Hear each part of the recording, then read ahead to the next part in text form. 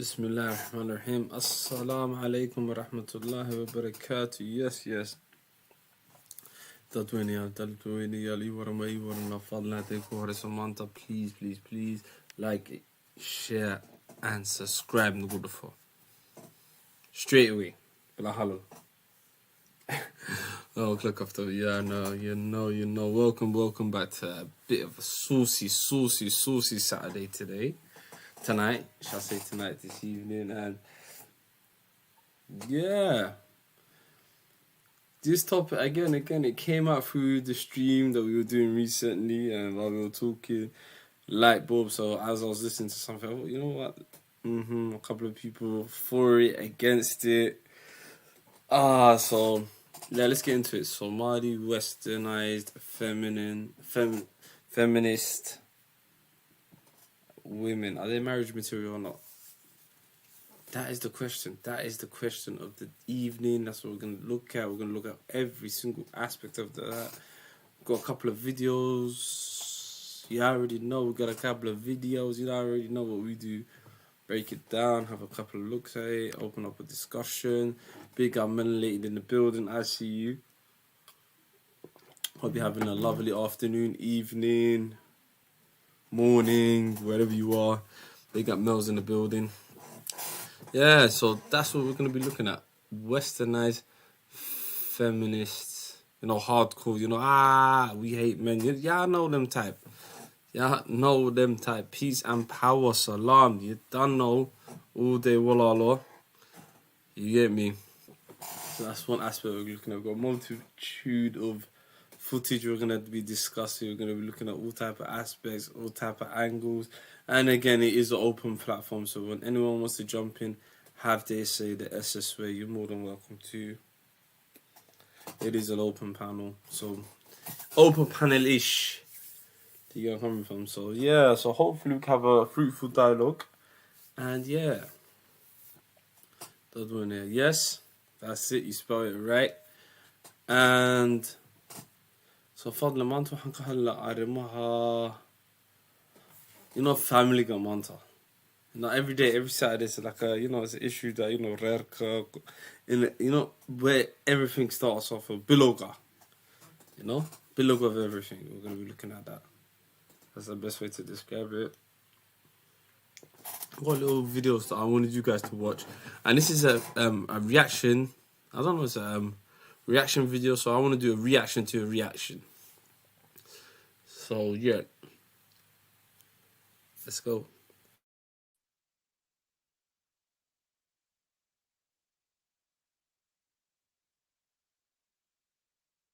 Hey guys, welcome back to my channel, or if you're new here, welcome. My name is Rebecca, and today I have a good video for you guys. This is going to be a reaction video to an article that I recently read on thebold.com. Let's just say this is going to be a juicy one.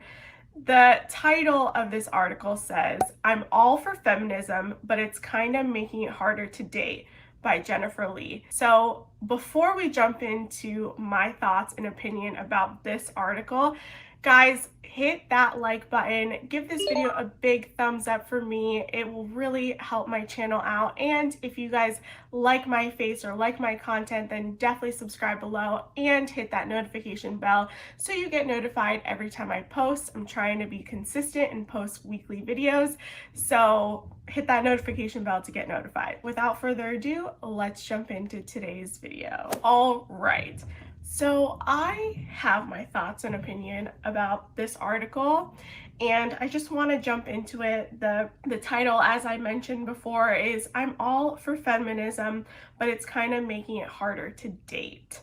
So clearly this is going to be a juicy one. So let's jump into it. It reads, "I consider myself a feminist, but I can't lie. I'm starting to notice its effect on my dating life. This doesn't change my belief in equality. I just hope that men and women can eventually learn to date in harmony because it's pretty messy right now." And I would agree with that. I think that dating today is very, very messy. And I think there's a lot of hate.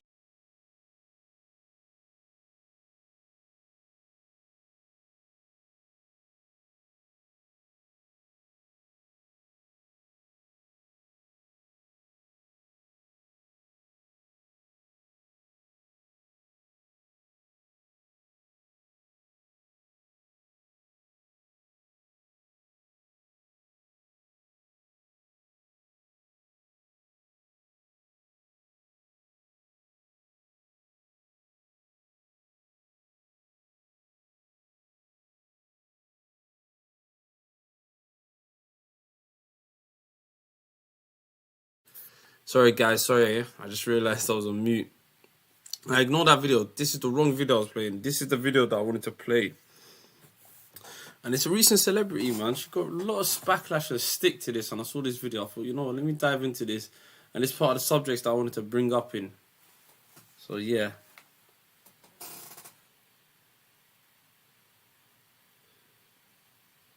Yeah, no, sorry. That's a whole different video.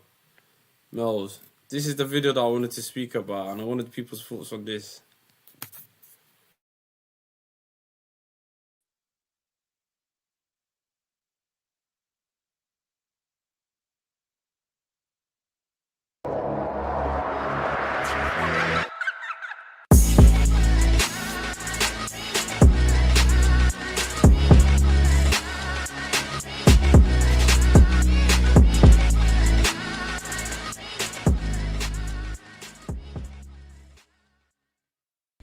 All right, guys, you're looking at the thumbnail, you're looking at the title of the video. You already know what time it is. It is time to get active.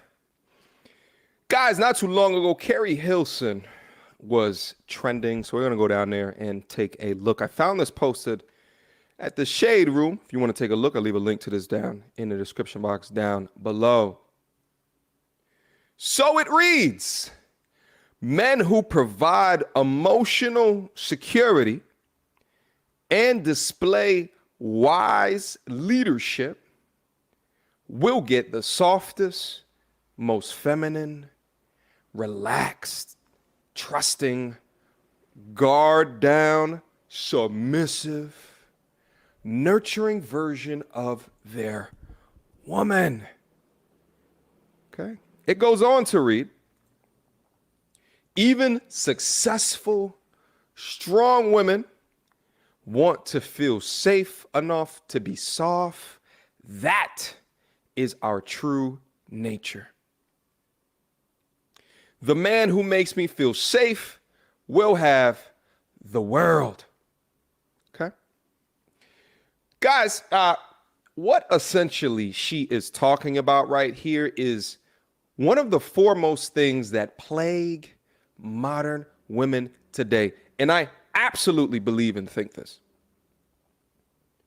And it's this idea, which seems to be ridiculously prevalent in the Western world, Western society, this idea of conditional femininity.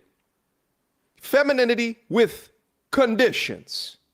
Only if certain prerequisites are met, then I will be submissive. I will let my guard down. I will be trusting. I will be relaxed. I will be at my highest degree of femininity. Oh, really?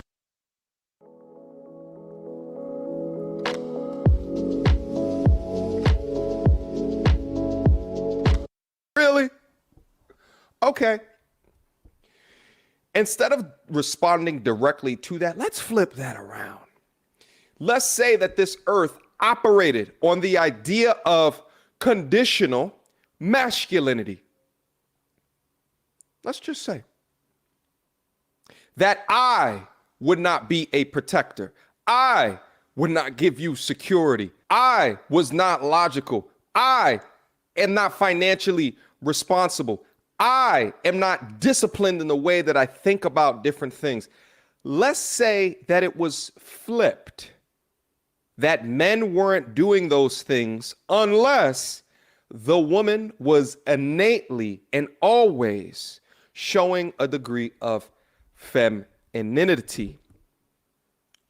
This world would be a much, much different place. This assumption that men need to hit some type of laundry list of prerequisites in order to unlock the true nature of a woman is complete and utter bullshit.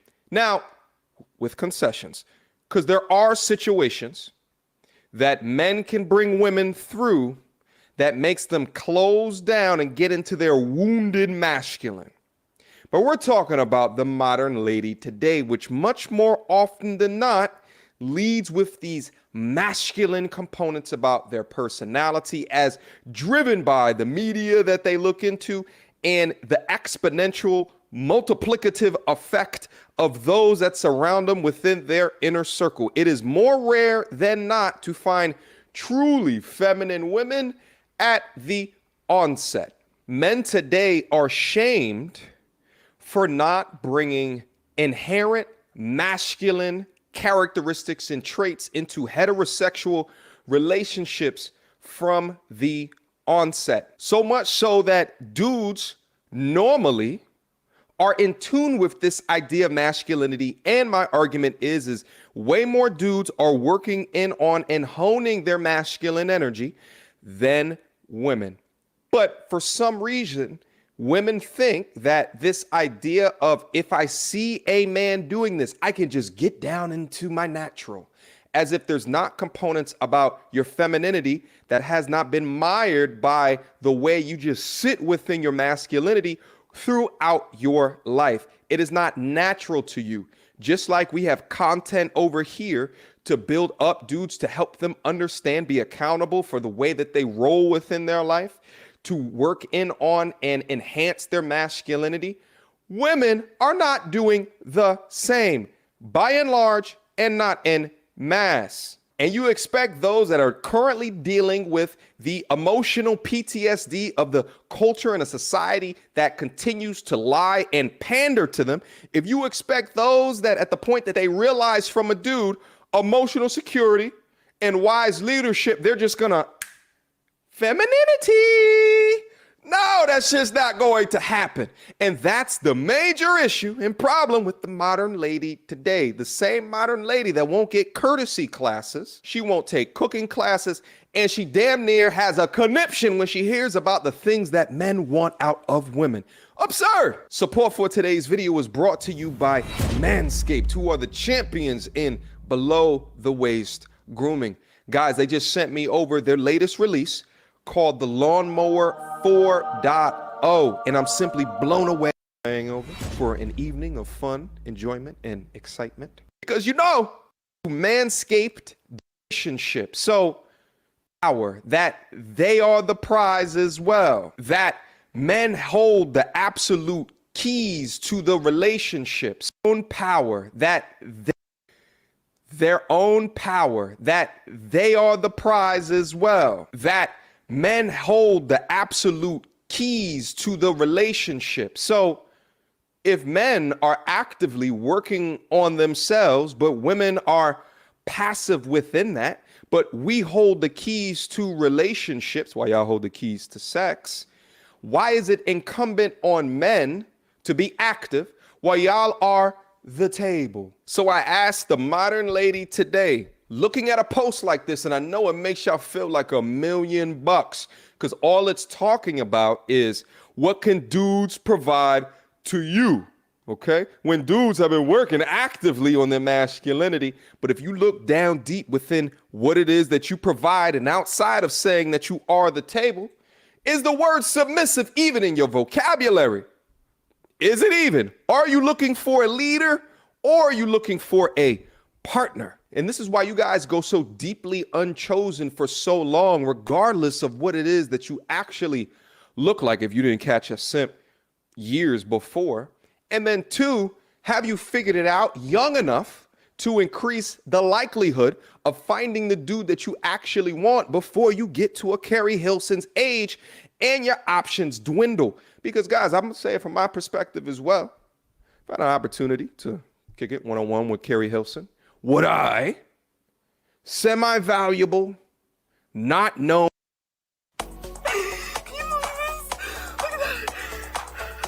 These results are real. except for y'all, MTR, would I date Carrie Hilson? 3 to 4 years my senior? No! No! Not seriously. For the guts? For the viscous innards? Yeah, sure. We'll have a great time. But seriously? No, I wouldn't. I wouldn't, especially if I look at posts like this. I can already tell you, she's a tough cookie to deal with. Do I want to insert myself within someone else's life? That's a tough cookie? No! Why would I want to do that? I want an easy, joyous, happy life, not someone to continuously challenge with her requirements. And although she makes it real simple up here, I'd argue that there are a lot more than this, because if not, she'd already be married. Questions, comments, concerns? Y'all already know what to do. Mediocre tutorials and reviews at gmail.com. Guys, did I get this one right? Did I get it wrong?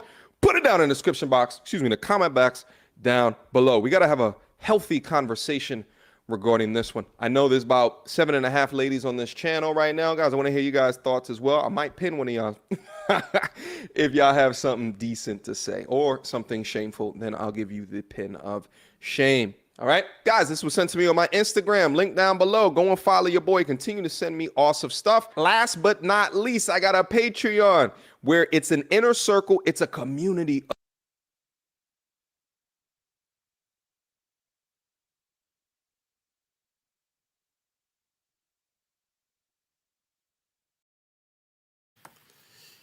Yeah, man.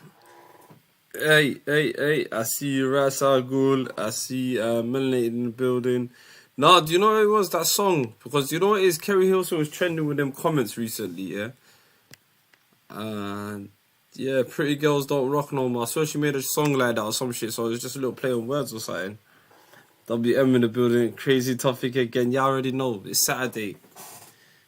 It's saucy Saturday. It's where it gets heated. It's where it gets turned up. And yeah, I already know we're fully booked on Sunday as well, yeah. So it's both sides. So, Ras Al Ghul in the building.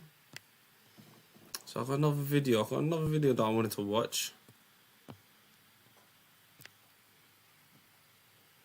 Thinking, yeah, let me bust out this one. And this one's a couple of guys that, you know, they've been taking us there. I don't know, man. I want to know what you guys think of Fresh and Fitness. You know, watch Fresh and Fitness. I'm starting to watch a bit of their content nowadays, and I'm thinking to myself, okay, cool. And this one was a bit interesting.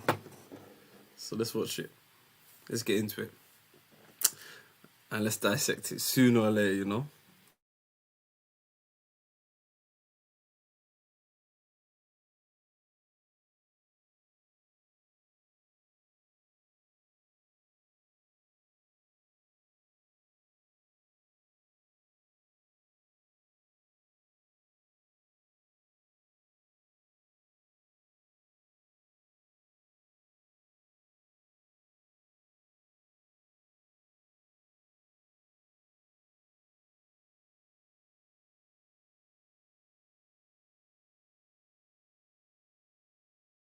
Just like, it's really hard to take care of myself.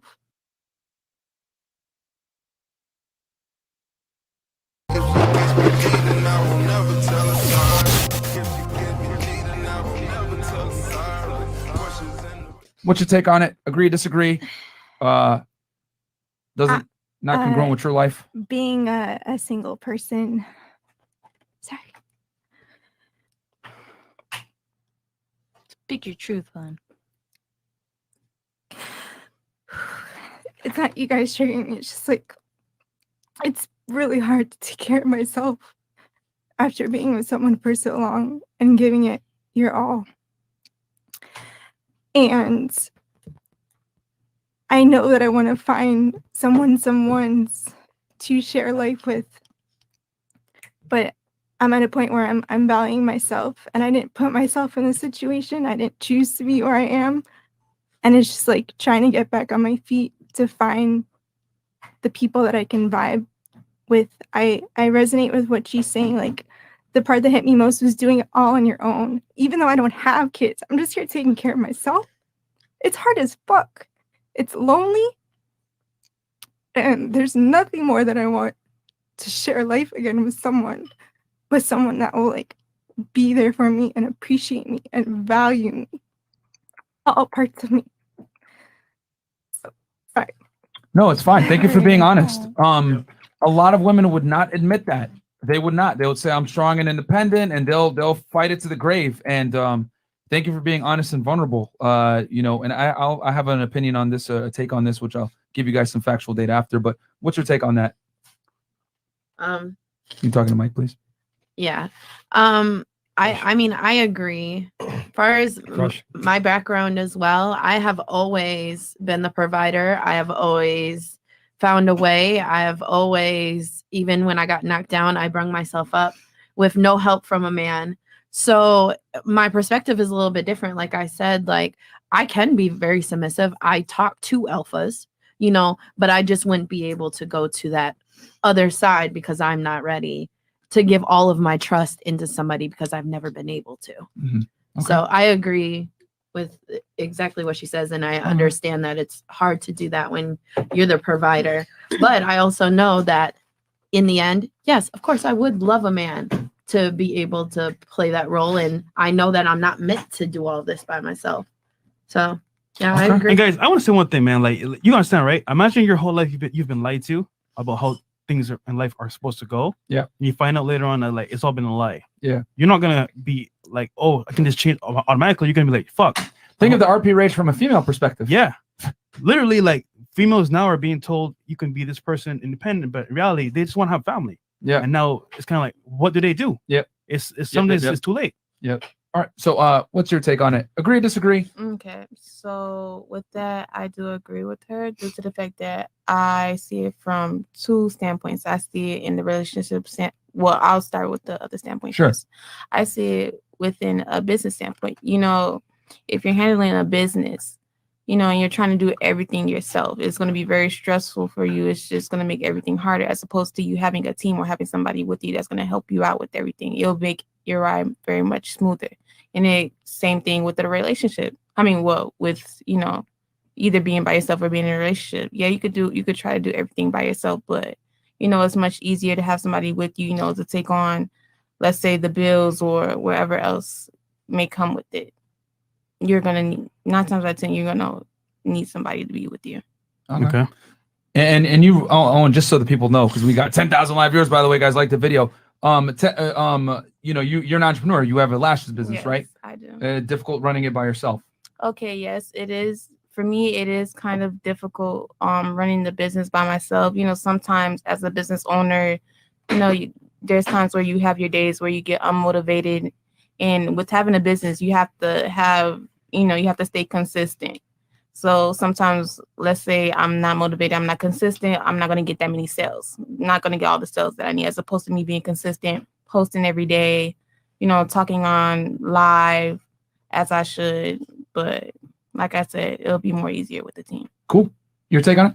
I mostly pretty much agree. Everything is easier with someone by your side, and it's definitely more enjoyable to life having someone by your side. I know definitely I get in my moments where I might be a little lonely, but I'm not going to sit here and act like I can't be independent, but being independent isn't what's surrounding my world or making my world go round. All right. I think it's really easy to follow the or trendy, let's say, to follow the strong, independent woman, I don't need a man trope. But at the end of the day, you need to ask yourself if you're really going to be fulfilled coming home to an empty apartment, ordering takeout. Like, is this really what you want from your life? Or are you, just trying to follow this empowering idea that you need to do everything on your own and that you don't need a man and that men and women don't need each other? Okay, cool. What's your take on that? Oh, well, first, I think it's bold and brave that you cried first. I wasn't sure who was going to be, you or me, so it feels good. I wasn't the only one here because I'm not about to have these 10,000 people roast me. No, I agree with her. There's a level of every woman, despite how they feel, whether they're on this independent thing, wants to be kept, right? We all want to be kept, and there's just a level of relief that you feel to know that you have somebody who is the pillar and the foundation of the household, and you are able to basically make the household in order to make it be a real home. I'm a private nanny, so I work personally with fathers all the time and be like, hey, I can't do this alone, because sometimes being a private nanny can really feel like being a single parent a lot. And a lot of them can attest that you get burnt out like hell. But it really helps to know that there's a man present to basically enforce these rules with the kids and also demand the respect that it is and keep it a balanced household in order for the household to continue moving forward. And that's just me getting paid for it. God can only imagine you being a parent 24/7. Cool. Do you were you able to gather your thoughts? I did. So it's Nothing wrong with disagreeing. Go ahead. no, Wait. I totally You have agree the with floor. it. That's the thing. Like, I agree with it. The only thing is, someone else mentioned before how they had a situation and they provided for their man. I had to do that in my past. And then after a certain amount of time, they weren't even trying. And like that's what hurt me at the end of the day. Like, they didn't try for so long and I was providing. I had the apartment, they were staying there. And it was like, what are you doing? Like, you're taking advantage of me, and like I'm getting like everything for you. Like, I'm getting food, I'm getting the apartment, like you're playing video games, like, and you're not even going out and trying to get a job. And this is, I'm only 24 now. Like, this is only a few years ago, and it hurt. It hurt because I'm the one out there like trying and working so hard. I wanted them to like be like, hey, I just came home from work. Like, let's do this, let's do that, and not I come home from work and I'm like, oh, you didn't even try to do anything. You didn't even cook. Like, I'm the one coming home. Like, you didn't even cook. Like, like at that point, like the roles were reversed. I felt that, and I didn't want that. I would rather it be the other way. I have a question though. Go for it. Who chose the guy? Like, you mean like I chose the guy or like he chose me? As in, like, okay, if you found out who he was, why'd you like tolerate it for so long? It changed. Yeah. It changed going in like about 6 months to a year in. It changed completely. Like, he was not like that, and then changed. That's how it usually goes. And he also like when like you said before, you like girls when they go out a certain way and they're not dressed like that. He changed like the way like I went out. He made me only wear certain clothes, and then he only made me hang out with certain friends. Like, it was like very weird. Like, to me, that was weird. Like, it changed after a certain time. It didn't happen in the beginning of the relationship. It happened after like 6 months into a year, and I was like, what is going on? You weren't okay with it. It was like it was a complete flip. Like, if I went into it knowing what it was going to be, I've been okay with it. Like, because like that's how the beginning and like the stand of the relationship started. It happened midway through, and I was like, what is going on here? Well, I don't agree with him changing midway, because obviously from the beginning you should know what time it is. Like, all right, this is who I am, this is what I'm about. These are my standards. But for him to change midway, that's kind of. It was super weird. Just out of curiosity, did he change midway as he was losing his job and you started to support him? No, after 6 months of me supporting, he was like completely switching, because like I was still doing what I was doing. Oh, so you were in the breadwinner role and he tried to dictate terms with you. Yeah, but I didn't mind for a certain, like, I liked him saying like, I want you to do this, I want you to do that. Mhm. After so much time going into it, he was like, oh no, like I need to like regain that role. Is Interesting. kind of what it came down to. Okay, fair enough. Okay. Me? Yeah. I not gonna add to the conversation because I really do agree with a lot of what the girls said. Okay. Gave me. So Okay. I'm just gonna leave You it don't at have a point to argue or here? Really? What? No. Go Oh, ahead. no, I'm no. surprised. What's going on? Hear me out. Like, There we go. Okay, now. here we go. Yeah, now she knows time to argue. Just being enlightened. no, I'm not being enlightened, but like I do think, being independent to some point, like everybody likes companionship because we're not meant to be alone. I don't think we're meant to be alone. You get me?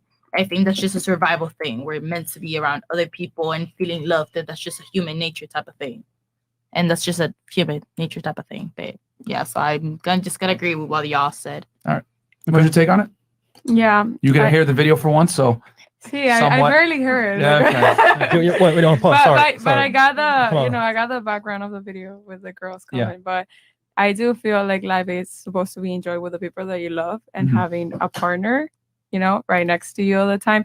Me personally, I'm such a social butterfly, and we have a big family. I have my sister and my parents. We have 3 dogs. And there's always people coming in and out in my house. We always have family visiting. So I'm used to being around people. So I wouldn't if I move out of my house, I feel like I would never get used to being getting to a house that is alone, because that's just not my nature. I didn't grow up with that.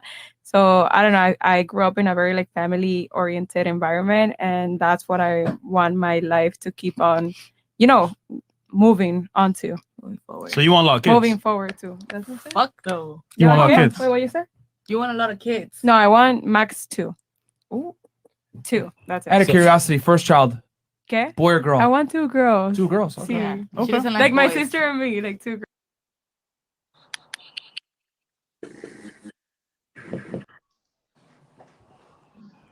Assalamu alaikum, boys. What's going on, man? Alaikum salam, yo, my people. What's going on, my brother? Assalamu alaikum. Alaikum salam. Talk to me, lads. Big discussion today. What a topic tonight, boy. Come on, you guys ready, yeah? Let's get Come on. Mm-hmm. So talk to me, lads. I wanted to talk about, we had this discussion the other day and it came up. Been watching a couple of videos and we also wanted to discuss this. We thought, let's bring it out. We've got a couple of other topics lined up as well, so let's get into it. And that's it. What did you take away from the last video? Were you guys watching? Yeah. What did you guys take away from that? Do you think women are starting to change their tone? Is it a new wave or is it some are stuck in the ways? What do you think? I think women are not happy, man. Women are not happy. Is that what you're saying? Was 2020? Women are not happy. They're not happy. For the wrong reasons. Omar, what are you saying? For the wrong reasons? Yeah. Well, that's what they look like. They're complaining about, especially that woman. She looked like she could have left that situation, but she stayed. She chose to stay. Yeah. Now, one started crying because she was by herself. Yeah. I mean, if that don't show that she's, she's lonely or whatnot. She don't like what's going on in her life. It's the thing is, they've been deceived, bro. Yeah, that's the problem. They took the product. You say women are being deceived in 2020. Why would you say that? Because they've been propagated. They've been told things that they should like, but they don't. Mm-hmm. It's just been feminism. All these things have told them. Do you like I said earlier? Do you think I'm starting to look at certain content? I'm starting to think. I think women are starting. Do you think Hablo Dummer are starting to realize? Whoa, especially some of them at at wrong stages. When that thing said hitting the wall. This is what hitting the wall looks like. And we're talking about this. Do you think some of them are starting to clock on, or do you think it's too late? Yeah, man. The gender war's over now. Do you think so? Yeah, it's over. Now it's just they're negotiating the peace. I swear, that's what it is. When you say that, what do you mean negotiating the peace? Because what I mean is, what I mean is that the women have come to the realization now that they do want man, they do want a relationship, all these things. For a while, they were pushing that they don't need it, and then they clocked now during. I think the pandemic had a big reason to do with this. Is that they never had the distractions that they had prior to that. Yeah. They're coming home to their empty house with nobody, but even though they're making good money and they got they may be successful in their careers and whatnot, but they at the end they clocked that what's most important is family, relationships, people. Mm-hmm. You know, they came to that realization, and it took an act of God to make that happen. Mm-hmm. So I feel like now they know that. What about the ones that headstrong with this feminism? Okay, let's break it down, Musia. Let's break down the words in it. Yeah. Somali, Westernized, feminist. Is that woman married? Is she wifey material? Yes or no? You wanna go for it? Somali one? Yeah, because we're Somali. We're both Somali. This is a Somali platform. Yeah, Somali. Let's focus on Habalena. Okay. Because we've got a little video coming up with 1, 2 sisters. And then we'll break it down. We'll watch that video. I had their perception. But what do you think? To answer the title, before anyone interrupts us, Musia, what's your intake on that, Walala? Yeah. Well, I feel like no man wants a feminist, bro. And what is it? Okay. No man wants a feminist. To them, it's just someone that just wants to be them. Just, you know, I feel like feminists, they got something called penis envy. Yeah. They just always want to, whatever the man's doing, they just want to do that and try and do it better. I keep hearing the P.E. Let's call it the P.E. right for now, innit? Yeah. Why do you think they got that? Why do you think that is? Because they've been, you know, everything that they've been told is basically made them like a man.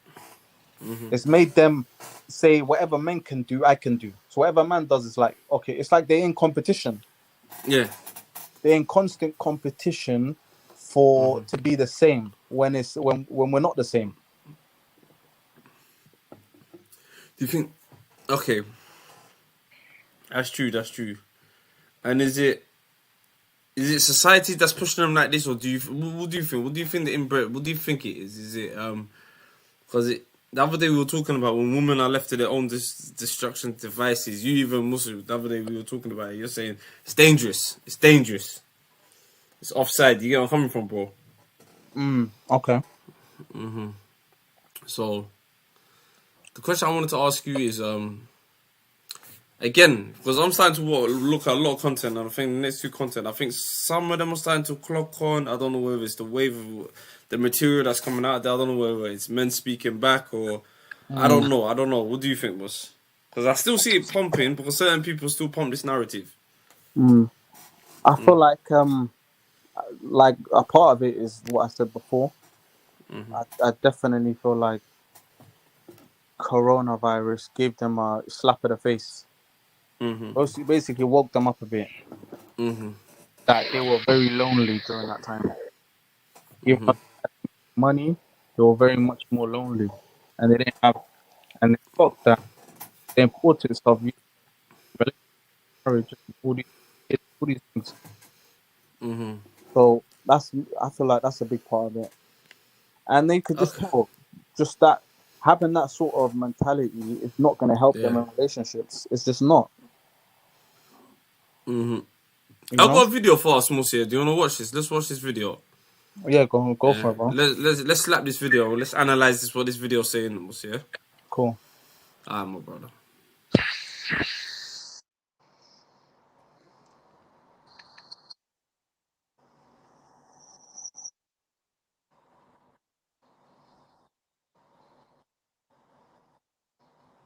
Rich, why do you think women are going to be single and childless? At least half, let's just say, within the next 9 years. Well, to add to what Aaron's already listed there, which I co-sign, top shelf men are starting to avoid insufferable women. You know, they're starting to realize that the juice ain't worth the squeeze. It's not worth exposing themselves and their wealth to huge amounts of risk, to hashtag boss girls that are, you know, going to make their life difficult after they've been chasing excellence all day long. They come home and, you know, get browbeaten, sort of thing. There's not a lot of incentive anymore to having families and children. I mean, if you look at this, you know, the stats and the way that things have changed and the fabric of, you know, the nuclear family's changed over the century. So that leaves a lot of women out to pasture, to climb the corporate ladder, collect cats and box wine subscriptions. And what's up, guys? Anton Crayley here from Dropship Lifestyle, and I know you're probably counting down the seconds until you can click that. Go globalism, feminism, and all the other isms. And Big Daddy states, their favorite lover now. George, do you have anything to add to that? Yeah, I mean, if you go through and do the math on what most women's expectations are, what their I don't want to say objectives, but I guess for lack of a better word, we'll say objectives in trying to find a long-term relationship or a husband. They'll list all of these things. Well, the guy's got to be straight. Okay. He's got to be between this age group. Ideally, he'd make this amount of money. He's got to be a leader of men. He's got to pursue excellence. He has to do all these things, And then you go through and say, okay, well, let's just assume that you live in a town of 1 million people. And then you go through and you say, okay, well, how many men are there in this 1 million people? Okay, there's 500,000. Well, how many fall into this age group? Okay, well, now maybe you've got 20,000.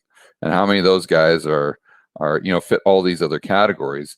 What it boils down to is like 5 or 6, and that's what all the gals want, because again, it goes back to hypergamy. When they're increasing their socioeconomic level, and the guys aren't doing it at the same pace, then there's going to be fewer and fewer and fewer options that fit their checklist of what they're looking for.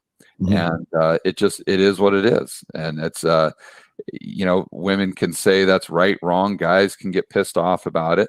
But I think that the powerful message for guys and women is that if guys just go out and do what Rich talks about, it's if you just pursue excellence and you do not pursue women, you're going to have the best of both worlds. And the woman, whatever woman you choose to be a part of your life, is going to have a much, much, much better experience, and the relationship overall is going to be much better. Because at the end of the day, you guys know as well as I do that women, they can say whatever, but they want a guy that's not an asshole or not a prick or anything like that, but a guy that can really take charge, and someone that isn't afraid to make a decision, and someone that is decisive, someone that's a leader of men, and someone that has a high degree of competency and ambition.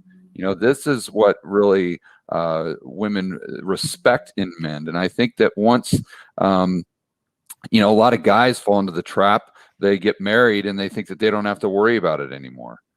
Because it's till death do us part. So I don't have to go to the gym. I don't have to continue to grow my business. I don't have to continue to, achieve 100% of my God-given potential. And then once the gal sees that, subconsciously, that's the biggest turnoff ever. And, you guys know where it goes from there. So my whole point with the layering over economics is just to point out that I think this trend will continue. And although JP Morgan might have been looking at it from standpoint of consumption, like consumer goods, what are they going to consume more? I would look at it from a standpoint of demographics having a real population problem. And in a world and in an economy where you always have to continue to create more debt and more dollars, if you have a decreasing population, that's a big problem. And then what happens is the government steps in and tries to counteract that with, we'll call it printing money, for lack of a better term. And then you have more money being created, but you have fewer goods and services. And at the end of the day, the wealth of the economy is a measurement of the goods and services it can produce efficiently. I use the example all the time. If you were on a deserted island and you had $1 billion in a chest, would you be rich or poor? You'd be poor because there's nothing to buy.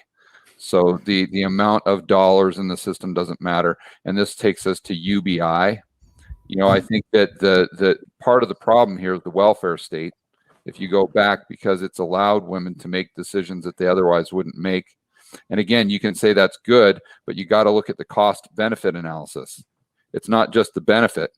There's also a cost involved in any decision where you're dealing with economics, which is really defined by the allocation of scarce resources with alternative uses. You know, and so I think that it's more than just, you know, buying certain things and not buying other things because women are more control over the majority of money being spent.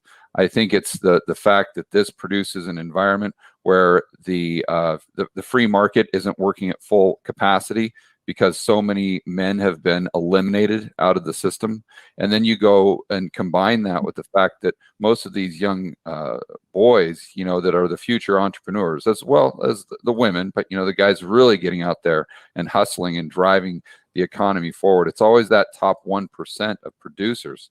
You know, I think Rich knows that well. And now we're in an environment because of the welfare state where the majority of those young men who are extremely talented, and the young women, but I think this inversely affects men more. They're raised in a single family, you know, or single mother household. And then when they go to school, 95% of the teachers are female. So then they grow up in that environment. And I think that, you know, what does that do to society at large as far as our ability to start businesses, to take risk, to be leaders, to go out there and solve problems, to be ambitious, to create goods and services and compete at a global level.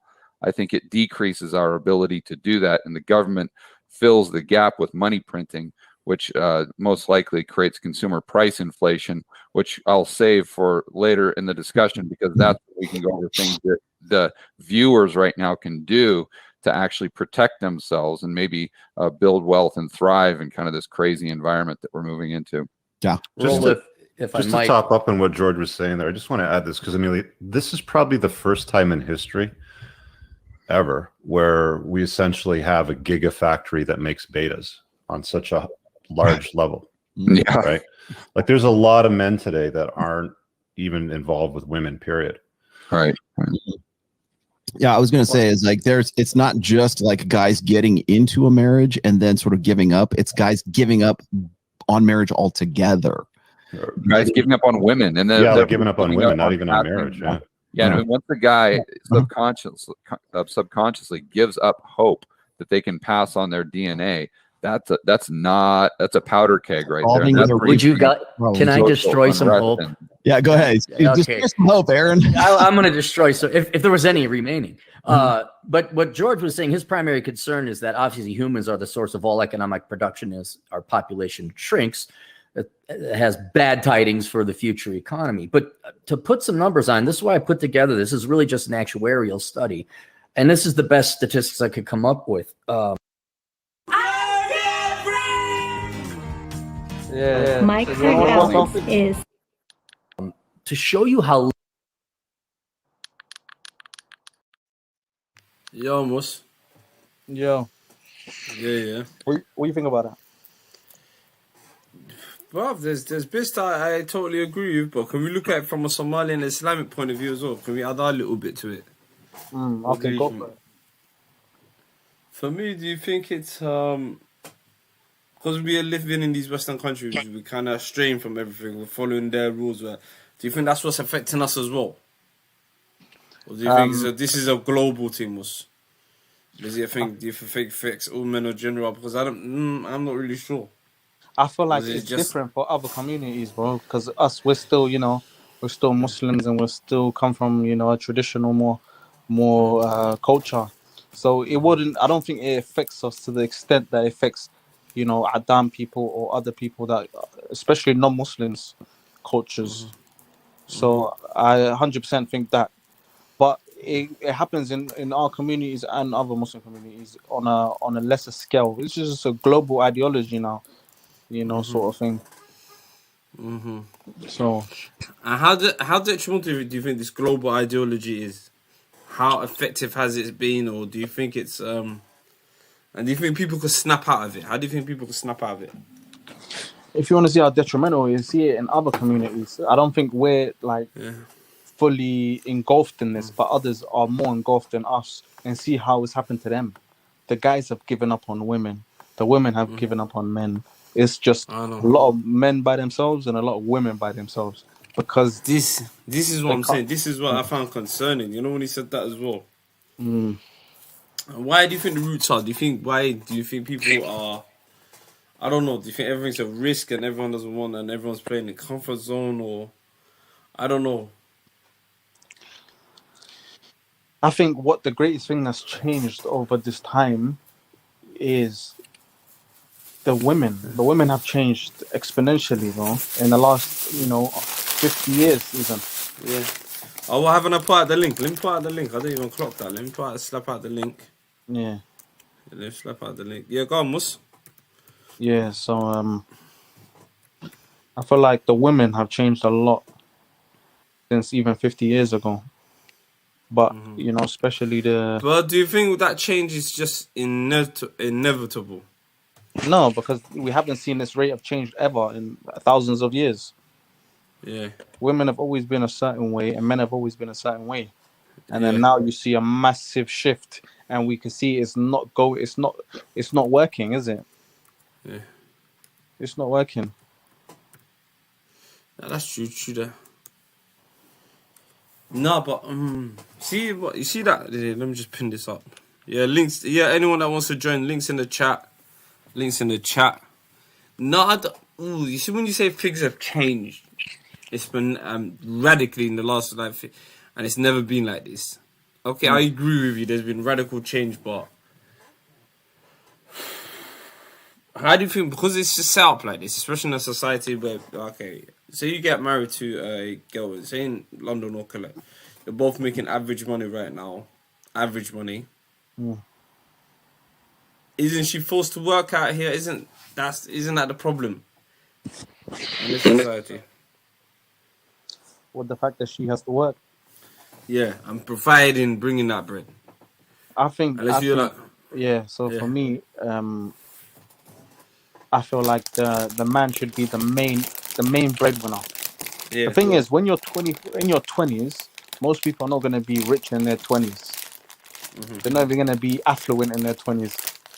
So because we're Muslim and we can't do a lot of things.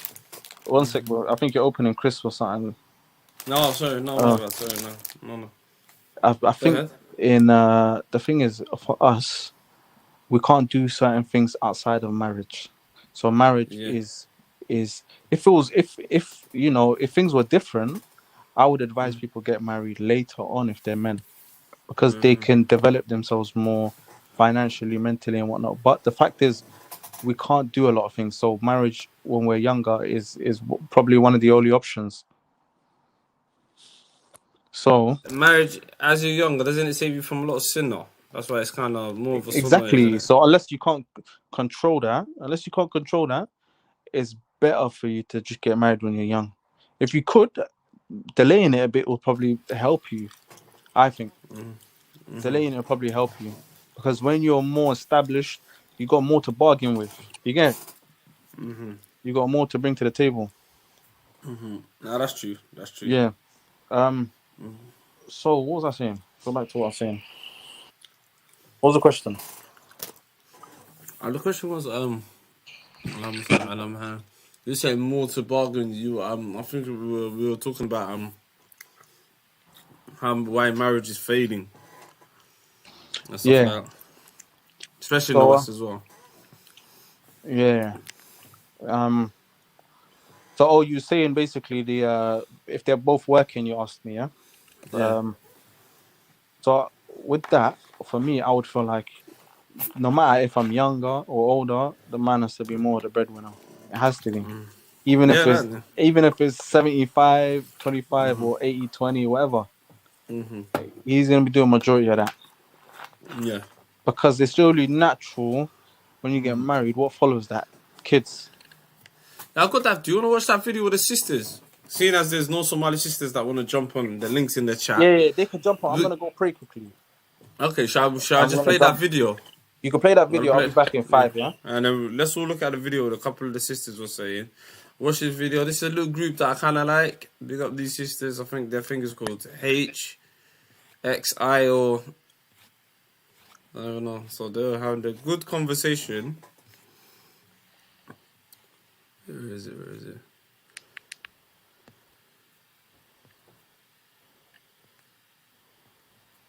Yeah.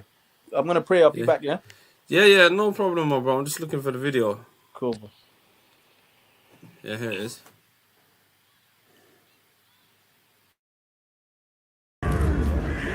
You are needed. Would you ever split the bill 50-50 with your husband? Would you ever split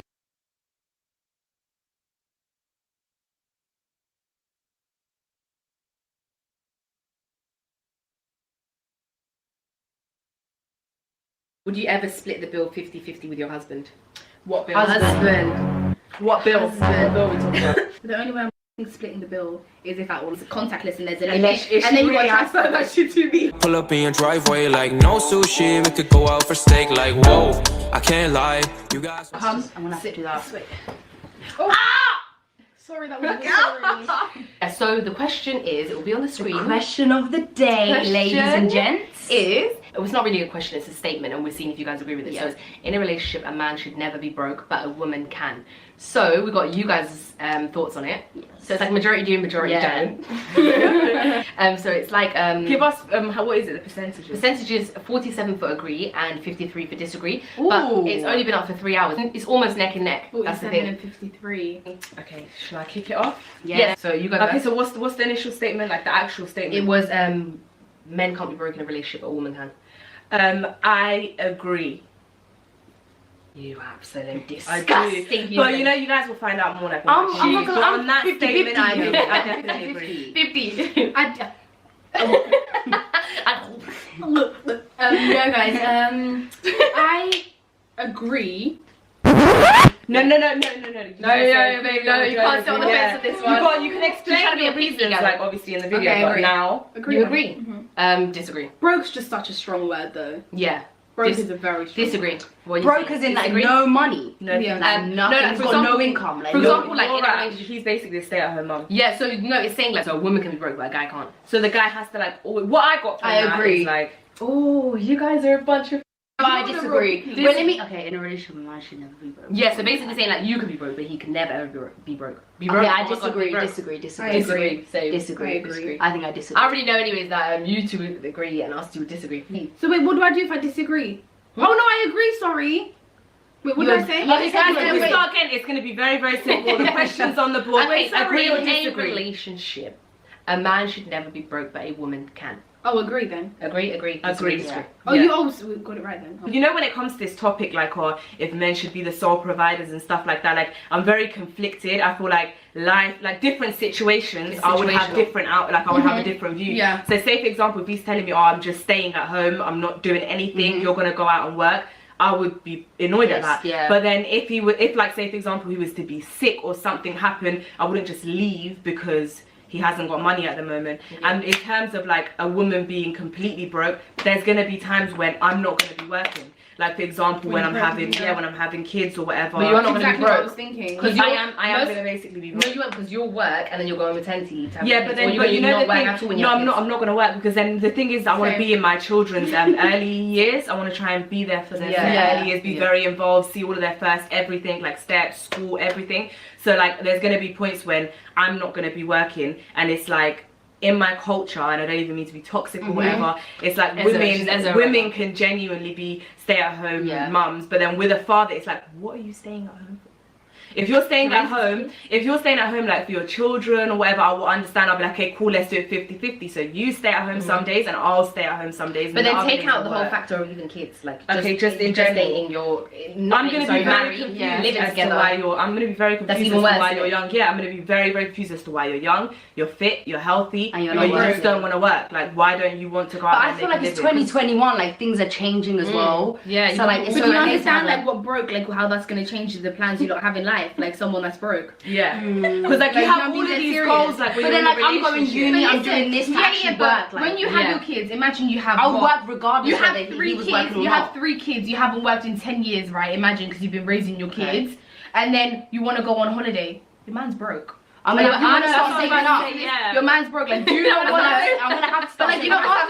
You can say like you can look after the kids and I'll go out and work, but then you got to imagine like postpartum depression. But like when women go to South back is easier. Yeah, but I'm gonna be. It's harder for women to leave the baby than the. Yeah, but it's okay. But like I feel like he's gonna be better years of not working. No, but that's what I'm saying. I'm good. Like the profession that I'm looking to go into is really high up. I'm good. Yeah, that's what I was gonna say. Like if I'm making a lot of money, that was a lot of money. But you know, like if I'm making a lot of money, then it's like.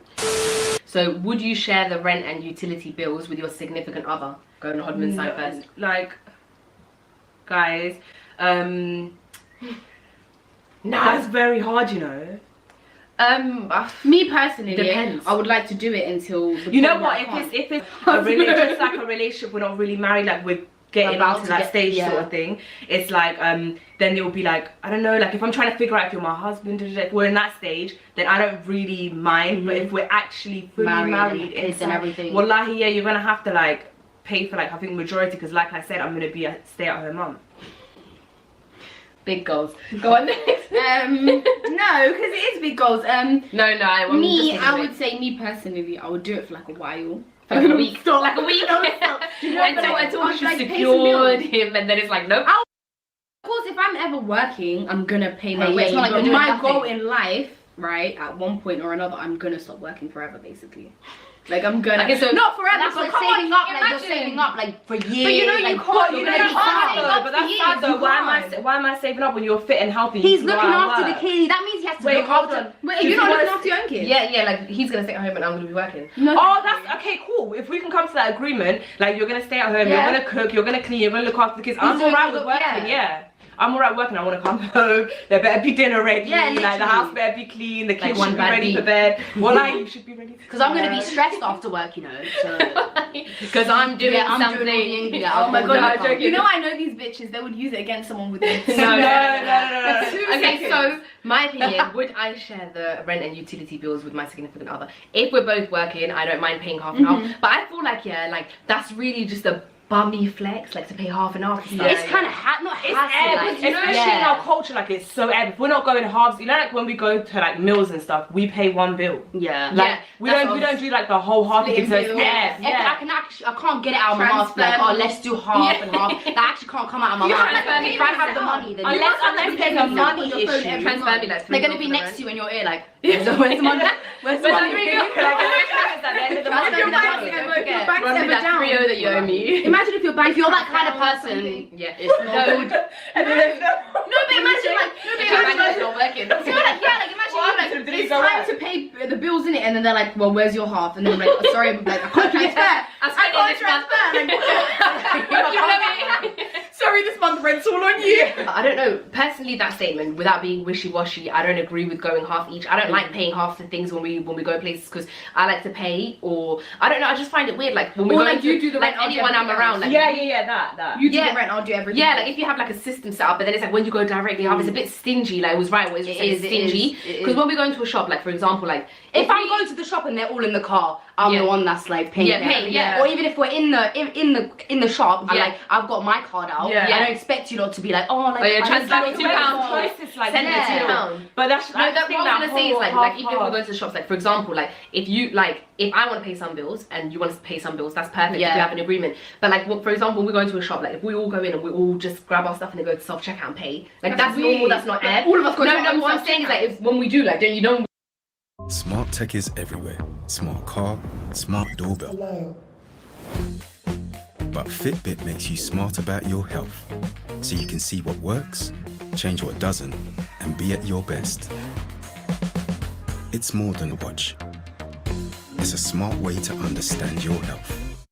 We run and we just grab what we want, and then like it's rare occasion anyways, like once a year. But if we all go together and then pay, like put it all in the same thing and then pay, and then it's like everyone pay £1 each. And it's just a longer process as well. Like he's gonna have to change it, and like it's just all long. So what do you do? Like to split the bill, like at the end of the night. That's what I'm saying. Yeah, like splitting it like is a bit stingy. Like if you're living with someone, you really can't be not splitting shit like that. Honestly, at that point, why don't you guys just get a joint account and then everything just comes out from there? Because that would be a good idea. Serious relationship. You lot are living together, but it's transferring. One person, that would be be okay with, because you know me, I find it so offensive. Like, I don't know, oh, well, like, it sounds bad, but I find it so offensive when people are like, oh, give me back that money, or because we never do that. I don't do that we shit. never Well, do I that, never so do it. why So you if do we that have to a us? joint Fuck account it, and then afterwards we're both like taking the money out there, both of our money comes on, that's perfect. Well, like, because then that way I don't have to run you down. I get what you're saying. It's more natural when it's like someone pays for something and someone pays for something. Like when you live at home, for example, with your mum, you don't go like, oh, you pay half, I'll pay half. It's like I'll pay the water bill, I'll pay. But I guess some people like they're saying like because I work really hard for my money, like, and because they do jobs that are like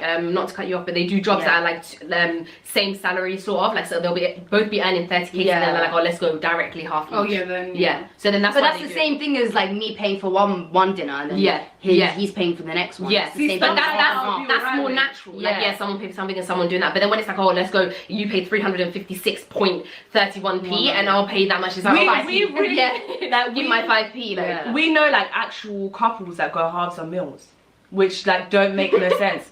Well, like I'm being dead serious. Actually, no. I've never gone halves a meal with anyone. Even with my friends, like I don't even go halves. You like pay I don't pay my meal and they pay theirs. It's like we just all pay, and then when you stop watching the money as much, just pay that much. When you stop watching the money as much, things happen naturally. So you'll pay for my meal, then I'll pay for your dessert, or I'll pay for travel, I'll pay for the cab, I'll pay for the. But some people, you know, it's just that mentality is very much like Somali people and like sort of black people in general. Whereas like, you know, Adam, like white people and like Asian people, like they have like a different setup when it comes to money. Because them, it's like they have young. Everything's organized. Like I've seen friends go to the shop like in like vlogs and stuff. Like some of my favorite YouTubers, like they'll go in the shop and they'll buy 2 packets of crisps, but they're using 2 separate tills. And it's like that's actually 60p. Put it together. Or get we'd get a multi-pack. We've got this friend, and she's shocked at us because like, you know, like whenever we've got money, like we'll give large sums to our parents. Like we'll give like loads of it, and then not even half, like more. You know, like I give my mum more. Like I give my mum like a lot, and then. Even though like she doesn't request it or nothing, like our Caucasian friends and stuff, like we've noticed there's a difference. Like for example, and it's not bad, like they're not meaning it to be like malicious or bad. It's just the way they're. Because like they're smarter. They're confused at us. Like whenever we get paid, they're like, oh, you lot's mum, like you lot give her a lot of money, da da da da da. But then we're sitting here shocked at them because they pay rent inside their mum's house. Like they literally have to pay for their room in their house. We don't mean like any disrespect to them. It's like it's what's natural to you. Like we can't force you to be like us. For example, if we go in a household, we always take our shoes off, and our friends will be like, don't take your shoes off, wear them upstairs. And it's like, no, like that's not, it's natural. It's natural. So it's like when some people might be confused, but it's like, say for example, like, okay, we said like we're okay with buying like our significant other like expensive gifts, but we wouldn't. Okay, but for me, I don't know about you lot, but for me, I wouldn't pay for like meals. I wouldn't do it at all. I wouldn't. No. Okay. For like, say for example, like if I suggest it, or it's if you're a birthday, like not even to sound childish, like say if it's a birthday, or if it's something special, then like I'll pay. But like majority of the time, I just think it's so like, I don't know, like generous. I know generous, like it's such like a nice act, like to just be like, I brought you out, like whatever, I'll pay for this. But I wouldn't mind getting like, what's it called, like a big present or spending presents or money on that person, full stop. But it's just like when it comes to certain things, I feel like you should do it. That's just the way that I was raised. I was telling you, was it today when I was like, I say all of this, but then when I get married.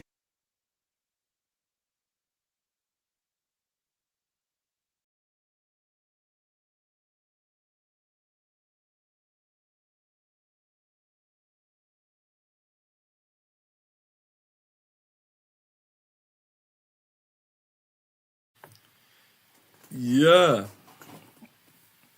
So what do you guys think of that, man?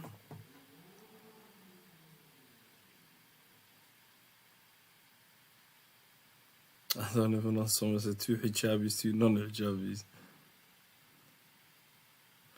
Yeah. Yo, Zach.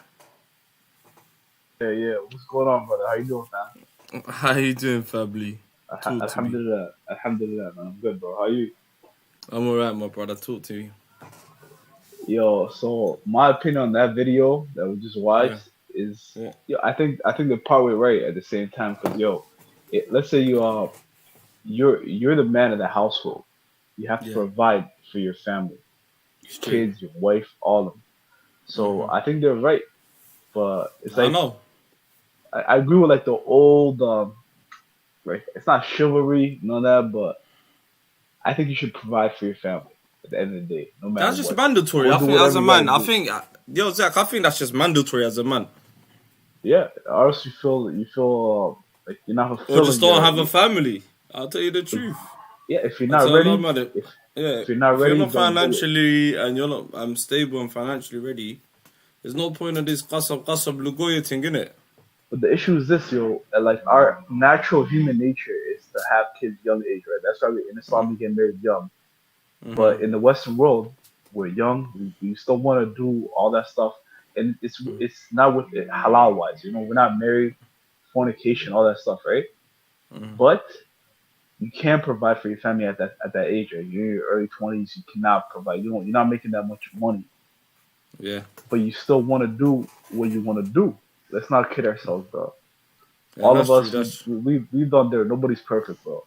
But that's our natural human instinct. So, where do we, like, how can we at the same time make money? Do you think it's beneficial to get married young in the Western world, or to wait for marriage until you get older and commit haram while you're young? Ooh, that's a tough one. That's a tough one. I knew, like, I'm gonna stick. You know what? ZK. I'm gonna say something in it. I'm gonna stick to my original answer. And I'm gonna say, to your financially and mentally stable, no matter what it is. You know them ones. You're gonna be collecting sins though. You never know. Say if you yeah, control that's right. yourself. Say I thought did to you say, you know, we like Korea. That's a bit That's difficult. tough. No, that's a tough one. That's a tough one. Let's not kid ourselves, but you can't fight it, bro. You can't fight it's also gonna be hard. It's natural, bro. Yeah, but it's natural. It's also gonna be hard, to get married young without you being ready, because you're just gonna be like slowed down behind the things because of the marriage. You're gonna be thinking about just marriage. Marriage is gonna frustrate you. Arguments, boom. That's how young marriages end, man. But boy, I do agree, my man. parents You have got to- married young, bro. I think the way No, but they never got married in the Western life. It wasn't from the Western life. They never got. It was you know never what I mean? That's the thing. Never Western, yeah. That's the what I was biggest saying. difference. See, that's what I said to the other guy the other day when he's like, "Oh, women are back in the." I'm like, bro, women are not even like our Yales and all. You know them ones. You know, a couple of children. You want to talk to us Sahaba times? Come on, my G. There's a thing. Like Mo said, in the last 40 to 30 years, there was a big shift in women. Do you think they realized themselves? This is what I'm saying. And do you think a lot of them are realizing now? Omar and I'm gonna call you Zach in it, man. Zach. Yeah, no, my name's Zakaria. It's Zakaria. My name's Zakaria. Come on, man. Say nothing, man. Zakaria, man. My G, man. I like that name still. Isaac. What do you think? Do you think a lot of women are starting to realize this now? And I think maybe is it the wake up call? And do you think some of the sisters got lost in the sauce? Because I'm seeing a lot of them still on this. Man, I trash and I'm still in the. I think they're just young and they're just doing what their peers are doing. I don't really think they mean it, bro. We all have younger sisters and all that stuff, bro. And you see their friend groups, it's the same shit. Or men are trash, or women are this, women are that, bro. I used to treat girls like I wouldn't even say, bro. It's haram. I think it comes down to individual. I think it comes down to individual. Yeah. So, like some of them might have gone through an experience which made them change their life. Some of them might have sat down with the right person to make to make them change their life. I don't know, but it's definitely down to an individual, because you do have people that still be who they are from young to old as well, that never change. You can't paint just because you're a bad experience. You can't paint the whole gender with the same brush. So it's kind of like it's iffy. You know, some girls, the girls who think like that, bro, they're already like messing their head. If that's your personality, like you went through a bad experience, so everybody from that gender. But a bad experience could be like a loss of your mother, a bad experience could be anything. What does that have to do with dudes though, or marriage? No, I'm just saying, girls in it like changing, maturing. Yeah, that's what the question was, right? Now science is saying that the brain doesn't develop until you're 25 years old. Do you believe that though? I don't believe that, man. I've been an adult since I was 16. I don't believe it, man. But that's what they're saying.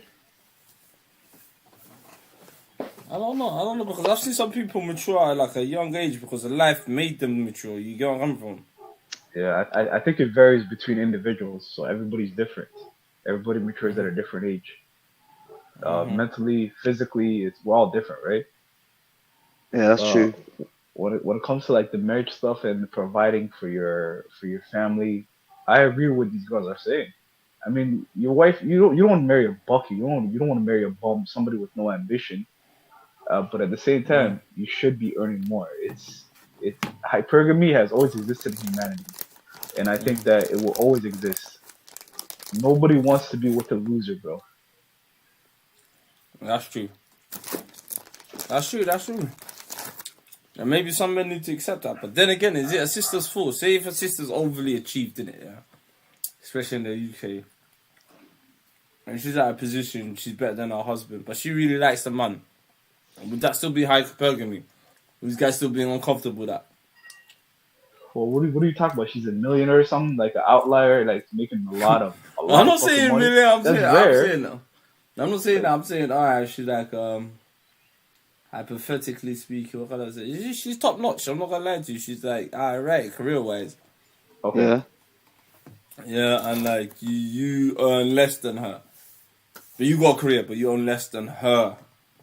Yeah. Would that be a problem as well? But how much money are we talking though? Let's talk like, okay, if you're making like £100,000 in the UK, is that good money in the UK? I don't know.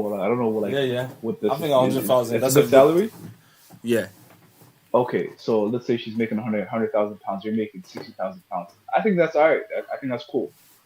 But if you're a bum, somebody with no ambition, who doesn't want to move on with life, and like, you know what, you do your job, you're passionate about it, and you want to work towards achieving more goals. You set goals, you achieve that, and then after you achieve that goal, you achieve more goals. You know, you set another goal, you achieve that. As long as you have ambition, bro, it's cool. But if the nigga's just a bum, bro, I agree with the girl a lot. That's like a loser mindset, because you need your spouse is supposed to be somebody that drives you forward, pushes you, you know, to achieve greatness. And if they're not doing that, then both of y'all are fucking losers, in my opinion.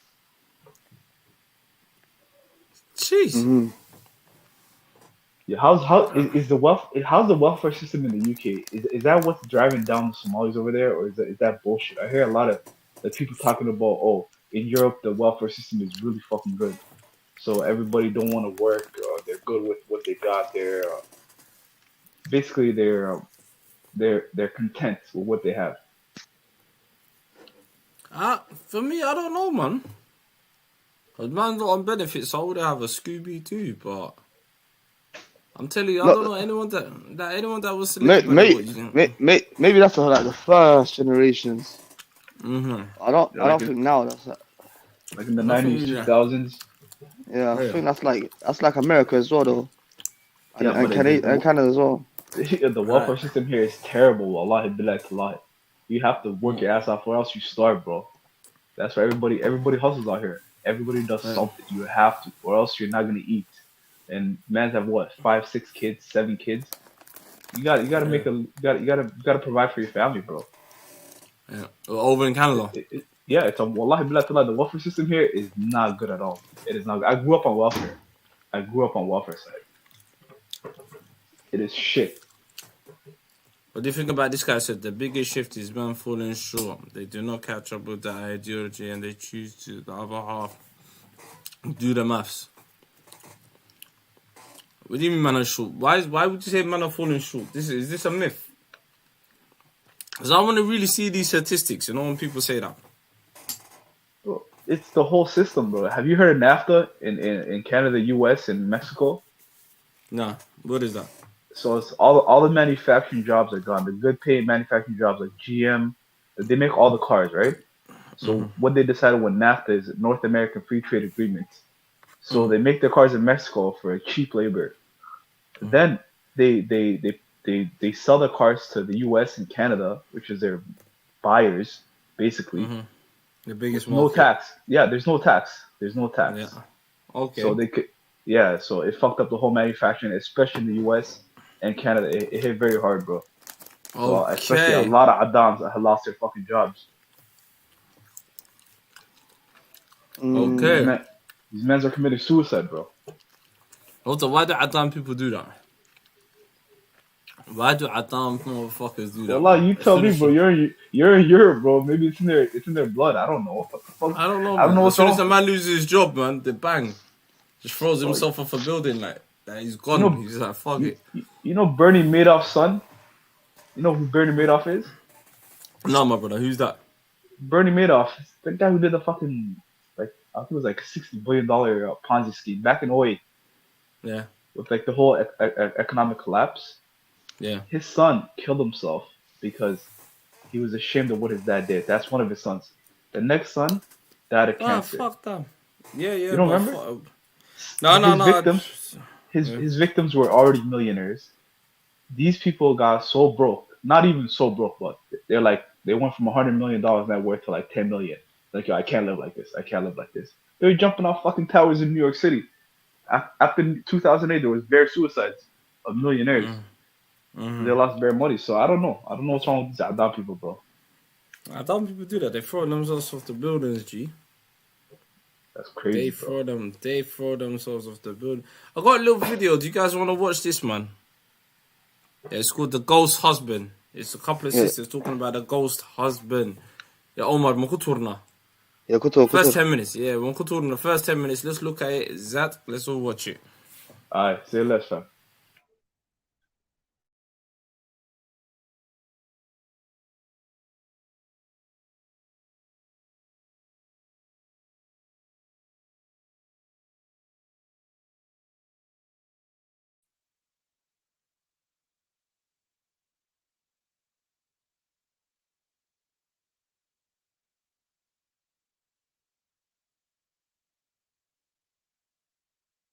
We were talking about ghosting. Yeah. And I remember you said that you had a story, not a story, but you said you. Yeah, oh my God, let me tell you this craziest story. Literally. About ghosting. Yeah. You know how ghosting is normally things that just happen to people that are dating? Like, mainly like in younger generations, isn't it? It's like you meet someone, you talk to them like 2-3 days, and then you just disappear, whatever. That's how most people see ghosting. But it was this woman who she got ghosted by her fiance.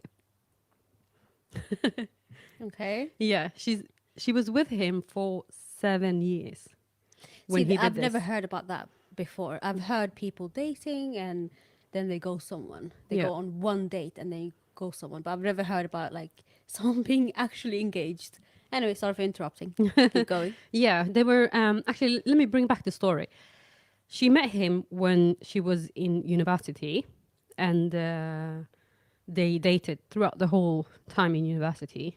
But then after she graduated from her undergrad, she wanted to continue doing PhD, but he wanted to get married, and he proposed to her, and she said, "I can't do it right now because you know how tough PhDs are." Yeah. She said, "I just couldn't do it. It was just too much on my mind." Anyways, because she said no, they broke up, obviously. And then they just separated, and she got married, he got married. They both. She had two daughters, I think, 2 kids, anyways. With someone else? Yeah, with someone else. She got married. Okay. And then they both got divorced, and they reconnected after many years. So he went off to marry as well? Yeah, but he didn't have any children. Right. Only she did. And then they reconnected. They started dating again. And then they were dating for 7 years. 4 years into their relationship, he said he got a job in another city. And he, so they, two of those years were like long distance. Mm-hmm. Sorry, 5 years after, yeah. Two of the years were long distance. But she was fine with it. She just thought like, oh my God, this is the love of my life. We're good. Of course. Work, whatever. So it was long distance. And then, yes, she ended up proposing to him. She proposed to him? Yeah, because she thought like he proposed to me the first time and I said no. Okay. And she thought like, oh, it wouldn't be fair for him to go through that again. You know, but anyways, she felt like she needed to do that. She proposed to him. Which is fine. Yeah. And Anyways, after she proposed to him, he said yes. You know, so they were engaged. Okay. And they continued their relationship. And then one day he came from his job from his other city, and he told her like, oh, you know, I'm sick. Okay. He had cancer. Oh no. Yeah. And she said she was really worried for him because he had previously, when they were in uni, he had cancer then as well. And he said he had returned. Okay. So she obviously believed him because she went through the whole thing before with him before. Right. And then she was so scared. She just thought like, oh my God, everything I planned for my life, the man I'm going to be with forever is sick, you know? Yeah. And then, yeah. And then this is the thing that I thought was weird about the story. She doesn't say what happened exactly after, but she says how he said he was going to go back to that city because his family lives there and his children. And actually, he has one son, sorry. His child lives there. Okay. Something I forgot to say. Yeah. But anyways, and then she went back. Sorry, he went back to that city. And she said, but how am I going to know, like, if something happens to you, you know, you're unwell. He said, okay, call my son if anything happens to me. So he gave... So I'm just bothered about the whole long distance thing. Yeah, still. Even though he's sick. What Yeah. are you still doing long But distance? also they've been together for 5 years. 7. But all together, I mean, before they got engaged. Yeah.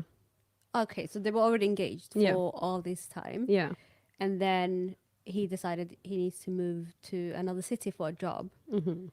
And there he's just existing in this other city. Yeah. Okay. Yeah. And I think it was appropriate because his children live there in the other city. I guess so, yes. Yeah. Things are very different, I guess, for people who married the second time. Yeah. With children and all Yeah, that. that come with like bonus families. Yeah. Yeah. She didn't think much of it, but she was worried for him. She said, who should I call if I can't get hold of you, you know, because you're unwell? He said, call my son. And then she didn't hear from him. And she thought, oh my God, something happened. So she called his son and he said, oh, I forgot to call you, but Dad passed away. Oh my God. Yeah. He said he passed away. We're not going to have a funeral because I promised him not to waste money on a funeral. But yes. And she was devastated. Mm-hmm. She felt like she lost the love of her life. In that way as well, which Yeah. is very strange because you would want to be with the person that you are in love with and engaged to. Yeah. Especially, I mean, why would they not be together when he's unwell? Yeah, that's what I mean. So Yeah. he should have been like, okay, I need to come over there.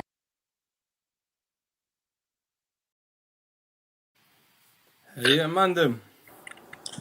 Yo, my people. What's going on? guy. What's going on? Talk to me. Talk to me about the Bro, ghost did you guy. man play the other video? What other video? The one with the girls talking about with the 4 girls, was it 4, 5? Yeah. What do you lot think about that? One where they're talking about they were talking about what's it called? They were Splitting talking and about the the man, finance and the whatnot. woman can be broke, but the man can't. This look, the way they're speaking is if a guy gets cancer or something and he can't pay the bills for a little bit, if he's sick, they're gonna just leave his ass, man. I think the next one was talking about the video before that. With the 4 that's girls. that's the one I'm talking about. Like a guy can't fall off his game whatsoever, or else it's over. And that's for their perspective, yeah. Yeah, from their perspective. You know, And even their faces, bro. Even their face when they're talking about them paying bills, it's like it's so uncomfortable. They know. Look, a guy. Let's be real now. If you're not paying your way in your household, you know what I'm saying. It's like you ain't shit in your house. Respectfully. Yeah, that's just human nature, though. I think it's you know what I'm human saying. nature, bro. Especially to women, you ain't shit unless you're paying bills. Unless you're providing for your family. Yeah. So it's human nature, fam. It's human nature. Their face, even when they're talking about them paying more, it's like they can't take it. They know that it's the guy's supposed to be paying. Yeah. Yep. I mean, it was sort of condescending a bit, but at the same time, I get their point. I get their point when it comes to, generally speaking, no doubt the guy should be the provider for the family, everything like that. But when they say he has to at all times, so the guy, loses his job and he's in between careers for a few months, that means what? Is she gonna leave him? Like, what's gonna happen, right? Yeah, I don't know. You know what I'm I don't saying? know, bro. Yeah, I don't know. So it's That's like kind of fucked up. The guy can't slip up. It's like the woman's job is cooking, cleaning, all these things. And guys, 1 second. Is that Kilo? Yo, Khalid, salam alaikum, man.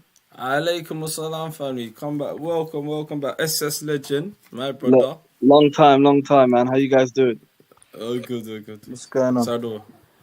Carry on, Mus. Yeah, so it just sounds like the only thing they think a guy can bring to the table in marriage is just finance. That's what they feel like. Is that true, though? No, a guy brings much more than that, bro, and we see that. We see the I say difference. leadership. I say if a man doesn't bring leadership and guile, How we see the to the difference? house. We see the difference when it comes to the statistics, when it comes to single parent households, when it's single mother households. You see the statistics are completely different to 2-parent households. So that shows itself that men bring a lot more to the table than just money, bro. They bring structure, they bring, stability, they bring a lot more things. But women just think it's a paycheck. This is true. They seem really young anyway, man, to be fair. Yeah. I think they're about 25 to 24. You know what? A lot of people, nowadays, they just don't realize the cost of living out there, man. But then a lot of them have come from social housing. They've never really paid any proper rent. They've never moved out on their own. They had to struggle. So it's easy to sit there and say what you want, man. But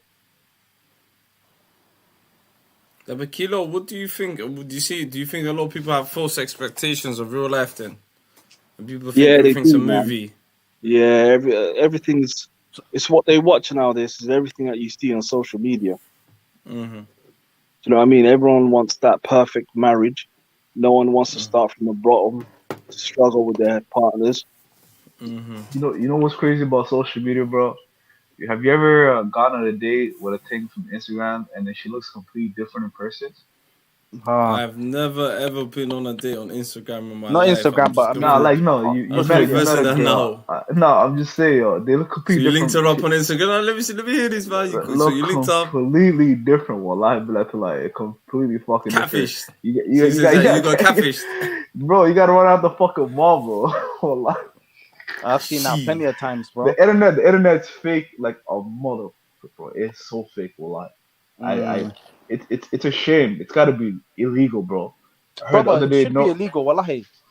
All these women that are literally undercover spies. You know what Norway did the other day, bro? Norway basically said, yo, if you're gonna Photoshop all these influencers, if you're gonna Photoshop your pictures, you have to put when you got a paid sponsor, you have to put I see that. Yeah, they did the same thing for Photoshopping. Yeah. Allah, it's a shame, bro. It's a fucking shame. So do you think that's gonna filter? Do you think that's gonna filter out bad bullshit then? Yeah, I think it will. Yeah. I mean, hopefully it catches on to all other countries, but hopefully it looks different, bro. You meet her, you think she's light skinned, and she shows up looking like the hell, bro. What the hell? She's 7 feet tall, bro.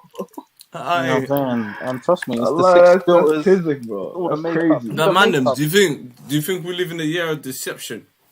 A lot of Decepticons. Oh yeah. They're Transformers, bro. They're Transformers. So, just in general, how do you deal with women like that then? If we speak about these broken, these women, these modern feminist women, what's the best way to deal with them, Mandem? That's a question I've got for the table. Leave them alone, bro. No, use your own discretion, bro. Be smart. Learn from experience. That, man. Yeah, leave them alone. When they're dying alone is when they'll realize, you know what? I was wrong, man. You know what I'm saying? So I don't think they deserve to die alone, bro. That's kind of if they can't get along with a man, then either they get with a woman or they die by themselves. That's harsh, bro. Wallah, that's harsh. But what do you No, think? but that's What what do you it is. think? Like, because we heard the statistics. Why do you think a lot of them are unhappy, especially Hableha now? These Western, especially the Western ones, because you see them at certain ages. Like I'm saying, should we call it hitting the wall, or is it Yeah. What do you want to call it? I Hitting the mean, wall. you can explain that if you want. Hitting the wall was the video of the woman that was talking about it earlier when. It's just getting old. Hitting the wall means getting old. Yeah, and then, and it's, I don't know. Is it, I don't know. Do you think that's a societal thing that's catching up on them? What do you guys think? Personally, yeah, personally, I feel like the roles of actual traditional women wanting to be mothers and all these things have been devalued. They've been devalued so much now, to the point that even women will look down on another woman who wants to be a housewife. They're like, why you want to, be barefoot and pregnant? Are you a doormat? Like, they've been, even women themselves put these types of women down that actually want to be wives and mothers and things like this. It's just been devalued, bro. Devalued by who? The same people promoting homosexuality and James Charles on YouTube. By feminists. By feminists? Yeah. You know what feminists are?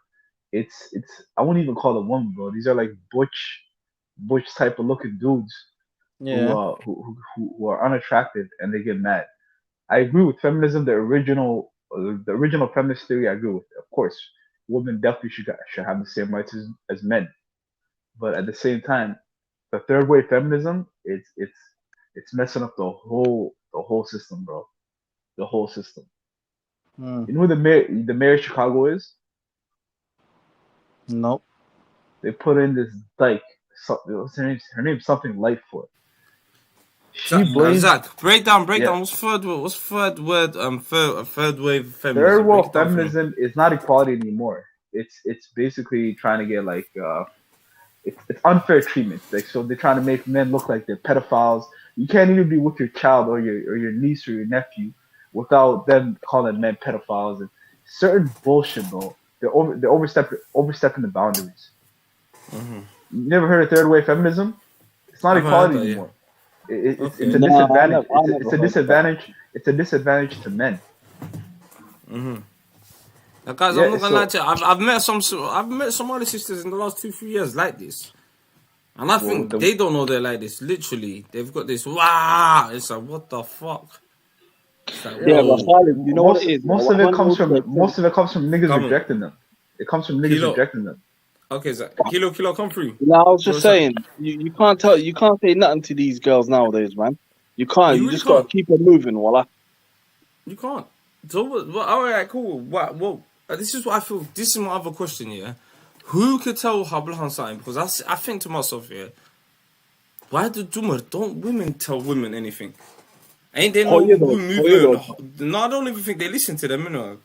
I feel like as a collective, I don't see Habla ever calling out Habla's foul behavior. Have you guys ever seen that? Nah, never. Nah, they don't. Why would the good-looking ones show with the ugly ones? Why would they show the ugly ones, bro? They won't do that. It's a collective ugliness, and they're hating everybody. They hate everybody because they hate themselves. I'm sorry, that's how Ilahi made you. It's not my issue. They'll take it up with God, bro, not me. You know what I mean? Yo, man, some of these girls are butch, they're ugly, they hate their lives. I mean, I don't know what to say, but they come from broken families. There's a lot of issues. It's a mental thing. Do you think women are broken as well? Do you think women are as broken? Like, they really broken? Do you think they're fucked like that? I don't know, because I don't really... I know, like I said, I've never had sisters. I don't live in like that, yeah? So it's like, I'm thinking to myself, are they really this fucked? Because like I'm saying, maybe it's the girls that I'm meeting, maybe it's the age group, but a lot of these girls are unhappy. Unhappy. I don't know what it is, bro. It's like, I don't know what it is. What happened to you? I'm thinking to my sisters, what happened to you? Where's the joy in your life? Like, it's like, what? I have to do one of these ones, man. It's like, you know, it's one of every single one of them. Well, it's got some sad story. It's like, I don't know. Nah, you know what it is? It's probably they dealt with a guy that done them wrong, and they're tarring every man with the same brush now. That's not every right. man, Dad, push you, something. Yeah, I'm a lot of them broken, walking around with I'm sitting, trauma. is that what the fuck? That's what it is. A lot of them have trauma. That- Either that- from that- growing up. But what is this trauma, man? Allah could that Yeah, shit, that's man. what I Is it want to just know. like, this is I wanna what know I this don't is even what. care, bro. I Well, don't even it's care. Umar, I'm It's like not my this. issue, Like, bro. I'm saying, Dumar. The whole lies. Take it up Do you with God, think? bro. Yeah. Now I'm saying, do you think they've been held their hands so much in modern society that they've lost the plot? That they don't know what they're doing. They're like, lost the guidance. Do you get where I'm coming from? I'm thinking, like, I don't know. I don't know, man. Yeah, if it goes that damaged, broken, go be a streetwalker, man. Go be a prostitute. I'm gonna fuck that. I do not care a lot. I don't care about broken women. That's not my issue. This woman I Khalifa don't said, care, yeah, man. why are grown-ass men always complaining? No, sis, it's not complaining. Maybe women just, maybe we're trying to give you heads up, man. Maybe we're trying to show you something. Wallah, man. Yo, look, if the shoe I mean, fits, you know what I mean? That's the exact same. This is what I was saying earlier. You can't say nothing about women nowadays, bro. No, it's like, you can't speak to them. They won't speak to each other. Kafir. Do you know what I Suck my dick. Suck my dick, bitch. No. allowed to make videos and everything, bro. Isaac, no. We don't do that, bro. Rally Nah, home, man. Come on. Nah, look at that, Come man. on, man. Come on, bro. Alright. Never do that. Sorry, Alright, sis, won't do man. it, No, won't we do it don't again. do that, man. Talking shit on the comments, bro. No, عادي. Comments are comments, my bro. Man, come on, you gotta know Yeah, it, let them man. say what they're gonna say, bro. Just leave it. Yeah. Alright. Well, عادي. As men, you can never let a woman make I think I don't في عيا وأنا وعيا take والله. out your frame, bro. You I never did let a that, woman fam. take out your frame, man. Never let them see you emotional. You say most. emotion, Never bro. let a It's woman get defense. you out of your frame. Never, It's ever, defense. ever let a woman get you out your frame, bro. Never. It's defense, bro. Nigga shoots me with a gun, I drop a nuclear bomb on them, bro. That's a girl, though, man. That's a sister. Girl or man, it doesn't matter. To me, wallah, it doesn't matter. I don't care, man. It's the Canadian thing. Yeah. You said Straight the fuck up, man. Hey, I got a equality. question, man. I got a question Go for ahead. you guys. Hey, kilo, drop it. Would you guys go back home and get married? Yeah. Yeah, I would. Would you consider that? Yeah, definitely. No problem. I won't. I wouldn't. As a second one, I would. No. You said a second one. First one, second one, I must. Third one, second one, and the fourth one. For the second one, I'll hold it down. Bro, how many do you want, bro? How many kids you gonna have? Can you have enough time to take care of all your kids? Yeah, I need 15 minimum. 15. My whole thing God is why do damn, women get upset when you tell them that you're gonna go back home and get married? Why? Because the women back home are submissive. Nothing. They've got the hishmat of, wale qaba. Do you know the meaning of wale qaba? Nimbay qaba. You know the whole title of nimbay qaba. So marriage is valued. Marriage is so valued differently over there. But the thing is, it's not even right now, Somalis kilo that in do a it. back up to it's like, well, what good sharafto, what good fanas. Exactly. They're submissive here too. They're submissive here. Nah, man, I don't know about that, bro. What? For real? Man, then what you lot saying? Submissive women. Khafia wala ma'anto. Listen, for me, that's never happened to you, sister. I'm sorry. Don't judge us. He doesn't know you're part of the, the cause. I'm free from that comment, man. Come on, we're all free from that. From us. You get me? So let's just, if we could bury. Come on, big man. Nice one. Yeah, but why do women always want to shut down guys when they want to talk about these topics? Yeah, thank you. No, because this topic right now, because I think it's hitting home. These topics I think it's hitting home. Well, it's creeping in. Get together talking about certain shit about women. It's like, oh, now you're when you go on TikTok, so you don't get laid. No, but you know is women talking about guys. When men come together, shit gets done, innit? You get where I'm coming from. Man can clock things, man. We change societies. You get where I'm coming from. Real rumor, ruggy, you know them ones. Ruggy, the influence, measure, you know them ones. So it's like, okay, if man them like the video we saw earlier with them, them Adan guys where they're like, their value, a lot of men are like, we're trying to install women saying, yo, listen, a lot of you are going to end up, the statistics are looking kind of fucked. So let's have, and I'm trying to, do you know what I'm trying to do? I'm trying to have, let's have this conversation, because at the end of the day, that myth of Somali men that's flying out of the window. Ask the women, bro. Okay, ask the women right now in the chat. Yeah. Do you even care what men think? Do you care about men's opinions? No, don't don't ask think them. so. Come on the live. Wait, Katia, ask come them, on, ask come them, on the ask live. them. Let them comment. All the sisters and whatnot in the chat. Do you care what men think Don't about be these shy. things? Come on the live. Express Let's see your your opinion. answers. But you know what? Yeah, I just see. If you look at it in the West, in general, even Adam people, not even Somalis, even Adam people are going to these like Thailand and places like that to find these submissive wives, bro. I don't know why Somali women have an issue with guys going back home getting married, man. They go to Thailand to find little boys. They're sick in the fucking head. Too, yeah, that's true. But I'm just saying, They're they sick go in the head. they go to these third world countries and bring themselves wives down here, innit? Who's that? Say It's that again, men, Kilo? innit? Men, innit? Yeah, Adanka. Yeah, Adam. Yeah, well, I've noticed that. You know, I noticed that, man. I used to never see that when I was young, yeah. I used to hear shit like that, yeah. But I noticed like there's a couple of لحن مود عطانا شاركي نينضرب and tuyura indayar أنا أفكر قررنا بوسكو وطا. Thinking, wow. ولا بدو أفكر مقرر شيء you know what I'm saying? Because my boy he works for BT in it, yeah. How to go حر تلفونه هنا, yeah. He's like, you know, good. He works in my area, innit? He does the BT lines in it, yeah. So he works in, you know, phone cables. She goes into people's houses. He's like, Khalid, you know, like, there's 5 couple, I see this, innit, yeah? I never noticed. So these times, I'm on my way to work, I started noticing, I'm like, yo, Connie, notice water, killigis, that, you know what I mean? So I'm thinking, what is it? What was that thing, man? Older bride, was it? Bridemail, midbuska, yeah. Uska say, you're innit? Yeah. Blue school Kenya. That's a crazy stunt, though, bro.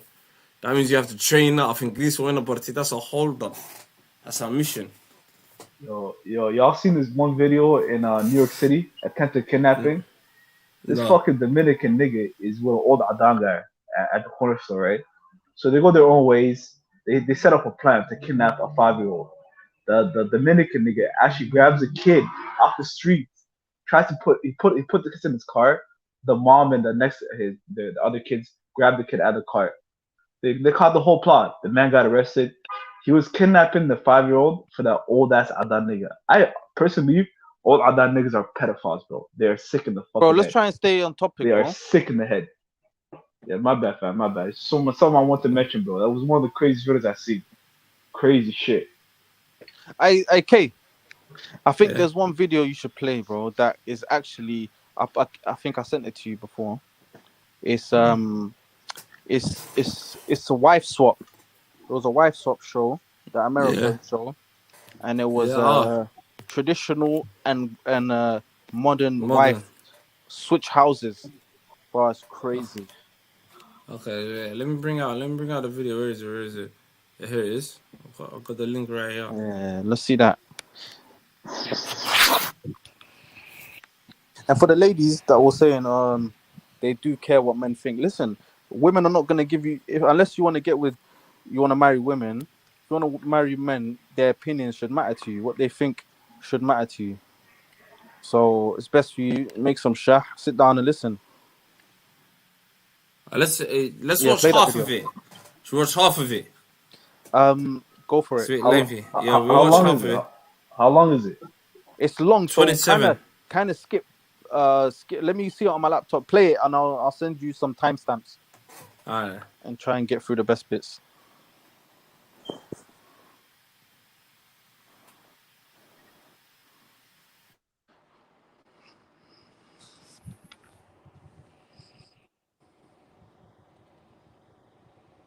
Tonight on Wife Swap, 2 women, worlds apart.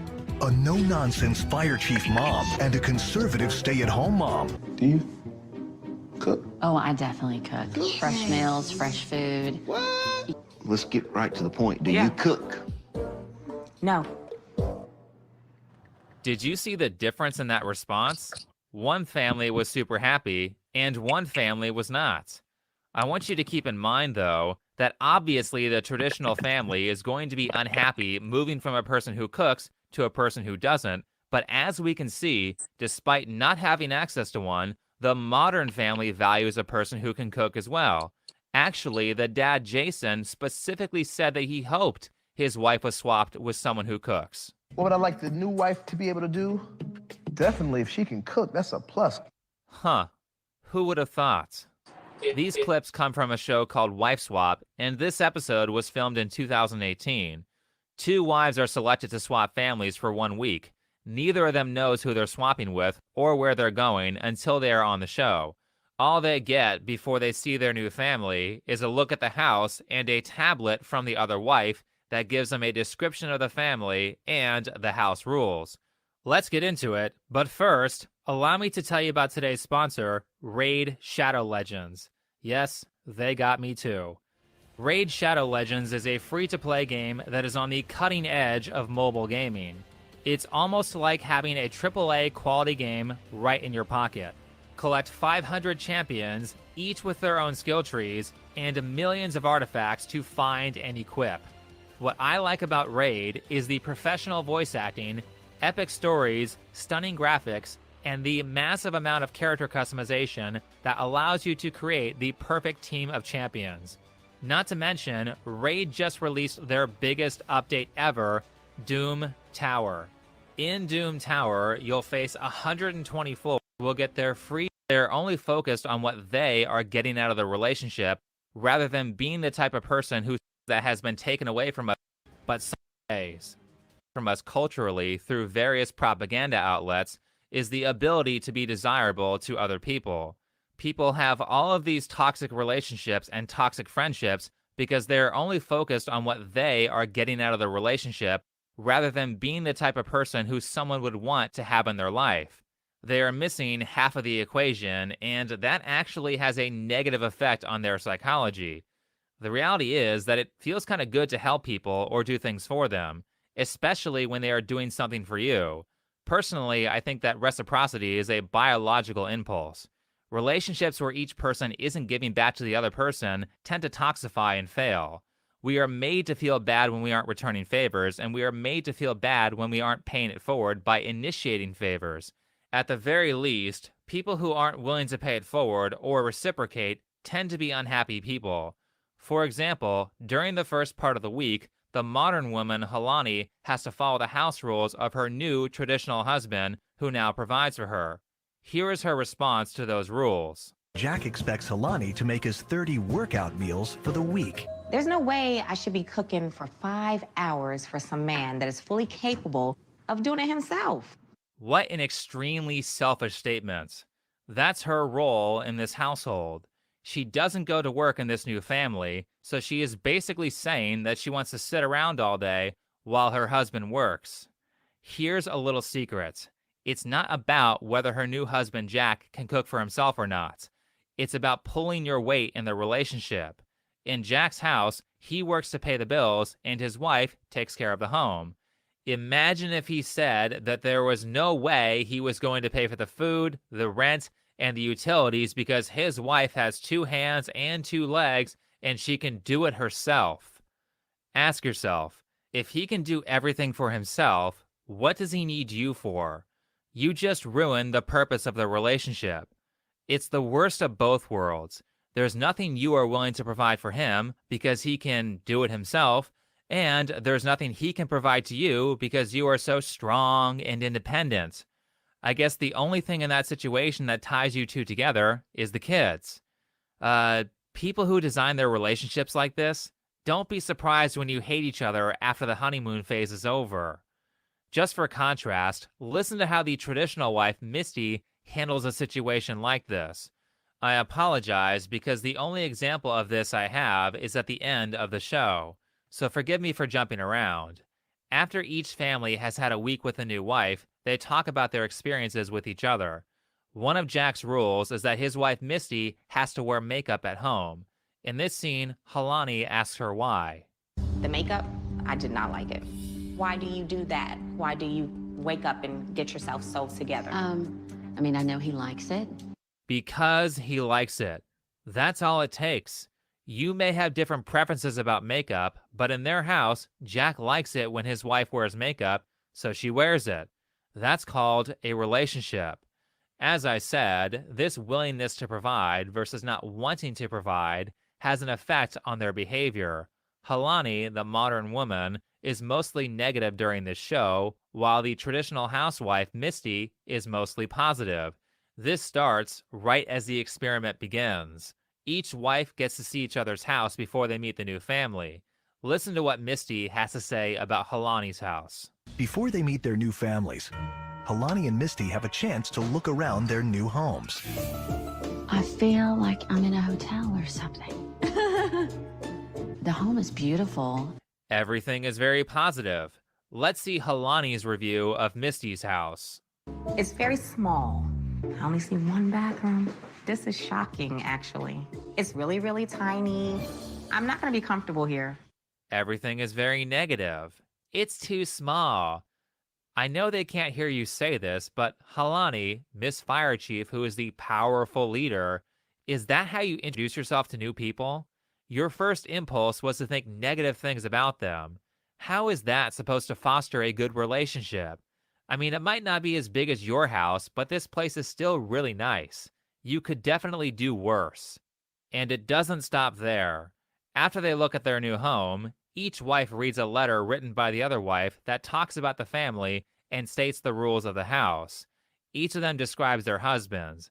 Here's Halani's description of her husband. Each wife has written a manual as a guide to the running of their homes. I call Jason my third child. Your third child. Wow, you really respect and appreciate your husband a lot. Read this.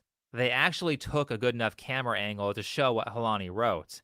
It sounds like she's trying to compliment him for being free-spirited, but ends up insulting him in the process.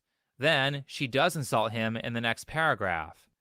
Halani, this is a sales pitch. You are supposed to make your family look good and get the other wife excited to live with them. Do you think Misty wants to spend a week with an adult child? So the first thing you do is insult the house of the family that you have to spend a week with, and then you insult your own family and make them look bad. Anyway, let's hear Misty's description of her husband. We have very traditional roles, and I believe that as a wife, I should support my husband as the head of our household. What? That's kind of a neutral statement, but it shows that she respects her husband because she is willing to work for him. Also, earlier in the episode, she said that it's her dream to be a housewife, and he provides that for her, so this is her way of returning the favor. Now, admittedly, if you were to watch this episode, you'll see that Misty doesn't only say positive things about Jack, and Jack certainly has his own issues. But at least Misty shows that she appreciates him in her letter and says that she puts his needs before hers. Yes, that's called a good relationship. Both of them should be doing that for each other. In any relationship, you are supposed to think about the needs of the other person. Look at it this way. Each of them fills a role that the other cannot provide. Jack makes his money through marketing, and Misty can't do that, so she needs him. Jack can't cook or do all the daily planning, so he needs her. Though it's not said in the show, you can tell that Jack appreciates that part of his wife because he is really mad when Halani doesn't want to cook. Even Halani's husband, Jason, is unhappy that she doesn't cook. You look in the refrigerator, I have pre-made food. It's the same thing every day because my wife does not cook. These things aren't trivial like feminism wants you to believe. Eating the same dull food every day because no one can cook is like torture. Also, think about how many family events and parties are centered around food. If no one in the house can cook, then you just destroyed a major motivator for those events. Now, you could center events around something else, but since food is such an easy motivator, it's unlikely that families like Halani's family will be able to think of something comparable. So in reality, they just end up not spending time together, and that's well pointed out in the show. You can't simply make money and call it a day. You actually have to do stuff together to keep your team functioning. But maybe the point of modern feminism is to get rid of that. It doesn't matter how much money you bring in if the group you bring it back to functions poorly. Yeah, I make $200,000 a year, but my kids are fat and unhealthy because they always eat out. Also, I'm never home, so we never spend any time with each other, and my kids don't know any basic skills or how to survive without my help. Look at that dust. Oh, I feel really sad all of a sudden. They don't ever use the family dining table. They have an expensive dining room table that no one uses. That's great for status. You can brag all about how many nice things you have as your home life falls apart. In this situation, neither parent has the time or the energy to take care of the important household demands because both of them are out working all day. Meanwhile, they have other people raising their kids like their soccer coach, so their kids don't end up respecting them. It would be much better for the family if they moved to a less expensive house so one of them could stay home. Oh, and actually, let's get to the cooking because I do want to talk about the cooking. I was appalled at the scene where Helani cooks for her new family. Take a look at this picture. There are several things wrong with it. One, she's using a blade on a granite countertop. That's a great way to dull the knife and make cutting food more dangerous. Two, she's holding the food improperly. Her fingers are sticking out, and that's a great way to cut yourself or chop them off. Chef Ramsay, please show us how you're supposed to hold the food. One finger in front, two behind. This knuckle protects the nail and slice. Last but not least, she is using the wrong knife. Her biggest complaint was about how long it takes to cook stuff. Well, using a chef's knife or a Santoku knife would be far more efficient. After a month or two of practice, you can chop a handful of vegetables in seconds with the right knife and the right grip. Whereas if you use a steak knife, it can take up to a minute or two or longer per vegetable. If you have to cut up 10 different vegetables to make a meal for your family, think of how much time you're wasting 2 to 3 times a day by not using the proper technique. That's why it takes 5 hours to cook for Jack. To be fair though, surprisingly, the traditional housewife, Misty, also uses the wrong technique. And it's not like this was filmed decades ago. They filmed this in 2018. You guys, you have the internet. Gordon Ramsay has tons of videos online that teach people how to do this stuff. Over the years, that's going to translate to days and weeks of lost time because you didn't want to spend a few minutes watching a YouTube video on how to do things properly. If you want success, you have to be efficient with your time. You need to be constantly searching for and using the most effective techniques to get the job done in the least amount of time. That's a major difference between people who do well and people who don't. Okay, that's enough about cooking technique. The second part of this show is about leadership. Helani, the fire chief, gets destroyed by Misty, the housewife, when it came to leadership and creating a cohesive group. In order to be called a good leader, you need to be able to guide a group effectively to achieve a goal. With that said, let's listen to Helani's philosophy on leadership. With the Intel vPro platform, we'll get James back up and running. His PC won't even boot. It's like he's adrift in a distant galaxy, and we save him. Manage your fleet anywhere, even when a PC is completely down. Leadership. Sometimes you do have to let them know you mean business. Listen, you're not in charge here. You will do what you're told to do. That is a terrible philosophy on leadership. Clearly, Helani cares more about the status of being a leader than she does about upholding the responsibility that a leader is supposed to uphold. Here's what I mean. Who made eggs because there's eggs all over the stove? Get the dishes out of the sink. Why is the milk still out? I want this room spick and span to my standards. If everybody does their part, then we don't have to keep having these conversations every single time I come home. Let's ask a simple question. Is Helani getting what she wants out of the kids? She pesters the kids by saying, I keep having to say this. Well, if you've told them a bunch of times and they aren't listening, the problem is not them. You are the leader. If your team doesn't listen to you, the problem is you. Leaders don't get status because they boss people around. Leaders get status because they can organize a group to accomplish a mission. Organizing a group, keeping people from fighting, and making sure that everyone is giving their all is an extremely difficult task. Most people can't do it. That's why good leaders are revered.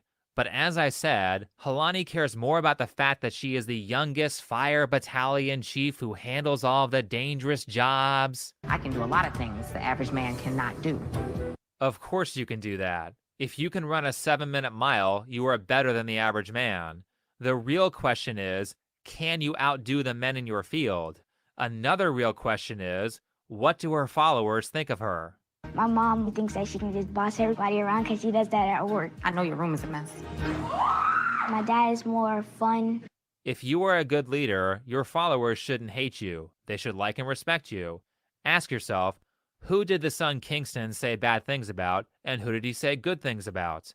The one he said good things about is the one he respects. Kingston also said he values fun, so if you were going to lead him into being responsible, you have to do it in a fun way. Helani is not getting desirable behavior out of her kids, so clearly she is ineffective at leading them. However, unlike Helani, Misty, the stay-at-home mom, is actually a good leader. Ironic, right? The high-powered career woman is outdone by the housewife who she called a doormat. Misty's a doormat and she just lets her husband Jack do whatever. Here is how Misty handles the kids with baking a cake. Y'all never baked a cake? No, but I watch shows on it. Well, watching a show and doing it's two different things. Yeah. I've never ever baked a cake. Baking is really bonding for a family. I mean, you can't have a phone in your hand and be baking at the same time. And plus, you get to eat cake. There we go. And this, just break them up. This looks so satisfying. Look at that. She doesn't yet.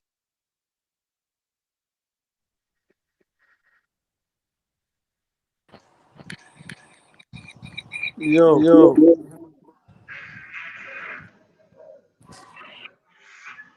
That was a big video still. That was a good video, wasn't it? Yeah, Mus, yeah, let's break it down. Sorry, my mic. What's going on? Let's break it down. Was that not a good video? Yeah. Matt, what are you saying? Girl like Helani, the fire chief marshal. Yeah. Hey, Man. this reminds me of the conversation we had with, Naima and FA the other night about the food. Yeah. How food is it's essential. It's necessary. Yeah. What's your thoughts, man? Come on, lads. Yeah, someone talk to me. What's your thoughts on it? No, you clearly saw the housewife was more efficient as a family, as a unit. Yeah. She was The way more contrast. efficient. I mean, the contrast on the two women is kind of crazy.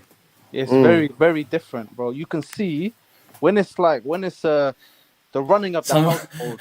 Sonic X said, "God bless Misty, a true Caucasian queen." Jeez, Misty, man. You can see that in a household, it's like a partnership. It's like a teamwork, ain't it? One person's doing one thing, the other person's doing the other thing. And you see the housewife, her house was running smoothly. The children were in order. Everything was in order because she knew her position and the guy knew his position. And it just worked. Bro, fair play to the good woman, man. And then she patterned her man. Like, you know what, bruv, I couldn't be with a woman like that, man. She probably earns more money than him. Who? The fire chief. Yeah. Yeah. That's what happens. Why, bro. Men can't be some stay-at-home dads, bro.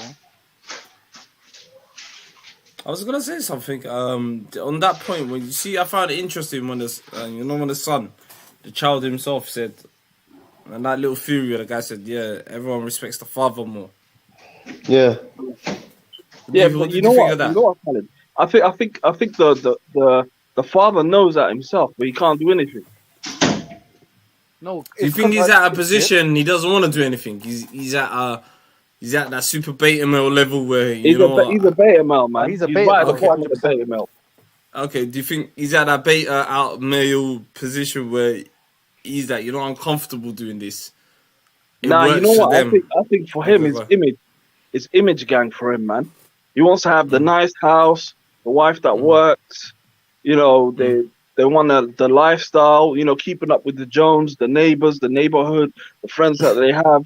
That's more important to them. Bro, do you see what he was talking about when it came to food? He was like, his wife don't cook, so he makes the same meals and he puts it in the fridge. He eats the same thing every day, bro. That is culture, man. Some unseasoned food, probably, isn't it? Whew. No, but it's true what FA's saying though. He married her like that. But let's talk to the women. What's the biggest difference? Yeah, exactly. That's what I said, man. The biggest difference is the attitude. Yeah. One woman was so happy to cook for her man and cook for her kids and help, make sure that the house is. Her attitude was just, it's the type. If you keep watching that video later on, we've got 10 minutes. We've got 10 minutes. So I thought, let me break it down. Yeah, basically. Later on, what happens is that the black guy, the the modern woman's husband was getting along with the housewife much better. It's like, brother, I like this. I'm getting along with her much better. And even the guy maybe narrating, he saw for once, yeah, a woman's role. You know, he saw femininity. Maybe they felt, he's like, whoa, hang on a minute. I like this. I didn't know this existed because of the other woman. What do you think about that, Moss? Yeah, Because he's been surrounded by her so much. Yeah, he didn't even know. Because he's been in that, I don't know, the beta male cocoon where he's just, I don't know. What do you guys think? The cocoon, I don't know. Was he in a beta male cocoon? Was he? Now, I'd be hidden? interested to know how that brother was raised, man. Maybe by a tough, I don't know, maybe a tough single mother raised him. Yeah. That's what I think. Maybe he was, you know, that single mother sort of tough. Said, okay, Yeah, but Khalid, not all men could be alpha males, man. Leaders, do you know what I mean? Yeah, some men that's true. Some men got to play the position as beta males, bro. It's just the way the cookie crumbles, yeah. Yeah, exactly, man. I hear that. I hear that, but at the same time, it's there's a big contrast. That's what I'm saying. You know, when I saw both of the things, I saw a big contrast. Bro, how can you not pattern your wife, man? At least to cook for you, at least. Okay, I can understand she's The problem is full time, yeah. The problem, but come on, bro. There's always a way around. That's pathetic, bro. Why would you even get with her to begin with? Why would you even marry her in the bro. beginning? You can tell the attitude from the beginning, bro. Her attitude was like, you should have kept her just dating her. Look, who insulted who, bro? She's the one that insulted the housewife. Said she's a doormat. This is the attitude of these independent women towards housewives. They look down on it. They look down upon it. But who would you say is more happy? That's not independent, bro. They do the career thing, and then they get old, and now they realize, now I want to have kids. You're too old to even. One of the sisters, pattern. What does that mean? One of the sisters from the United States of America asked us, pattern. What does that mean? Yeah, I don't even know what that means either, bro. What does that mean? It means, you know, lads. You want to explain that? Pattern means does it mean like fix up? Correct. She gotta know. When you got it unlocked, man. I already know. I don't know how you're gonna say it, man. When it's sorted, when it's sorted, like it's being sync. Yeah, she should know. You should know. Yeah, I already know. I don't know how you Americans say. I'm trying to do the American thing right now. You know, sorry. Yeah. It's kind of fucking up, but let's carry on. Yeah, I already know. I know you dig.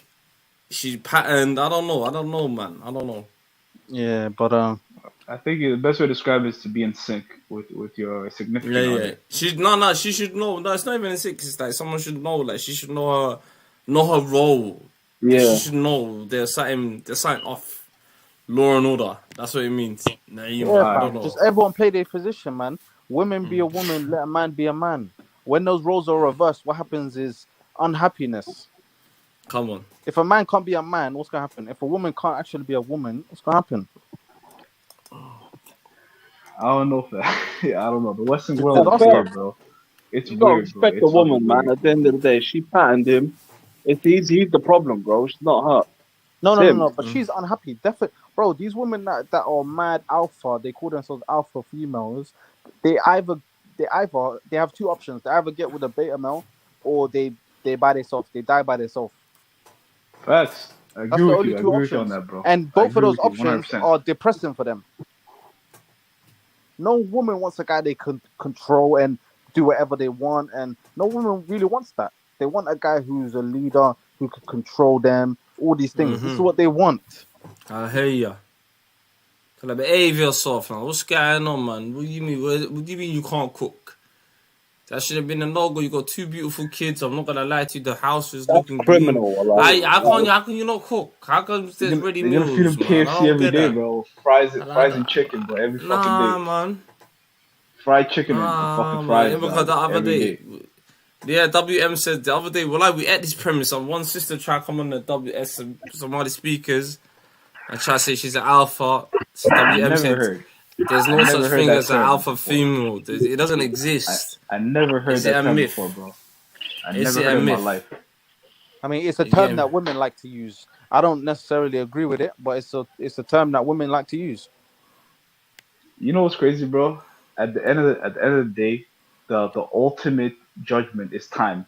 And if they're gonna be miserable in their 30s or their 40s, just because they didn't do right in their early 20s or mid 20s, late 20s, whatever, right? I'm seeing a lot of them. Time will tell. Time will tell, bro. Zach, I'm seeing a lot of them. I'm seeing a lot of them. Zach and Musa, I'm not gonna lie to you, yeah. Like, you know the plus 30s, yeah. I've only met one or two that's really happy. I'm not talking about that. I'm not talking about the what's it called? Married ones. We already know married girls, family unit, Kwaka Hadimeno, you're blessed, mashallah. We're talking about the single girls that are what does KS say most? The danger zone. Danger zone. The danger zone, and it's like, alright, well, what's getting miserable? Alright, what's miserable? It's like I'm thinking, wow, what's getting on? And I'm saying the regrets, and I'm seeing it now. I'm seeing these certain girls here. They used to look down on, you know, the girls that went college and got pregnant early, mashallah. These girls are actually like, they're all like, that's dead. I want to follow a career. Okay, you got a career, people. What is it? You're just miserable. Yeah. It's like the soul's been sucked out of you, Allah. What's going on? I don't know. Every man fucked you over. It's part of the life, bro. They've been lied, bro. It's the, you know, it's what happened in the late, what's it called, 80s, I mean early 80s, 70s, all the cosmopolitan, what do you call it? All of that stuff. When they pushed out, you know, Sex in the City lifestyle. Sell stuff, you know, and they lied. Even though the people pushing that out were women that been married for 50, 60 years. But they were pushing out to people, you don't need that. Yeah. You know, just get your money and you know, you'll be happy. And a lot of women fell for that. But they need to see which is proven women now in the Western world with money are less happier. 100%. Let's open it up. Why is that? Why is women less happier and they have money? The freedom, because stability. They focused on their careers first, 100%. and then they waited until too late to get married, and then now it was just the point of just getting married. It wasn't for love. It wasn't about money. They already had the money, so they're only thinking about the next step. Get married to anybody. It's like having babies, babies, fam. It doesn't matter. After, trying to get catch cuddled up now. to life. They're trying to get cuddled at night now. Feel cold. They feel cold. We got told right now, yeah, stop the narrative that women are miserable. Sis, women are miserable. You know this. You're lucky. Wow, it's not just women. I don't know why she's making comments like this. She's not even that bracket that we're talking about. I like Effie, you have to understand, we're not talking about every single woman. Yeah, let me get a word when y'all done. Listen, we gotta ask them this. What makes women happy? Is it not families? Is it not, you know, having a husband, having kids, having, you know, these things is that not what makes women happy? Yeah. Yo, can I get a one in? Can I get a 1-2 thing right now? Yo, bro, it's not just women, it's human beings. We're social beings. We are social beings, and that family unit is important, not just to women, but to men. And the women who say this shit, it's even more important to them, more so than us. So she's saying that now. It's probably what, like 19, 20. Wait till she gets to like their 30s and whatever. She would not be thinking the same, bro. She will not be thinking the same. Nah, that's look what she just said about me, yeah. You cannot fight Beyonce your natural instincts. Beyonce was telling you women, all the single ladies, while she was going back home to her husband. Yeah, fact. She was saying that to you lot, and then you lot was singing it. Yeah, I don't need no man. And then she was going back. She played you lot. She played you lot for the fool. You say Beyonce fooled the girls, that independent lady and single lady and to the left and to the left. It's all good and well. It's all good and well when you're young, bro. It's all good and well when you're young, but what's gonna happen when they get old? It's human nature. I don't know why people try to fight their natural human instincts. It's gonna happen. You're gonna want to be with somebody. You're gonna want to create a family, and you realize it's too old for you. Look. I don't agree with what this girl keeps saying, bro. What's her name? Kafia. Highlight what she said first. Listen, let me. Who's got that background noise, man? Is that you, Holmes? No, it's not me, bro. Yo. Yeah, go on. Okay, let's be real now. You know what a lot of people like to do, bro? They like to, you know, make everything the same thing. So if you tell them, look, women are more happy married, they'll say, but there's married women that are unhappy. They just want to make everything the same, basically. Wallahi. But let's be honest. Wallahi, they just want to make everything. You know what I'm saying? They want to say everything. Yeah, bro. It's just annoying, these things. Women, generally speaking, are happier in marriages and with women are more social than men. Women are more happy with the kids, with the husband, with the marriage, all these things. A woman who's married, the average woman who's married is happier than the average woman who is not married and doesn't have kids. You know, argue that if you want to argue that, or say, "Oh, my neighbor here wasn't married and she's happy." All these anecdotal things. Listen, the facts are what it is. Women are, when they come to a certain age and they're not married and they don't have kids, their happiness goes down like it's nothing. It goes down Yeah, proper. yeah, I know. Their I agree with happiness you, man. But it's goes just, down. yeah, society told them they're happy, man. Like that video we just watched. Society would probably in the West would probably say that the woman is right and the other woman is wrong. The way she lives her life is backwards. Well, what about getting married when you're broke? You're in love, but you're broke, and then you get married, and then next thing you know, you got financial problems, right? With your wife, and you can't deal with shit. And now she's giving birth. It's all sort of fuckery. Married people are miserable too. Some of them, not all, but some of them. But I do agree with the marriage law number one. Wallahi, I think it's honorable. I think it's the right way to go. I don't want to have no bastards myself, bro. Big If up, you big up. ask, Wait, look, if you ask the guys, average woman, we got one sister on the panel, Maki. Salam alaikum. Sado. Max, salam alaikum. Wa alaikum salam. Sado. Wallahi, to let you guys. You Where do make you want me to start? laugh. Yeah? Why? I've heard Mac a couple of times. She's cool, man. Listen, let me tell you I this. like You are what age? That's it, 20, 20, up No, to 30?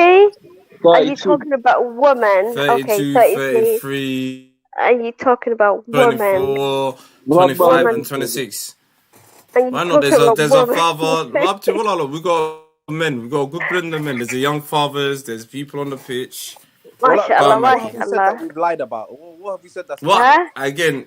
But them being unhappy, like, come on, that is No, individual. I'm just having a discussion. That's all. Okay, so I know, would I you say, know. Huh?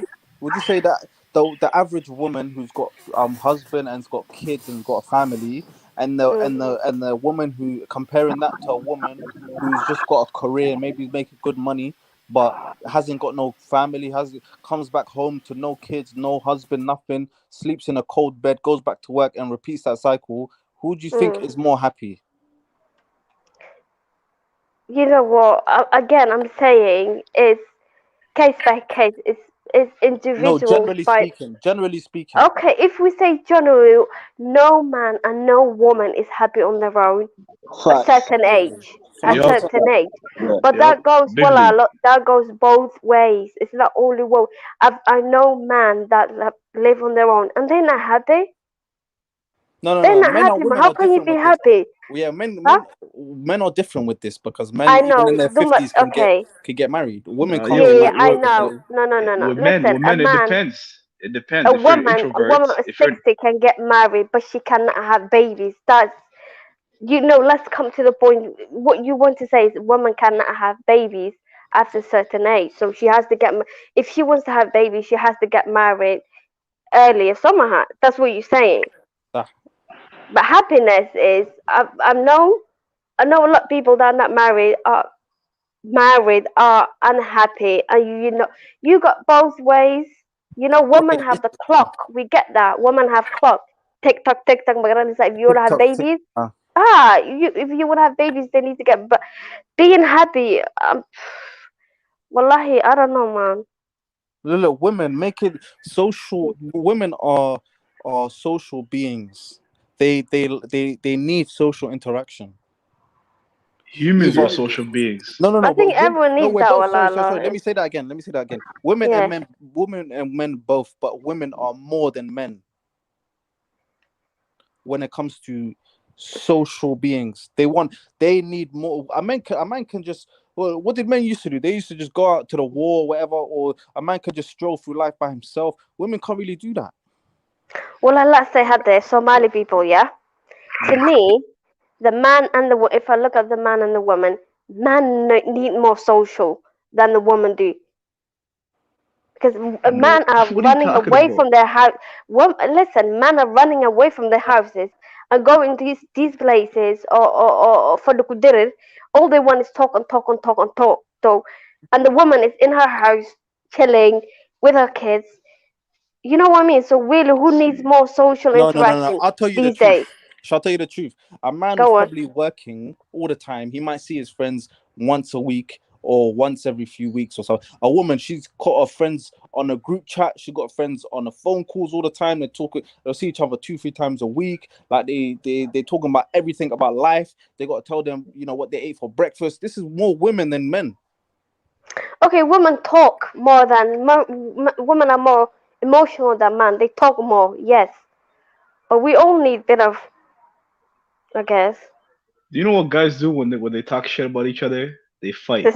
women snake each other. They talk shit behind each other's backs. Oh no, man! These days, man of today. Let me tell you, the things I'm hearing, man are in there. You're gonna You know what I mean? They're gossip. I agree with Mac, bro. There's a lot of men. Subhanallah, what is going out there? Wallah, it's not normal. They talk shit, bro. If you talk shit as a man and you see the next man, you fight, right? You get it done in a quick time. No. Not everybody. Not this day and age, bro. This day and age, just smile at you, man. No. The difference is, I don't know what's going on in the UK, bro, but not here. Not here. Brother, the difference is when men have a conflict, even when men are talking to each other, there's always a level of threat when it comes to men. There's always a physical, like a violence. There's always undertone. There's always an undertone of violence if a man crosses another man's line. But women, that line does not exist. Women, the actual threat of violence doesn't exist with them. That's why even women can talk crap to a man. Have you seen a woman in a relationship with a man? She'll be like, "Your mom, I'll beat you out." She'll say the most because she's not even thinking this guy's gonna touch her. But with men, it's not the same.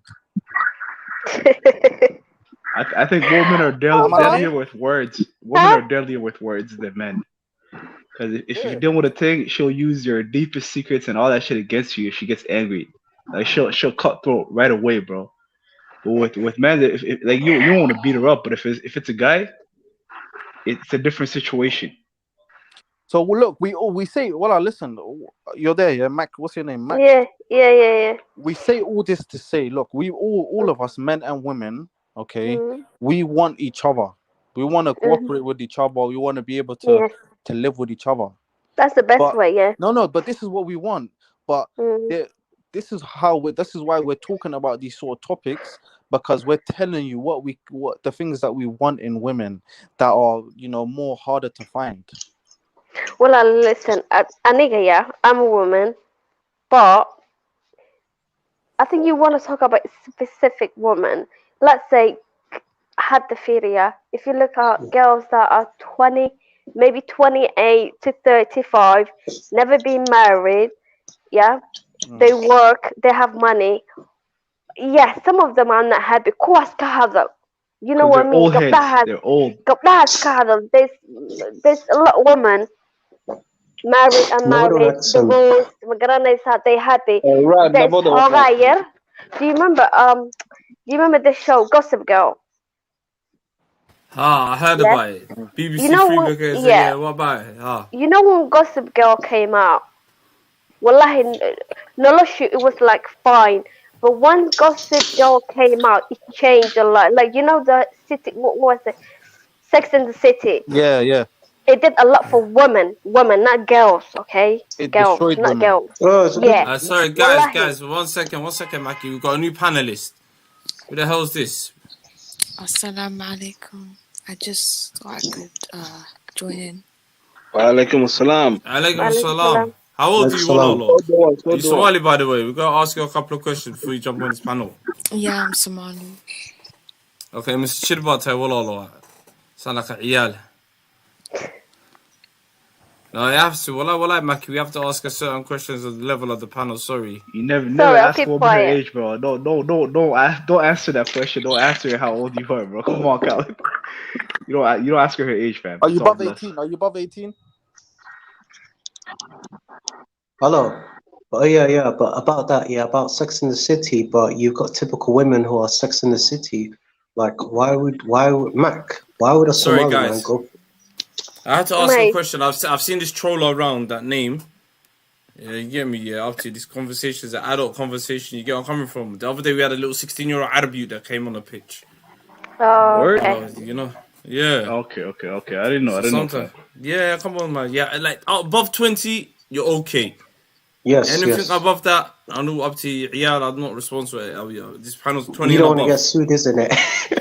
Nah, 20 and above, man. Well, like 20 and above. It's an adult. It's an adult. I put everything in adults. It's an adult stream, adult content.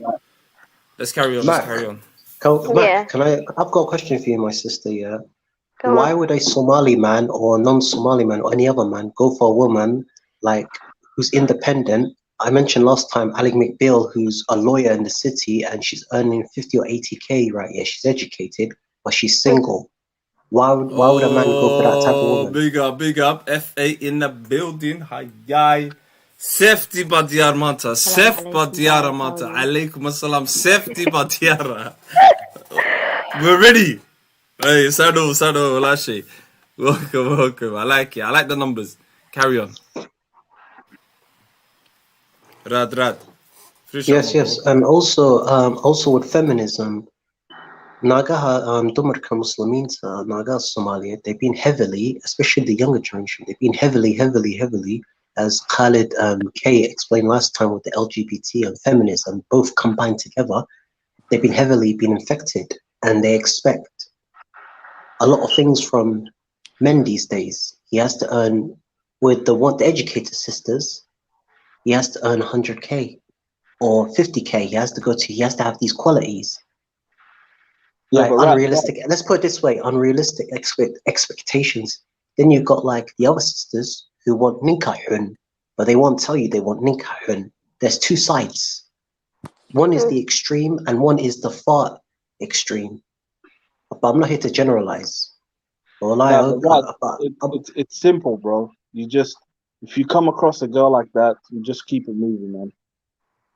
Maybe that girl's not right for you. But the thing is with that is women. No, it's not about right or wrong. Yeah, it's just these days in the West, right? Yeah, the man and the woman is no longer compatible, all thanks to like social media, because you don't know who's fake or real.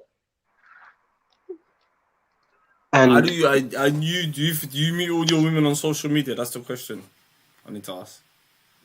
Repeat that question again. When you say people are fake on social media, do you meet everyone? No. I'm not talking not just social media. Nowadays, men and women have become fake. In what way? Both genders. In what way? When you say fake, what do you mean fake? Like we made out of plastic, what do you mean? Can you elaborate? Yeah, explain that to me. You could say so. Plastic. No. You know when someone says that men and women are fake, I don't know. You can meet someone. Yeah, but Mackie, there's real people. There's that one accent. No, Walala, what he means is everyone is lying on social media. Everyone. Yeah, but Walala, do you know what I mean? It doesn't have to be on social media. No, but I'm saying, Mackie, social media. No, but he's saying, the image, the things that I understand the image. Yeah. Yeah, I understand the image, but I'm trying to say, like, not everyone. I knew personally that on social media is like just social media. That's it. Yeah, you have to. Yeah. Yeah, it's like he means like he's literally taking everything. So, but everyone like down social media. I don't know. I'm not taking it serious. I'm just saying nowadays, if you look at outside of social media, it's the same nonsense. When it comes to like dating nowadays, like dating is absolutely dead nowadays. Because if you look at the dating of 2021 and the dating of 2010, it's finished. Can I just say, wallahi, I always tell the young ones, I feel for you. Alhamdulillah, I'm over the 30. I've got my kids. I'm divorced, but I'm happy. Wallahi, I feel for you people that are trying to meet people now. Yeah, because the things they Oh, so you're asking you to divorced. what? Oh, Yeah, yeah. Waxyaalaha oh, the isweydiineysaan dating and the site's full thing. of single Huh. voyeurs and No, I'm not out there. I'm divorcees. happy. I'm happy. Nah, man, skip that, man. But So you're telling me No, one of the it's not that. Hachi, It's not that. no, Hey, you're hey, telling it's me, not that. Yeah, no, I think we should talk Mackie. about this as well. Yeah, but Wait. if One you go second, to Rad. if you One go to second, Muslim, Rad. Go ahead. Rad. 1 second. Mackie, so you're telling me you're a Hachi. yeah. Okay, you got 14, was it 14 and 10-year-old? Yep. Oh, you remember? Okay. Well done. I remember everyone. Oh, Everything was Somali mashallah. speak as well. I listen back to the streams, innit?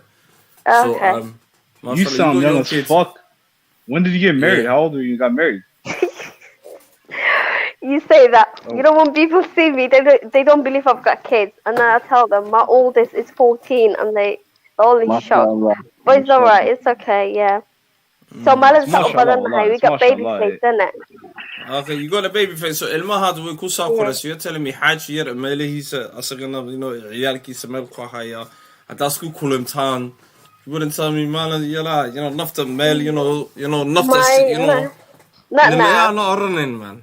Not now. Mark, don't say No. that, man. Not now. I'm happy now. I'm content. I'm okay. Wallahi. Inshallah, in the future, yes. No. What? Because You're not you went happy. through that phase. Although you know what I mean, you know, willing to take on your family. And Listen, everything. would you be happier if you found somebody? God damn, 10 niggas Of talking at the same course, time, of bro. course, of course. She's gonna need a man. She's gonna need a man to take care of her children, just like with Naga, just like with women these days.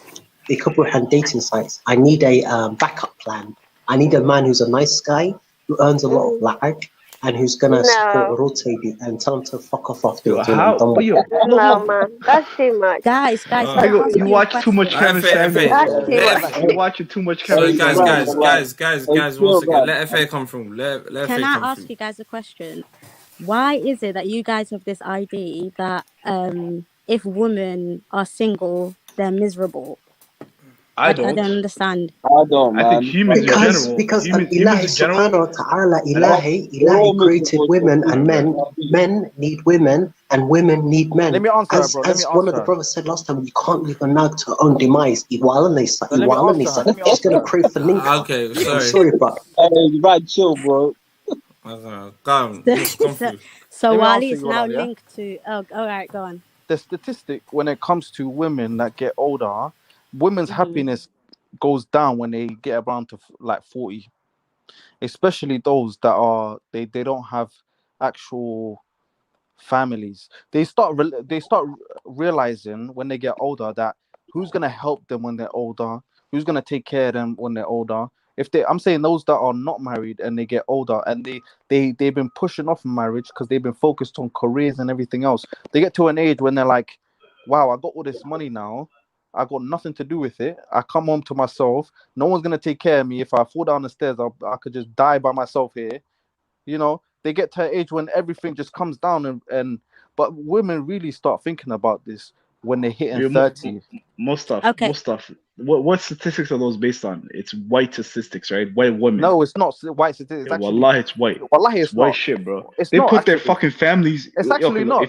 When your parents get old, bro, are you gonna put them in a fucking home like No. black people do, or they're gonna live with you and your family? It's actually blackdemographics.com. Where? Okay, Black I from Africa? understand that. No. Or in the US? Wait. It's from the US. Black people made it about black people by black people. It's not got nothing to do with white people. Okay, I get that, yeah. How about like in our culture, how about the girls that are they're happy, everything is fine with them, that get asked every slang every person, when are you getting married? That have pressure put on them, that their time is their time is ticking. Sorry to interrupt. Yeah, go on. I've got a question, like, why do some Somali girls, this is not all yet, why is it that this is frowned upon in all cultures and that conservative, why is it that some Somali girls, yeah, and I hear a lot of stories of them wanting to move out, they want to live by themselves. Even for Somali boys, it's not acceptable to move out until you're married. How do you take on that perception, or do we need to change that narrative? I think if someone wants to move out, and you shouldn't I think humans shouldn't be forced, even if it's your child. Well, Allah, you raise your child, you teach them right and wrong, and the rest is in Allah's hand after that. As long as you taught your child right from wrong, whether they move out, you But should would be able you to want? trust. Okay, FA. You I should don't be think able you. to. Yeah, Sorry to cut you. I don't think you got a daughter, right? I think you got a son as well, or something. Would I've got you? 2 sons. You got 2 sons, Yeah. mashallah. MashaAllah, MashaAllah, Alhamdulillah. Vice versa. Imagine this, yeah. You had daughters, maybe 20. Would you want your daughters to live by themselves? I wouldn't want my children. I wouldn't want my children to move out and live by themselves, whether they're daughters or sons. But what I mean is, I can't force my child to do something because I don't agree with the choices that they're making. Everybody has to make their own mistake. Everyone goes through. I think our parents are too. They baby us. I personally think our Somali parents, like, you see a 25-year-old man being treated like a flipping 10-year-old boy. So I think Well, she has a point. She has a good wallahi, point. we I'm do not this even a cat, shelter bro. at I'm not I'm even gonna sorry. disagree with this. You know what? FA kind was of FA talking. You see how you talking about us right now, like the Somali boys being treated. They're 25, and they're always treating them like they're their kid. When your son or your daughter gets that age, you're gonna be treating them the exact same way. Maybe I will. I'm not saying I won't. Maybe I will, and that's on me. But think about the haram. Think about the haram, especially if you've got a daughter. I know, think about the haram. She's more vulnerable to the imagine how many haram people do than haram than that a live. son. Yeah, but Imagine you how can't. many girls and boys that do haram that still live in their mom and dad's household. Yeah, You can't stop your child from doing wrong. That's between them and Allah. We need to stop. You raise your child, you teach them right from wrong. After they get to a certain age, that's on them. That's not on me anymore. It's not. It's not even that, right? Yeah. Would this be acceptable back in Somalia? Let's say if a man, But woman, nah, and man, come But on, the man. society in You know, Somalia is completely different. It's completely No, but different. I'm We talking can't about compare diaspora. that. I feel like there's no difference. I feel like there's no difference whether it's in Australia, Malta, whether it's in Iceland, whether it's Somalia, the Kunal, right? Yeah. I don't know. I can't talk for Somalia. I've never lived there, but I think if someone wants to move out, obviously I would advise my child. Any parent would advise their child what's good for them. But if your child doesn't listen, I don't think you should force someone to do something that they don't want to do, because they're just going to rebel. We're all human beings. Yep. When you're told, don't do this, don't do that, you're gonna do it. Yeah, you're gonna do it. That's only human nature. You're gonna do it, and you're gonna do it times 10. Look, women shouldn't go out and live by themselves. Women are more vulnerable in the world. That's why from old, you know what used to happen? The woman, the girl growing up, she would be under the care and authority of who? Her father. Until she gets married. And then she'll be under the authority of who? Her husband. This is how it's always been. The women should not be going out there living by themselves. Yeah, but bro, we're not living in the past right now. We're living in foreign countries. We're not living that same lifestyle no more. Because it's been destroyed. Because you lot. And we're seeing the lifestyle we're living now, and it's clearly not working. We need to go back to how it was before. But how is it? How is it basically nowadays in the West, in UK, a woman's earning more money than a man, and FA and Max, since they're both Naga in the Maqsinka, not Naga. Do they need a man's? Do they need? My question is, do they need a man's? You say Dumar, man. Dumarka, my mistake.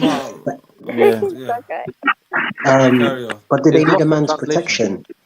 Do they need a man's money and protection from Islamic and Somali culture? That's exactly what I said before. A man is not just a paycheck, bro. They bring a lot more to the world than money, fam.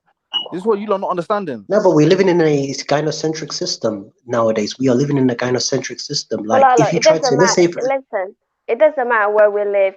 A man needs a woman, and a woman needs a man. At the end of the day, it doesn't matter what background, Galatai, Muslim, Tahai, Somali, Kunosha, what the kind of Kunosha. I don't care.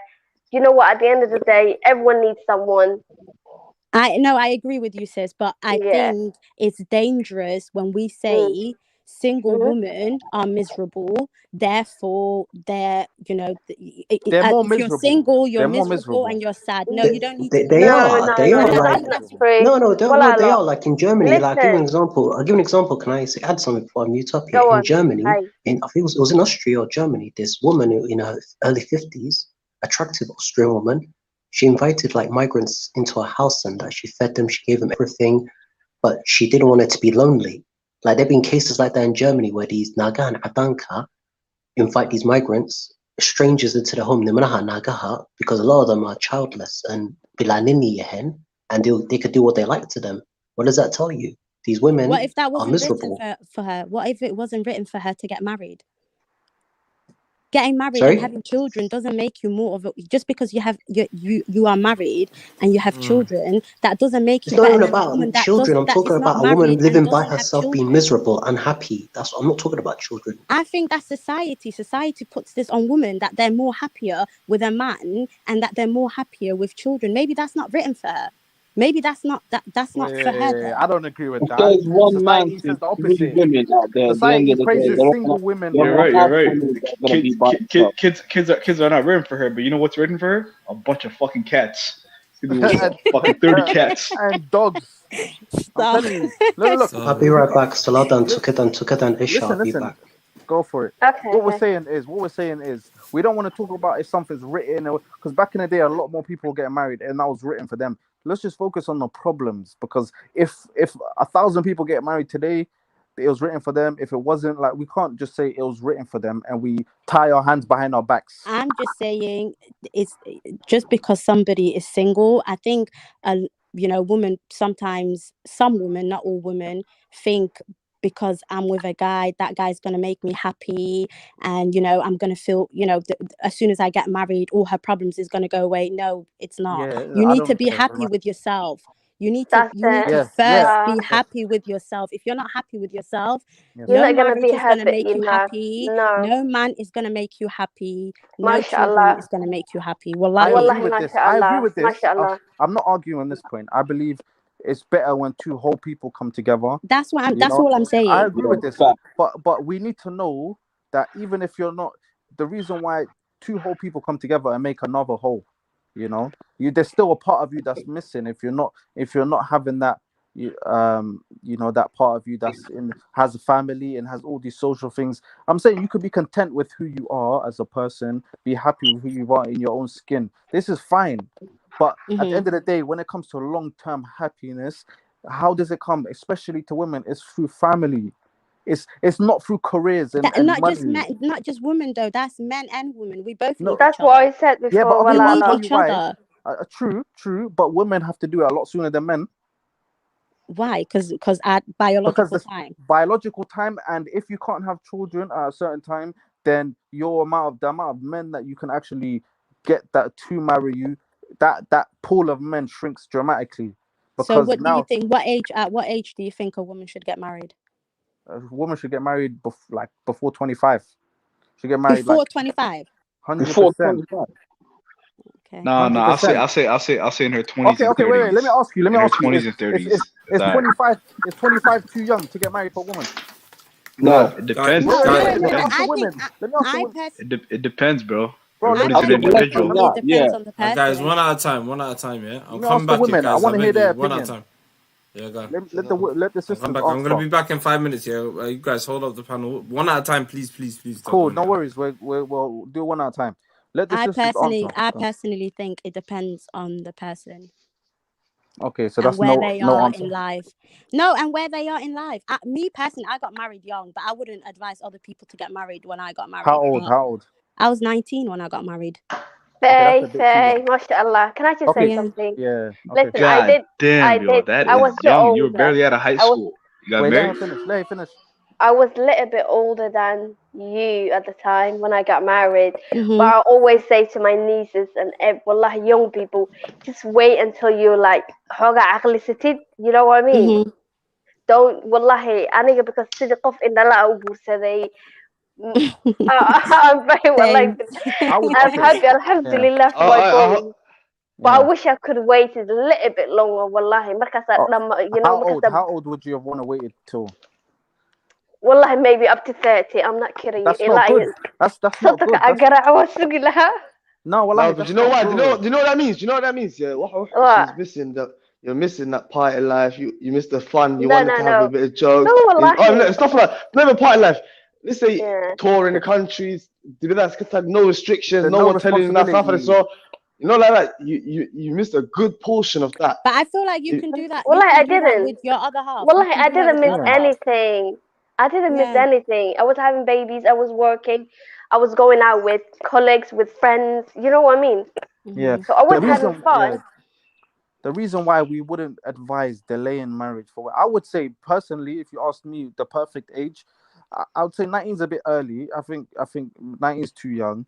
I would say 24 for a woman, not past 26. Past 26 is becoming it's more dangerous. When you hit 30s, oh my god. You know what I'm saying? God help us. You can't think like that, bro. No. The reason why think like that. That's his opinion. This is his opinion. Because look, as a man, you could get married 40s, no problem. You can get married even 50s, no problem. As long as you got some money to pay for it, you got no problem. But for women, 25 after they hit 30, 35, it's becoming, why? Because there's a new group of women on the block now. Those 18-year-olds are becoming 22, 23. They're the new women on the block. You're like the old stock now. The old stock. Let's say you're 35 years old. Would you marry a girl? Would you marry a girl who's 18 years old? Would you marry? You working in a God warehouse? damn you. Let the girls respond. Let the girls respond. Okay, Faye, do you want to go first? No, you go first. You go first. Sis. It's Okay, walaal, horta you're forgetting a lot of things. Subhanallah. Qof Muslim horta ma tahay. You know what I mean? Alaf, do you believe in Alaf? Do you believe in immigrants? Do you believe in love? Do you gabadha markay tahay when she's 24 for her to say, saacad way dhacaysaa 25, I need to get married to anyone. That's not gonna happen. Yeah, and you see a lot of girls settling as well for you because can't they feel do that. like, yeah. They're not settling. They're getting exactly what they should get, man. No, there's girls that settle. Okay, why are they really settling? good girls. Look, the thing is, I'm not saying there's girls that go for guys that maybe certain things, but girls, let's be honest, women have some high expectations and higher than they can actually get. So then when they put all these restrictions on a man and they don't have, the guy doesn't fit all their 50 standards, they'll be like, he's 6'4" instead of 6'6", I'm settling. This is not true. Can I say something, fam? Go on, brother. Go for it. Yo, you got resentment when you was a youngin' or something, bro? At the same time, women, no problem with women. They have those high expectations, but at the same time, she's right. When they're like 25, they settle down with fucking just the minimum is just having a job, bro. Have a job. How fucking low standard is that? Just have a job. Like, let's take a hat something, my brother. Women are after the DNA. They are after the DNA. They just want a baby and they want you to bounce. That's how it is nowadays. Bounce? I don't know about. I'm just saying. Look, we have to be realistic to who we are. Do you know why that's happening now? That women, they want kids and that's it from you guys. You know why? Because there's a lot of unhappiness out there. I'm not kidding you. Especially dadka kale iska dhaf Somali guys. Waxa meesha ka dhacaya, I don't know you idinka ina ogtiin in kale. There's a lot of things going on in our community. Wallahi. Me fahmaysa? Break it down. There's a lot of unhappiness. There's a lot. You was married, right? You was married. Wait. So tell us how it went wrong, why you settled, or were you in love at a young age and then it didn't work out, then you got divorced? I never settled. Okay, settled. Yes, I got married. I did settle that way. Yes, I was in love, and I wouldn't change anything in the world. Wallahi, at the time I was so happy. Was he submissive to your husband? Where did forget submissive, bro. Where did Somali women? I think they're submissive majority of the life. But where I don't think they are. It's okay. This is my opinion. Most Naga Somali are not submissive compared to Naga Eritrean core Muslim car. If you're man enough, which Somali woman do you deal with? If you are man enough, if you're man enough, you can get your woman submissive. Somalida waliba naagaha ugu fiican ugu masaakiinsan weyn. All they want from you is let's smile, let's I'm talking help. about the ones that are born and bred You know what Forget I all mean? that They shit. don't want a Forget all lot. that It shit. doesn't Guys, one matter at a time, one at a what time, want man. lot. Where did it go wrong? Where did it go wrong with your marriage? Like, where did it go wrong? Well, mine. Yeah. Mine. You don't have to speak about that, sis. You don't even have to speak about Yeah, that. no. No, Don't, she. you don't This have is to this say is I think we were experience, too fam. young. Listen, when we Experience, get wallahi. married too I'm young. not coming from a place of disrespect, by the No, way. it's okay. Wallahi, I'm It's not. okay. It's okay. Listen, you can ask, but I'm not. I will not give you everything you ask me. You know what I mean? But we both were too young when we get married, and we grew up and grew apart. Does that make sense? Yeah, it Yeah, does make I sense because it understand. can be either Yeah. one or three things. It can be financial, it can be No, emotional, right? never with money. Actually, He two was things. It can never be me and one of him. them two. Yeah, we just So you grew grew up. apart. So And, emotionally, yeah, you guys grew grew apart. apart, basically. Yeah. That makes sense. Mhm. That makes sense. But y'all fall in love at a young age. Yeah. Oh gosh. Yeah. Yeah. I think those marriages would probably last longer than people that meet in their late 20s, early 30s, early 100%. 20s. I think those marriages will last longer a lot. My parents been together for like what now? Do you know why though? Shall I tell 27 you why? years. Mashallah. Shall I tell you why that's the case? Go on. Because if someone gets married, like see this woman, get married, say in their mid-30s, they probably spoke to many guys until then, you know, all of these things, and then they have some sort of expectation. If you just find a Mustafa, you're person when you're wrong. young, huh? You're wrong, my brother. Okay, tell me why. Because a lot of women, this includes women in general in the West. She's 35, right? Well, she must have been sleeping around since her late teens to her early 30s, and talking to a lot of men on the internet or having coffee with them, if you could add it that way. Don't say sleeping around, bro, man. That's disrespectful. No, I'm just telling you, but I never women said nowadays. that because I'm talking about our community. No, I just wanted to add what Mustafa wanted to say. I just wanted to add it on. But you said I'm wrong, but you're saying now you're adding it on. No. I say you're not wrong, but you're close. Okay, so Why are let me women continue. who are 35 who are not Why married? is it when a woman is 35, she I must think have it's slept best. around? Yeah, Of that's course, it's kind of common. It's What common. gives Let's you that let's idea discuss that check she there. slept Let's around? discuss check there. Let's be Nah, Talking about honest. don't say that, non-Muslims. Rad, man. Don't make assumptions like He's that, talking bro. about I'm not non-Muslims, making man. assumptions. Oh, It's no, common. Like, Muslims, come on, a okay, woman who's fair enough. 35 Yeah, who's but going to do. Guys, one at a time, man. One at a time. I thought And talking that's about Rad. mud. Go on, Rad. Hey, And Rad's why you bugged not out, acting man. like? Why you acting like women or men are angels? That No, but you can't assume that every like you can't assume that majority. We can't والله I assume. don't care if Rad. it's unpopular what I'm saying, but it's true. يا قريان. No, and let Even me a lot add of things something on else. You know قرية what the he's saying is shady. Allah قرية وحاس. it's especially true for the guy, bro. Let me tell you something. Say the girl's 30, never been married, but the guy's 35, never been married. You telling me this guy's a virgin at 35? Never, Hell bro. no. Are you telling me he's Hell virgin no. at 35? Or he's at least been married before and he's got kids? Hold up. And even if she's not a virgin, what's the issue, bro? As long as she's not a fucking whore, what is the issue? I don't get it. You think people to be perfect, bro? Nobody's perfect. None of us are. As long as she's not a hoe or nothing like that, I'll marry a girl who's 30 years old if I'm 35. You don't understand what I'm saying?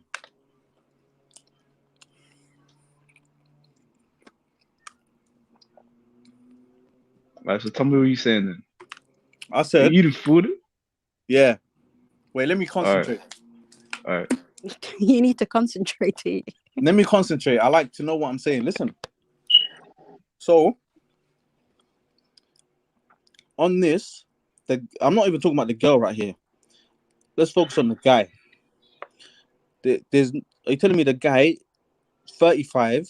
Look, if a girl wants to get married at 30, the guy's probably been married before. Let's be honest. If he's 35, he's probably been married before. He's got some kids. So if you get married older than 30 as a woman, first time, best be prepared that he's gonna probably have some kids and been married at least once.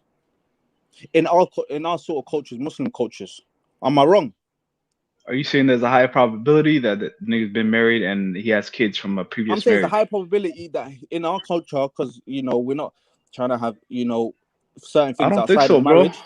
Bro. My brother's 37 and he ain't been married before. Actually, yeah, he was. He got divorced. Yeah. Oh my god! No, So you can't even remember. No, but a lot of men nowadays are No. getting married in their I didn't even talk about my oldest brother. My other brother, he's 33, and he ain't been married before. Wallah. So that's another problem women face. That it's not like when they're young, when the guy's not got a lot of history, she's not got a lot of history. But when they're older, there's a lot more baggage now. Yeah, with kids and stuff. There's that's the baggage. guy is not 35 and he's a virgin at 35. Are you telling me that's happening? What kind of man is a virgin at 35? Okay, so in our sort of culture, he's either been married before or he's done stuff outside of marriage. But either way, he's done stuff. There's it's not the greatest situation. If they were younger, it would have been a better situation. Yes, I agree with you on that. That's all I'm saying. I mean, with marriage, like I said, bro, if you get married at your age, it's more halal, because you can't fight your body, you can't fight wanting to do what your natural instincts are. You know what I mean? It's gonna happen. So this all comes back down to, bro. It comes to that and money and financials. That's the thing. That's the dilemma for men. Financial. For men, they need to really try and make something of themselves before they get married. I feel like that's if you can control your urges as a man, wait a little bit and delay it a little bit, because you can't control that. You cannot control it. No, for me, I would say it's better to delay a marriage a bit as a man, because then you're not gonna have good money when you're 24, 23. You have more to bargain with when you get to at least late 20s. Yes. Yeah, but bro, there's no guarantee by the time you're in your late 20s or early 30s, you're going to be making that kind of money. For me personally, at the end of the day, it depends on the person that you're speaking to, innit, at the end of the day. But you could be 25 and be a girl that your early 20s. That's when you meet girls and they feel you, bro. Because remember, we age. People age, bro. Yeah. You're not gonna look at your 20s the same way you the 30s or your 40s. You gotta speak to these girls until you find the right one, bro. I hear you, but I'm saying you're making more money at 29 than you did at 21. Am I wrong? Yeah, absolutely. No, yeah. Okay, so you're probably studying at 21. Huh? But you're still probably studying at 21. Do you know what I mean? You're probably at university. Or even 23. Yeah, but I don't. Yeah, okay. I agree with you in a sense that me personally, it depends, bro, man. At the end of the day, it's all about maturity. You need to be on a level of maturity. You need to, make sure that your family is financially stable before you go out and find a partner for yourself. There's a lot of elements to just getting married, man. A lot of people just rush into marriage. I'm talking about when you get a bit older as a man. Should. That's something that you should be doing. As long as you're not a bum and you're actually a driven person that's either got a career or you're trying to do business or something, and you're working towards something. By the age of 30, 28, 29, 30, you should have at least something established. Even if you're making 40K a year, something like that's some bum money, fam. Yeah, no, but I'm talking bro, about in the man, UK, you know what it is, at least minimum. I'm talking about that's bum money. Nah, because you know what it is. Some people come out of university. Sorry, bro, not to cut you off, but some people, come out of straight university. Like they land themselves a decent job within 2-3 years. They're earning good money. There's a lot of brothers that delay marriages and they're in their early 30s and probably not making the money that they thought they'd be making in their 30s. You know what I mean? They fucked up. That's on them, bro. That's on them. No, but we don't want to. We all love money. Everybody loves money here, right? Brother. Everybody wants to make more money, and money is value and ambition. So whoever wants whatever they're good at. Like when you guys are looking for marriage, what do you want the base of your marriage to be? What's the core? Because money comes and goes. So what are you gonna do when there's no money? Like a girl who's gonna be break up. a good mother, a good mother. But money is important. Women have told us money is important. I understand money is important. 100% money is important. But what is the core? What do you go back to when, like, let's just say the husband and wife are having problems now, or for whatever reason? We go back to Dinta. What do you go back? So Deen is your religion. Yes. Okay. Yeah. No, that's good. We don't even go back to it. This is the foundation of everything. Do you think all Somali people are empathetic to the deen and all that stuff, bro? Not all, bro. Not all, but I am. And but then that's when the marriage don't work. I'll guarantee it. It's because you ain't got no deen in you. Yeah, well, you have to your marriage is not blessed. You have to be praying together. You have to be doing all these things together. She gotta be more religious than I am. I'll tell you that, bro. No, that's not good. Regardless of how you even, see it. So go on, sis. No, you go on. You didn't speak. No, go on. Oh, you speak, sister. Like even when you're saying she has to be more religious than me, that doesn't even make sense because Iman goes up and down. It goes up and down. He might be more religious than me 1 minute, the next minute I'm bare religious. Do you know? You have to uplift each other. You can't. One person cannot be more religious than the other person. Maybe yes, they can. The iman goes up and down though. So what if that? Okay, so if you're relying on your wife, to keep your iman up, what happens when her iman goes down? Religion's Nah, gonna not out the iman. window. Our kids iman, the children that we're gonna birth. Her iman has to be strong because I'm just thinking about the future. I'm not thinking about myself. The future. If anything happens to one of us, she gotta be able to take care of the kids, and I gotta bring in the money. That's it. And take care of the kids as well. Obviously, you both have to take care of the kids. Yeah, she gotta be a great mother. If a woman doesn't have empathy or sympathy in her, I can't mess with her at all. Yeah, well, 100%.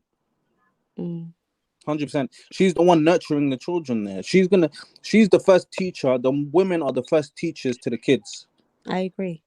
They're the first teachers. If you pick a wrong teacher, then what's your kids not going to learn well, are they? You're both the teachers, to be honest, because your kids look up to both of you. But they spend more time with the mother. I get it, but they still look up to both of you. Yeah, so you both have to pattern. I don't like this idea of just putting it on her. You have to pattern as well. Do you know what I mean? Yeah. It's not putting it on her. You're just making sure that she's fit enough to be a mother. That's it. She's fit enough to be a good mother. You have to be fit enough to be a good father too. But at the end of the day, the mom is always number one. The kids are always going to be attached to the mother. Yeah. And then, if you say that, do you feel like you're diminishing the father's role as well? So what do you minimize the father's role? Again, go back to human nature, bro. The children are always going to be more attached. They need father figure roles and moms and all that stuff, but the father is the provider. The mom is the nurturing, caring. Yeah. It's just it's animalistic. It's animalistic, inside, bro. Yeah, it's within us. You can't fight it, bro. Do you think Fa and Maki and Zaki on that point? Yeah, do you think because the women now have been the last 40 to 50 years with the feminism, all of this? Do you think it's crazy? I don't know, bro. These Adam people are weird with that feminism shit, fam. They're weird as shit, bro. You got Bruce Jenner becoming a fucking woman, and he wins the fucking Woman of the Year award. Yeah, I know. That's what I'm saying. This is what's ruined. Adams are weird, bro. So I don't want to. Last week, about 2 weeks ago, I went to what's it called? We went to Halila. Allahumma salli ala Muhammad. We went to one place in it. Yeah. Speakers Corner, and we just saw the parade there, and it's just crazy. They're confusing the kids too much. Yo, they fucked up the best colors, bro. They made the rainbow, and now the rainbow is what now? What does the rainbow represent? I used to like the rainbow. Wallahi, they messed that up for everyone. Same here. Well, I remember when it used to rain. I used to be like, "Wow, what's this thing in here?" I used to think. They're taking all the alphabets too now. Even the plus and the Q sign, all that shit. They're taking everything. Now when it rains, you see LGBT in the sky.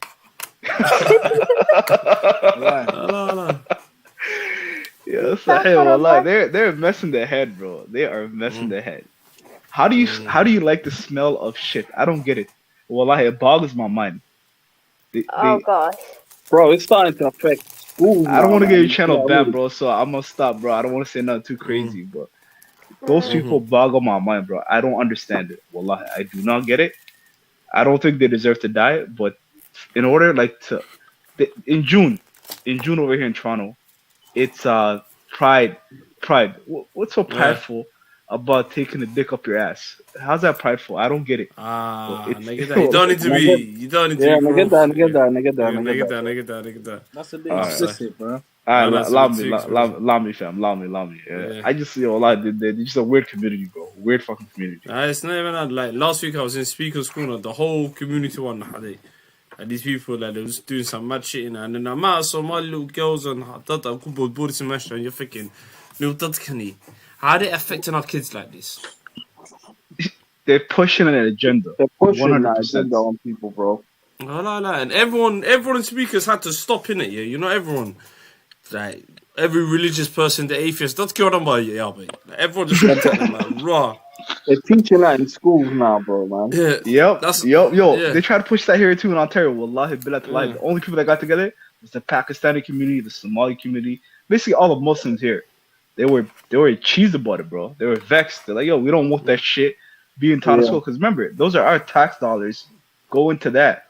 We're basically paying tax dollars in order for our students to be taught homosexuality in grade 1. In grade 1, when they're 6 years old. How's that not fucked up, man? You know what they're doing in schools? They're having gender neutral toilets, bro.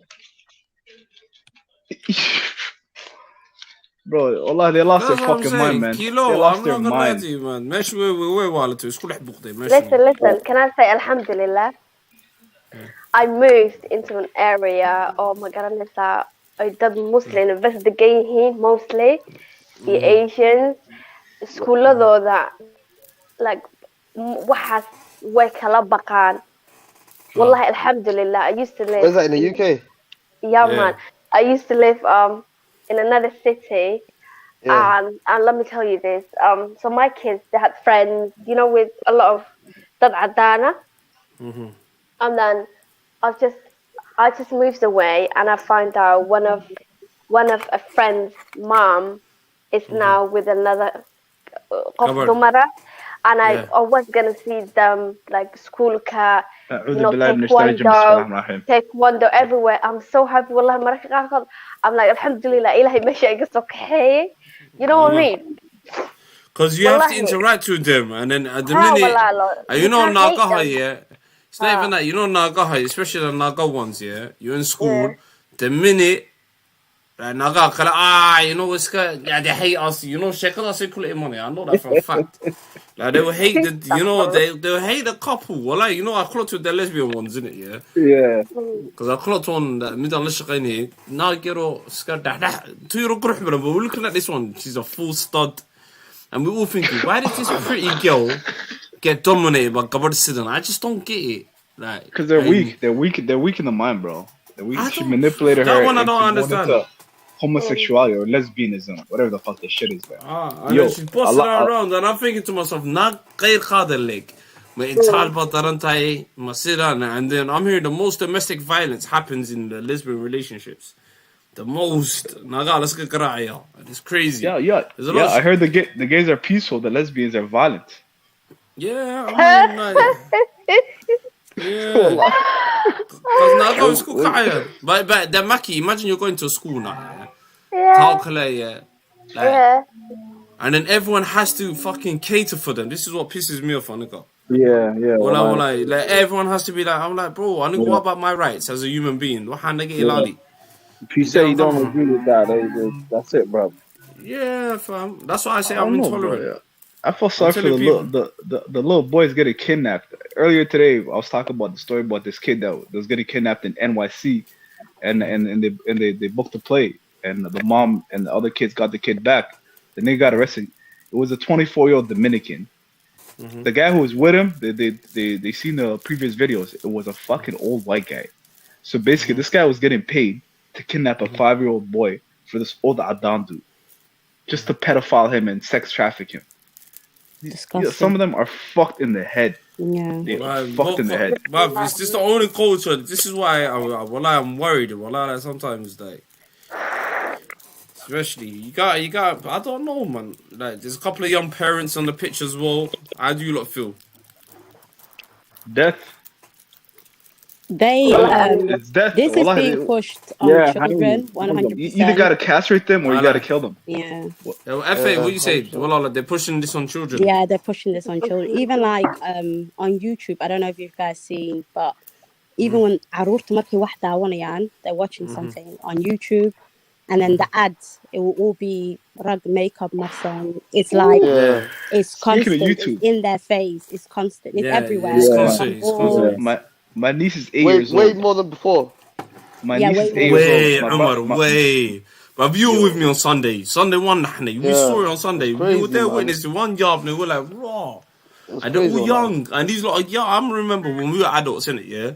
That's you handsome mentioned they were at least middle aged. That's what went by high. I'm looking at this young generation. Behind closed doors, man. You know what I mean? Yeah, you know, it's being pushed on children, definitely. Even you see, I think I told you guys before, in my son's football team, there was a gabar ballet in the football team, and she like they made her hair short, whatever. So her name was Alexa. They go, yeah, guys, from today, this is Alex. And then all the kids have to address her as Alex. Tell them suck my dick, yo. That's a fucking girl. It ain't a boy. Yo, cuz, man, come on, man. We've got sisters on our knee. Hold the language, bro. But yeah, this is an 8-year-old girl, and her sorry, mom, bro. Allah, I'm not expressing my opinion, fam. That's some foul shit. But language, man. Come on, I feel you back, man, but chill. Just chill it out, man. Cool it down a little bit, man. Alright, brother. Alright. Yeah, watch out the language, man. Alright, carry on, Sister FA. What are you saying? yeah, Look but at Alex. she has to be addressed as a boy now, and nobody there. You can't say anything because the minute you say anything, you're homophobic or, you know, you're. There was a big debate, recently from the post office, innit, with these guys, guys that change on, these whatever, these innit, They're trying to say you can't even call us that on our legitimate thing. So the post office is like, what the fuck? They're trying to take the post office to court now. Yeah, I'm not surprised. I'm not shocked. And they're gonna win. They're gonna win. They're probably gonna win. Yeah. It's legislated by law, bro. As soon as you put that shit into law, gender is different than sex, right? Your chromosomes when you're born, either you're female or you're male. There are some certain people with a minute percentage of the population who are intersex, which is like people born like hermaphrodites. You know what hermaphrodites are? Yeah, I think we call them lebeb in our language, lebeb. Yeah, well, I didn't even know, bro. But yeah, that's in Somali. It's called lebeb, innit? Like, is that really true though? Yeah, lebeb is like, Lebeb for. But is that true though? I've never seen it, but yeah, no, it exists. It exists. Yeah, it exists. It's a fact, but they're very rare. It's like 0.003% of the population. Yeah. But they're trying to use that to say, now we can push these laws. Talk about grown men in the Olympics now. In the Olympics, lifting weights. You see the New Zealand guy? Yeah. It's a dude from New Zealand, power lifting and beating women. Yeah, what is that, bro? What is that shit, fam? It makes no sense. But listen. Have you seen the boxing? There was this guy. I think he's American, and he's a boxer, and he changed into a woman now, and then he's fighting with women. No, that was UFC. You talk about Fallon Fox. Oh, Fallon okay. Fox. Yeah, and that's it. He crushed the woman's skull. He crushed her skull. That's crazy, man. That's illegal, bro. Play with Wally. Listen, it should go jail. It should be in jail. That guy should be in jail. Yeah, well, that's domestic violence. That's domestic violence, bro. And do you know what he was saying? Guess what happened, bro? He got beat up by a woman, bro. A woman crushed him. A woman crushed him in UFC, wallahi. And then he retired. No, it's crazy. Yeah, it's messed up still. No, that's why I always tell it makes money somehow. At the end of the day, you know where we are. Anything that's gonna make the money, they will ku dhaqaaqayaan. Haddii hooyada iibsanayaan oo lacag u samaynaysa, they will do that. That's where we are now. Adduunka ku jirno, dadka cadaanka noloshooda waa sidaas. This is making money for them now. They'll use it and they will do anything. Wallahi, they don't care. They got no moral. They got no moral. Wax ma ka gelin iyaga. That's it. No shame. Waxay doonaan bay samaynayaan. That's it. Innaga meesha ku baaba'ayno. Wallahi. It's not going to be us. And I say this all the time. It's not going to be us. It's going to be the children. Our parents came here from a war, and they're looking to brainwash us slowly by slowly. It's going to be the children. It's going to be whoever stays behind there. That's what it's curriculum. through curriculum in school. I think they'll do that. Curriculum, TV, what we watch, environment. It's gonna be the kids that are gonna be brainwashed. There was a Khanis from Vancouver, a transsexual, by the way, a Somali transsexual. The man got killed in 2016, quick in Toronto. Wallah, they killed him. They didn't shoot him, run. They gave him a fucking the guy did cocaine. They pulled fucking fentanyl in his coke, and the man sniffed it and he died. Even his own family didn't bury him. They said we don't want nothing to do with this guy. That's mad. Yeah. That's crazy. I feel sorry for the family, bro. Yeah. You know what? One time I was at a petrol station and I saw a grown man, like this cross-dresser, like a Khanis guy, going into a all-female toilets.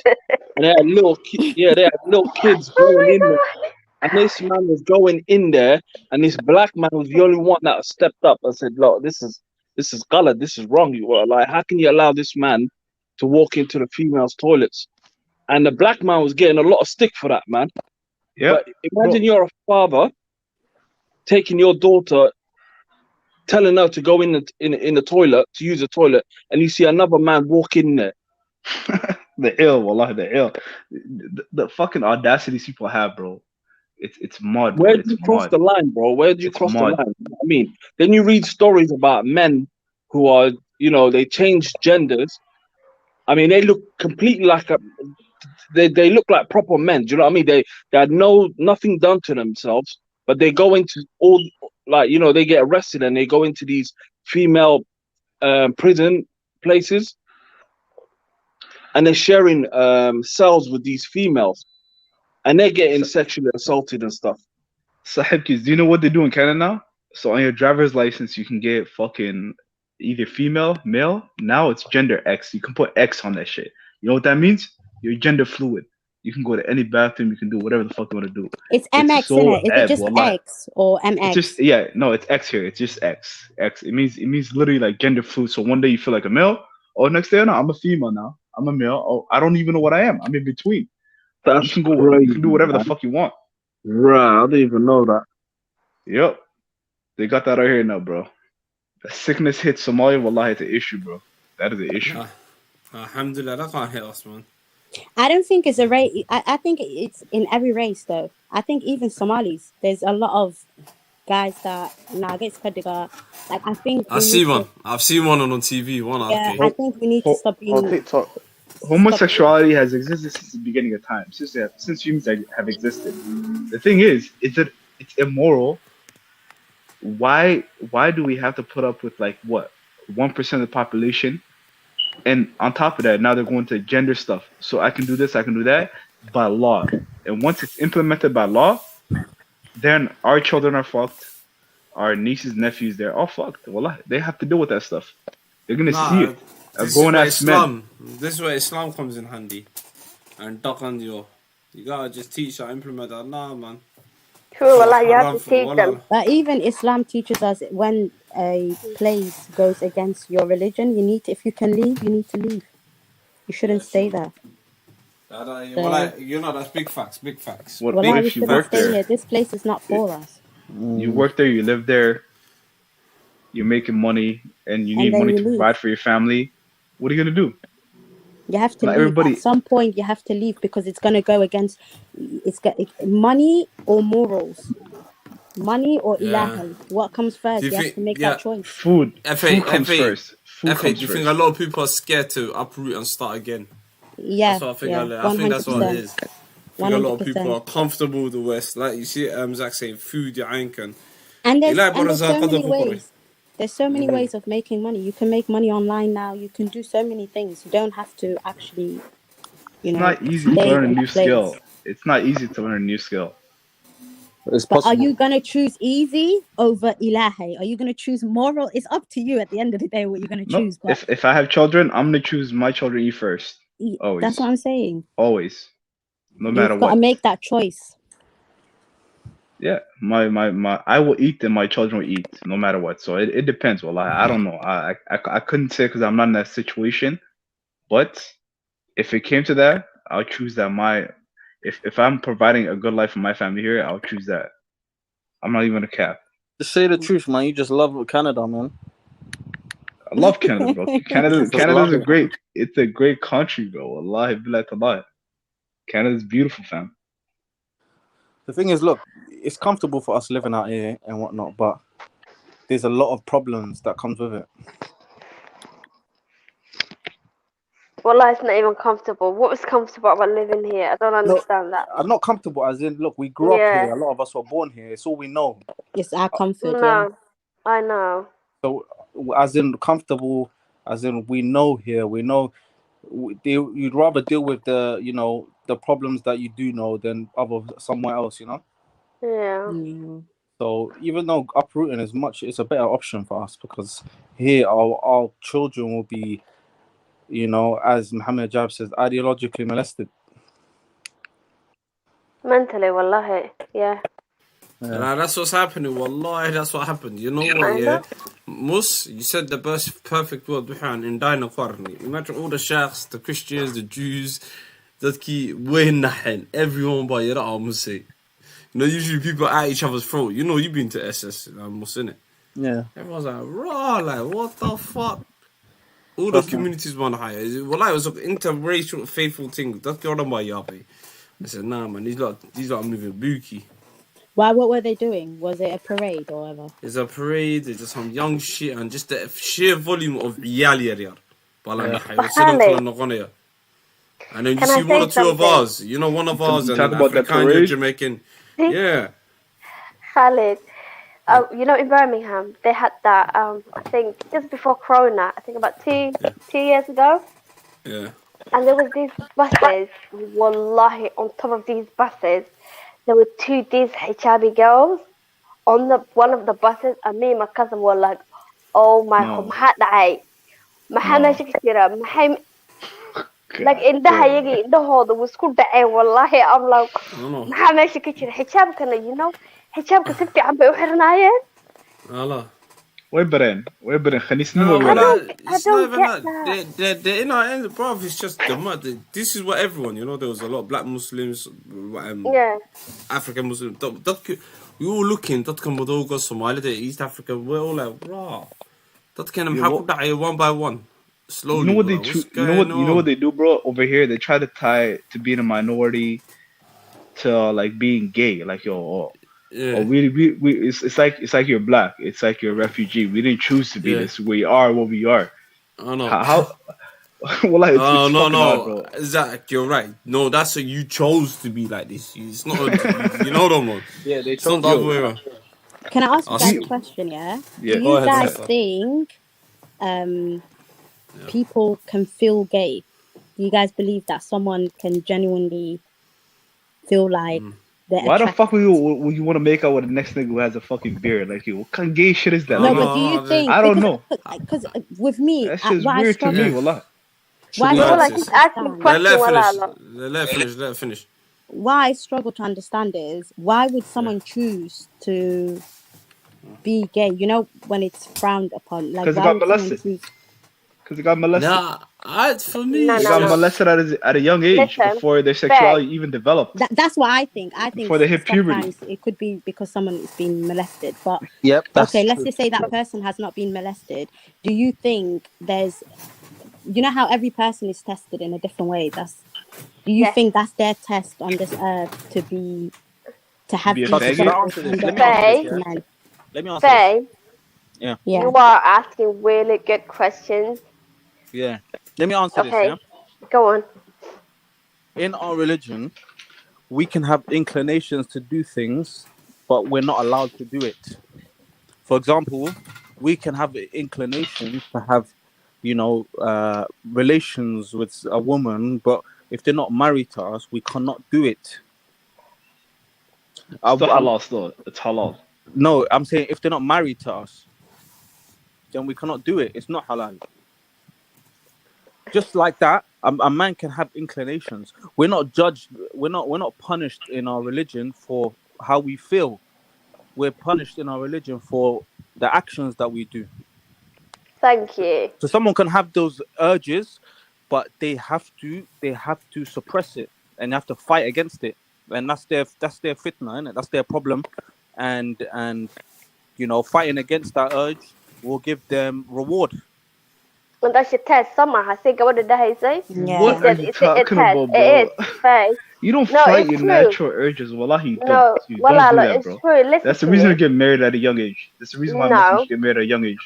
Don't No, fight But those imagine urges, you're bro. married and you're not happy with your wife. Do you know in You just Catholicism, be with a where guy. most of these kids come from That's all a those like dangerous slide the when gay you shit? try to jump in there. Listen, walaalo. Wiilka wuxuu kugu yiri si fiican u dhig gabadha. Listen, Faye asked really good question, and then he gave you the answer oo diinta Islaamka ku qoran ayuu kuu sheegay. You know what I mean? Everyone goes through a test adduunkan. Yeah, dadka qaarkood testigooda waa their feelings, the way they feel towards other people. Ma garanaysaa? Yeah, if you suppress the urge, if you ilaahay baridid wax maaragtay, yes, you're gonna get a reward. Faye, ma fahantay wiilku wuxuu ku leeyahay abaayo? Yeah. I did, Literally, saasaa la dhahaa, diinta saasaa la dhahaa. The way you feel, shaydaanna wuu jiraa, iyo waxaad dareensantoo dareemaysid, waa waxaad dareemaysid weeyaan. So if you suppress that, iyo ma aragtay xag ilaahay usii jeesatay, ilaaho iga qaad, iyo maaragtay, you're gonna get rewarded. That's it. Yeah. Laakiinse adduunka, listen, where we live, where we are now, someone gets feeling, it like ilaahay maku qabanayo, lugaha kuma qabanayo, ku joog maku oranayo, yeah. Cid kaloo ku celinaysana ma jirto. You free to, iyagii baa waxay ku dhahayaan, you free to be like whoever Who you you want. want to Waxa be, doonta yeah. ha walaalo. So if you have that and this person has the urge, wuu samaynaya wixii waa bilaa-aadan, wuu isqaban. Laakiin waqti waxaa imaanaysa wixii dambigii dhex galay. Dadkaana markay soo baxaan they come out, waa loo sacbinaya, waa la oranaya ummadii oo dhan, especially wallahi Somali people hadda. Can I say something after you? Go on. Go ahead, bro. Alright, so like we're talking about like the urges and natural, like what humans actually want to do. You know, priests in the Catholicism religion, they cannot get married, right? So guess who's wrong? These guys, altar boys. So what do? Instead of breaking their religion and getting married to women, they molest little boys. All these homosexuals and all these transsexuals and all that bullshit comes from Catholicism. Wallahi, they are bare Khanises. You cannot fight your natural human urges. How can you stop a man? They're trying to abide by their religion, and the only people around them are little altar boys, and they molest them instead of getting married to a woman. They can't get married at all. You know that, right? Popes and all that shit, they cannot get married. They never been married in their lives. Nuns can't get married either. Like they do that to both genders. It's not only It's not the nuns because they divide the boys and the girls. So the nuns do it to the girls, the young girls, and the pastors and all that shit do it to the young boys. But even the women do to the girls. So what for that way? Yeah, I said that. Yeah. Yeah. So that's what I'm saying, yo. These people are trying to fight their natural human urges in order to get married, have children. At a certain age, after you hit puberty, you're gonna get feelings for the opposite sex. Well, the majority of us, right? And if you try to fight that shit, you're gonna lose. You will not defeat your body. You will not defeat your natural instincts. Am I wrong? Like what they doing and what we doing are two different things, Valala. You get it? What are you talking because about? they can go and sleep with a woman and just be with a woman. But they have choice. It's all about image for them, so they rather molest little boys. Yeah. No, it's not about image. They cannot get married at all. Just leave. How's that about it? We've been given free will. You can leave. They choose not to leave and then do that to children. They won't leave. They love their religion. You don't love your religion if you're doing that to a child, though. How do you love your religion when you're doing that to children? That's acceptable in their religion. No, it's not. They can do that to children? No, they're That's not. acceptable, of course, because they pass one on to the other one. Wallahi, they pass it on. Let's say this one guy at a church got found out for being a pedophile. They'll say, "Okay, cool. Well, we'll pay the kid off, his family off, and then what just stole Yeah, the but pastor into you're next. talking about the human beings in that church. I'm talking about in their book. Does it say they can do that to children? No, it doesn't. Yeah, so It that's doesn't what say I'm it. saying. So for them, it's about the image. So they'd rather not be out there with a woman and whatever it is that they're not allowed to do. So they'd rather molest children and then hide it by paying them off. But how much do you love God then? Do you really love God? Do you really love your religion? Apparently, If the you're people who willing are to do that to children, you don't. the people in the Vatican seem to think so because Well, they're still on the payroll. They're just a bunch of pedophiles. That's just what it is. Yeah, man. That's what it is, man. That's all it That is. man there. That religion, that's why it's a Buki religion. It's dying Yeah, out, and they're fam. just A lot of using people... religion as an image, but they're probably just pedophiles.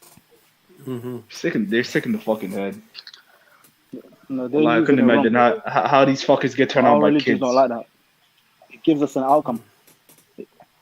It gives us a way to deal with those urges. Yeah, get married, right? Yeah, get married, yeah. Halal way. Halal way, That's yeah. It completes your deen there, innit? It completes your deen. No, get then married again, the haram way. Yeah. How comes I didn't even ask the sisters the question? FA. Yeah. Somali and Western feminist women, are they wifey material? What's your thoughts? I think every woman is wifey material. Oh no. Thank you. There's a man for every woman. There's a man. Stop labeling women as feminist, whatever, miserable. There's a man for every woman. That's the Disney fantasy. That's a Disney fantasy, man. There's not a I man for think- every woman. I think There's no there's woman. someone There's for no man everyone. sitting in the cave waiting for women. What? That's a lie. You know Why what? are so I've many women seen dying by girls, themselves? Mustafa, I've seen girls, I've seen girls that have said, I'm never getting married. I don't want to be with a guy. Ra-ta-ta this, ra-ta-ta that, yeah? They end up getting married. They have kids. They're happy. They find that guy. Do you know what I mean? And you see, I think on guys the other just side, need to... well, you see... What? Yeah, you see on the other side, women who really want to get married and it doesn't happen for them. Yeah, but that's not their fault.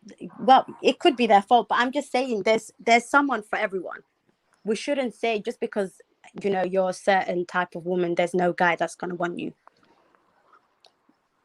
Or there's no... No, do you know but what I I'm mean? saying there's not one person for everybody. There's a lot of women that don't get married their whole entire life.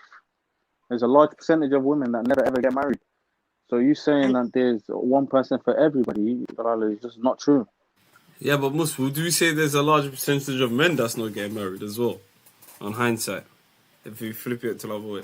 Even if that's same. There's a percentage of men that's not getting married. That means. What do you think of the quality of man at the moment? Top notch. Do you think high all caliber, good men top are notch? taken? No, there's top notch. There's a lot of good men out here. I don't know if the question is, do sisters know what good men are? I don't think a lot of sisters know what good men is. There's plenty of I can agree with that. I think maybe some sisters don't know what a good guy is because they never seen a good guy. They never had a good guy in their life. They never had a father figure. They never had a good brother. They just don't know what a good guy is. Maybe that's what it is. Or they actually don't want a good guy. They actually don't want a good guy. How can you say someone actively does not want a good guy? So believe me, maybe she doesn't want it. Maybe she wants drama. Where do you think the theory came from? The nice guy finishes last. Where do you think that came from? High school, bro. There's no reason why a woman doesn't want a good man. She wants a good man, bro. Maybe when a woman that's is some younger, high school shit, bro. That's some high school shit. Yeah, exactly. Not, maybe when a girl is younger, they don't want a guy who's normal and who's working, boring. Not a lot of them. They do. Well, a lot of they do. I don't think this is the majority. I don't think this is the majority, but I think there are women who kind of want somebody who is. What's the reason they give? Someone who's unpredictable, someone who might just leave, someone will come back. They want chaos. I think you're talking about like low confidence type of niggas. Yeah, but you can say that about guys as well. Certain guys just love to chase. Certain guys love to chase, and then as soon as they a man should be chasing you. A man should be chasing you. No, but as soon as they get the girl, they don't. I'm gonna have to do. I'm gonna have to do my Kevin Samuels one right now. KS. Does a man have Is he asserting his options? Is that cheating? Let's put it that way. Is he asserting his options? Well, say if he tells you, look, listen, I know I'm a man. I want you, and I want her as well. And he tells the girl up front. Is that cheating? I'm just saying, does he need to tell you up front? Does he have to tell you? Even Dito doesn't tell me I have to tell you. Yeah, but before I used to hear like Dumur Kalko and Sahih until I found out and it was Sahih Mus that you don't even need to tell your missus. Okay, so if imagine you don't tell her, yeah, and she finds out from the streets anyways, you're disrespecting. You don't have no respect for your wife. You're better off telling her as a man. You're claiming to be a man and the head of the household, and I'm this and I'm that, but you're too scared to tell your wife. Yeah, I personally wouldn't do that personally. Yeah, I personally wouldn't do that. Like, I would be upfront about it, 100%. Yeah, I'll rate it. I'll rate it. If someone is upfront about it, I rate that. And give that person a choice. I personally do upfront. But okay, FA, cool. You got the memo.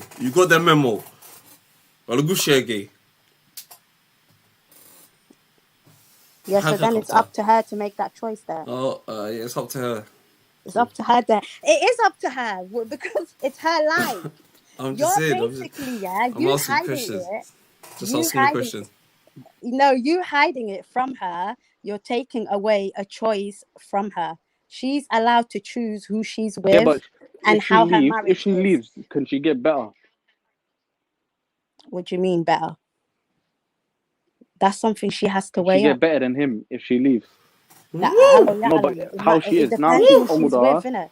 No, but let's be real. Now she's older. Now she's already got a marriage in her record, and she's got a few kids. Is the options the same as it was? Yeah, but it's not for every woman, Walala. What you need to understand is, imagine it's eating that like imagine, okay, he tells her, yeah, and she says yes, okay, that's fine. So good, so have another wife, that's fine. Imagine it's eating her up alive. What is? The fact that he's with another woman, she can't hack it. It's not for her. It's like emotionally, it's putting her down. Like mentally, it's draining her. Should she stay in that marriage?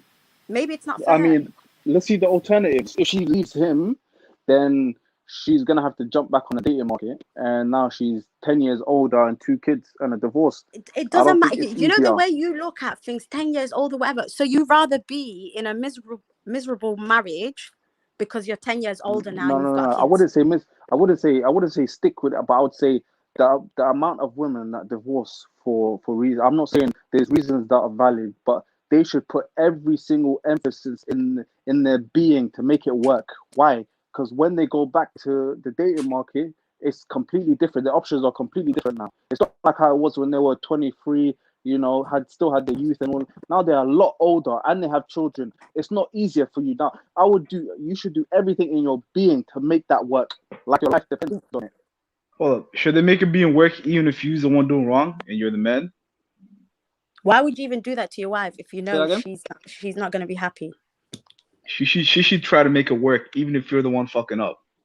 We talking about the man fucking up now. I'm saying if the man.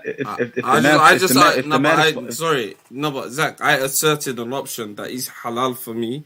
I told her, "Na FA, well, I know that yeah, Naima down the road, she's looking alright. Makina warraba as well. صدق حنسكو كلا وضيع إلى هانتين العب ويسي هانتينا الحمد لله. I got this. I'm just asserting the option. Should her well-being, like, I don't know. I think it's fine. If someone wants to marry another woman, that's fine. The only problem I have is don't take that choice away from a woman. What choice is that, Walala? I haven't cheated. I haven't cheated, by the way. No, but don't take that. What I'm saying is, when you don't tell her, you take the choice away from her, and imagine, Walala, because I've seen Slama. I've not seen young girls, but I've seen a Slan, Walala. Wait, oh bless that Slan. She found out from another. She didn't even believe the other slan when she told her, "Yo, Ninkaga." This other went back home. Apparently, he's meant to build them a house or whatever he's doing back home. No, man's got married with all the money, whatever. Imagine you're then hearing from another person on the street, this is what your husband did. And then man comes back and he's just like, yeah, that's what I did. And ilahi baba ifasahay. And you're supposed to be. That's Khaled. Okay, I get you. For me, I would be upfront about it. What is wrong with y'all, bro? You honestly don't think the thing's gonna feel a ways about that, bro? You had a kid with her, you had a whole family with her, and then the Deen allows us, but still, fam, that's wrong. I think it's wrong, fam. I say he's still taking care of the family. No. If he's still taking care of her and the family, you know, he's still coming through. He's still showing himself. He's still taking care of them. Then what's the problem? He's still taking care of them. You're never gonna trust that person, though. The problem is he's a fucking human being, bro. No, but I'm saying if you're you know what it is. What the fuck? The problem is that's a person with feelings, fam. You can't treat women like shit just because you have the right to marry 4 women. Up to 4 women.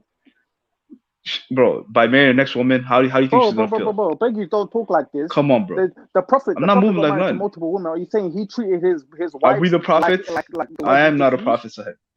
Sallallahu alaihi wasallam. No, but you're saying he's treating his wives like that. You're saying Sallallahu alaihi wasallam. You're saying he's treating his wives like that. Is that what you're saying? We are not the prophet. We are not the prophet, bro. All I'm saying is a human being, bro. And she got feelings. I have 4 sisters, fam. Listen. I have 4 sisters, and I hear when niggas talk. I don't care. Listen. I got 3. Ilahay wuxuu ku banay 4 naagood. You get me? You can get married to 4 dumara. Laakiinse, as my husband, you come home. If you tell me before you do this, hey, like I want to get married to another woman, waa wax laga hadli karo, waa wax ma aragtay. You can't get married, blah blah. Like you get as a woman, you're gonna get her. Naagta naagaha ugu fiican way naxaysaa wax yar. Fahmaysa? But for this man to take all the saving money and to go back home to get married to another, wallahi billah wax adoo hurda saliid biyo kulul, you know what I mean? Wax badan baa raadsanaysaa. Biyo kulul.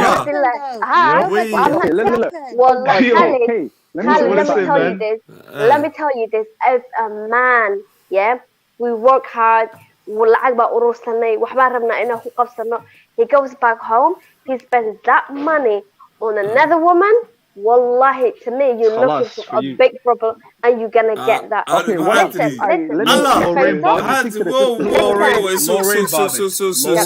Calm down. Look up Lorraine Bobbitt, fam. Look up Lorraine Bobbitt. Look up Lorraine Bobbitt, fam. She sniffed the man. Let me hear what Mike said. Let me hear what Mackie's saying. Mackie, I don't have to wallah. Dabka shidisa. Saliti basadiyar. I'm not kidding you. Waxaad doon marka xaq u leeyahay. Xaq baan u leeyahay. Listen. See u noolaanaysaa qof oo adiga rabo inuu adiga daaqada ka tuuro.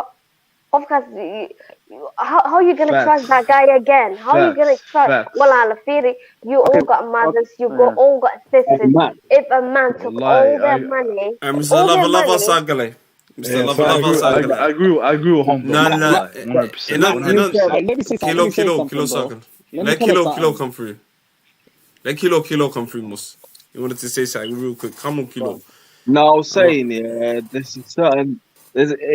to get married to a different woman, I mean, to have a second wife or a third wife, you gotta be a certain caliber of a man, innit, basically, to handle something like that. That's exactly what I was gonna say. Yeah, you gotta be you can't just abuse what you're gonna mahala that because Ilahi allowed you to do so. Yeah, for me, cases. This is my personal opinion. If my wife, for example, my wife couldn't give birth, for example, and obviously, as a man, I would want to have children, innit? So that's something I would basically sit down and explain to her, innit, and tell her like, listen. I don't want to leave you, but at the end of the day, I want to have a family in it. So as long as I can provide for her, that's a more of a specific example. But can I say something? I wanted to say something. I wanted to add. Go ahead, Mus. I wanted to add something just before, like Kilo added a brilliant point to what I was gonna say. Yeah. Wait, I need to refresh because I think I can't hear properly. One second. Okay. Kilo, you said a brilliant point, but I just want to say I just want to start off with, FA said mentally nate waxan dilisa. So imagine that situation there. Nate waxan ku dalisa, you're saying nakalang gursoni on top of that. Yeah. Do you get where I'm coming from, broski? And FA ain't that gonna play havoc with her mental? Yeah, 100%. But at least give her that choice. Like, say to her, you know what? I want children. Me and you can't have children. And the relationship's not working. Sorry, FA, can you hold that there for me? We've got a new panelist, AM. Do you want to speak up? Hello? Hello? Now can you... No, we can't hear you. Can you speak up? Yeah, can you hear me? Assalamu alaikum, people. Alaikum salam. Alaikum salam. Yeah. Alright, so listen, let me ask them something, yeah? Yeah.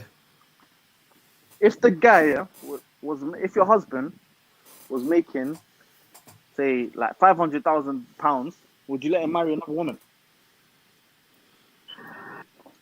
It depends what you get married for. My marriage, like I said to you, the foundation ain't money. I don't care about money. That's a lot of women. You care could be a about money. millionaire. Wallahi, money doesn't make you happy. Money doesn't make you happy. It makes your life easier. Yeah, but then again, money pays the bills well, Olo. Yeah, it pays the bills and it makes life easier. But... Alright, yo, Matt asked you, $500,000, you can marry another woman. What is the point of your first marriage to begin with, bro? I don't get it, bro. Exactly. You marry a woman you don't love, like, or you marry just to pop kids up, and just for money. Okay, let's not act stupid. I want Do to hear men his not want response. multiple women? No, I don't get it. Multiple women? You got to give it up at a certain point, bro. I'm sorry. Okay, do men not like multiple women? Well, why do you have to give that up if it's your God-given right and you've got auntie? Is love done in the Somali community, bro? Is love done in the Somali community? No, I'm just saying. Is love done in the Somali community? No, Zach, I don't know about that yet, but if Mus right now is making £500,000 a yearly, and he wants to have a second wife, and he's can provide that, and he's God-given right, can he assert it? Well, if his first wife agrees with it, she's a waste you or a waste man. You guys call it waste man. She's a fucking waste man, bro. She's waste. She agrees to it. For real. That's stupid. Sorry, guys, we've got a new panelist. Yo, AM, can you speak up? Hello? Yeah, no, I'd have to just change, put my headphones on. Can you hear me now? Yeah, my bro. Yeah. Alright, yeah, man. Come through. Carry on. Someone's talking. Was it Zach? Carry on. Yeah, I was just asking about the £500,000 question. But say, yo, you're already married, and now can you financially you can, you have the money, but do you wanna fucking? This nigga said, yo, Zach simping again. Yeah, Abdi, you ain't never got laid in your life, nigga. No. Just carry on, Zach. Yeah, Abdi, come on the live, nigga. Forget that. Get that, man. Carry on. You're on a good point. Anyways, all I'm saying is, yo, bro, if you got married to a thing because you loved her and you had kids, why would you even want to get married again? It makes no sense to me. Okay. I'll tell you why. Okay, I'm hoping you're a guy in it, because guys, they would not say no to multiple women, not having multiple women as wives. Men, this is a desire that Allah has put into us. He's put into men the desire of women. If a man out here comes out here and he makes himself the top 1% of man, making that amount of money, that he's in the top 1% of the caliber of man that has that money. He's worked his whole life to come up to that amount. He's actually making a solution, because wait, let me finish, please. Let the guy finish. Carry on, bro. Right now, if every man got married to every woman, there'll still be millions and millions of women that can't get married. Polygamy is the solution. It's the solution for this. But it can't happen for everybody. Polygamy is not for everybody. If a man can afford it, if he's at the top and he made himself at the top and he can afford it, he should 100% be allowed to exercise that option, and he should get married to 1, 2, 3, 4, and that's the limit. 10, 15, whatever, bro. Nah, 4. It makes you happy. Go do it, bro. It makes you happy. Go do it. I mean, if that's what you want. Why even get married? Why even get married? Why even get married at that point? Why get married? Yes, you got options to get married to 4 women, but guess what? as a woman, I've got option to opt out if I don't want to be with you. 100%. It doesn't Yeah, matter but it's how got to much. be in the contract, though, isn't it? It's got to be in the NICAH contract, isn't it? It's got to be in the you're NICAH going to be contract. negatively affected if Okay. if you were to leave a guy that's making 100, like he's the top 1% or top 5% of man, and She he's can on the have. top caliber, for you to leave him, women will think you're crazy. Wallah, you think money is everything? Subhanallah, I don't give. No, not just money. Not just money. Money is everything. But Let's you not say lie to you're ourselves, talking though. about It is. money. It's a You're lot. talking about money. Wallah, like yes, is money nice? Yes, yeah. But money will not keep me or will not make me stay with a man if I don't want you or I don't like your ways. It's not gonna stop me. Yeah. And some women, listen, some women will stay with you because of the money, but some women will walk away from you. Do you understand? So like Don't even stress, yo. I personally believe a lot of these niggas ain't never got laid in their lives, fam. I don't. Well, I believe that. Not these niggas over here, but the niggas in the comments. They ain't Zach, man. even No, seen girls, Zach. wallahi. Zach. Well, I beg you, forget it. We're powerful right now. We're going somewhere, yeah? Ignore them. Carry on. Focus on the chat. Carry on. Who's talking? All Is right. it Max? You had a brilliant point. Go on. Hello? Oh, is it me talking?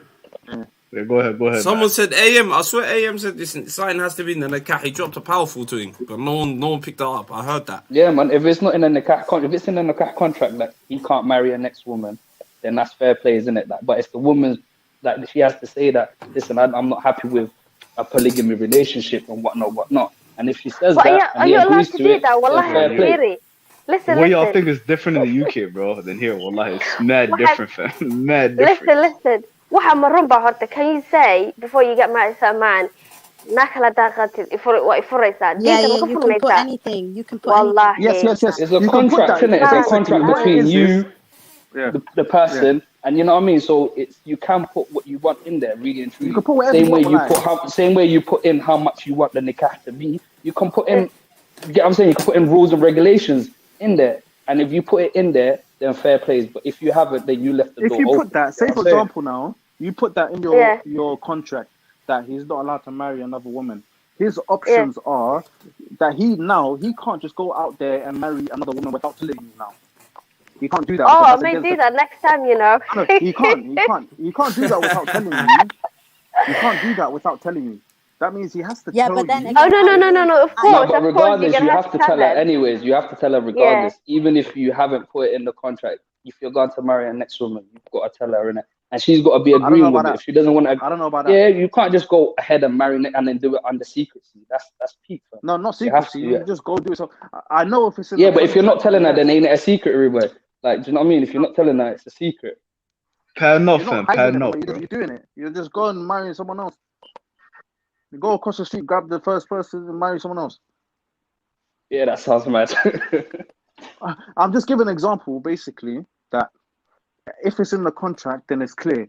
You have to tell her this is what it is. But he could still say, look, I still want to do it. You can either agree or disagree, and then that could result in the marriage continuing. What contract are you even talking about, fam? Can't people just get married because you love each other? What contract? What contract have you signed? So Disney movies, man. Who told you marriage is about love? So hold on, you don't believe in that shit at all, eh?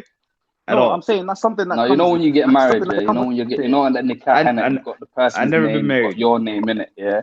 So obviously, this person is getting married to this person for this amount, and then you can put in that contract that the chefs actually that you have to then abide by. You can put in what you need to put in. Stipulations and shit. Stipulations. No. Why don't other people do that then? Why don't they do that? Somali because you know why a lot of people don't follow. FA, let FA ask a question. You know how we were talking about the whole family unit and it's important to have the husband in the house with the wife. Yeah.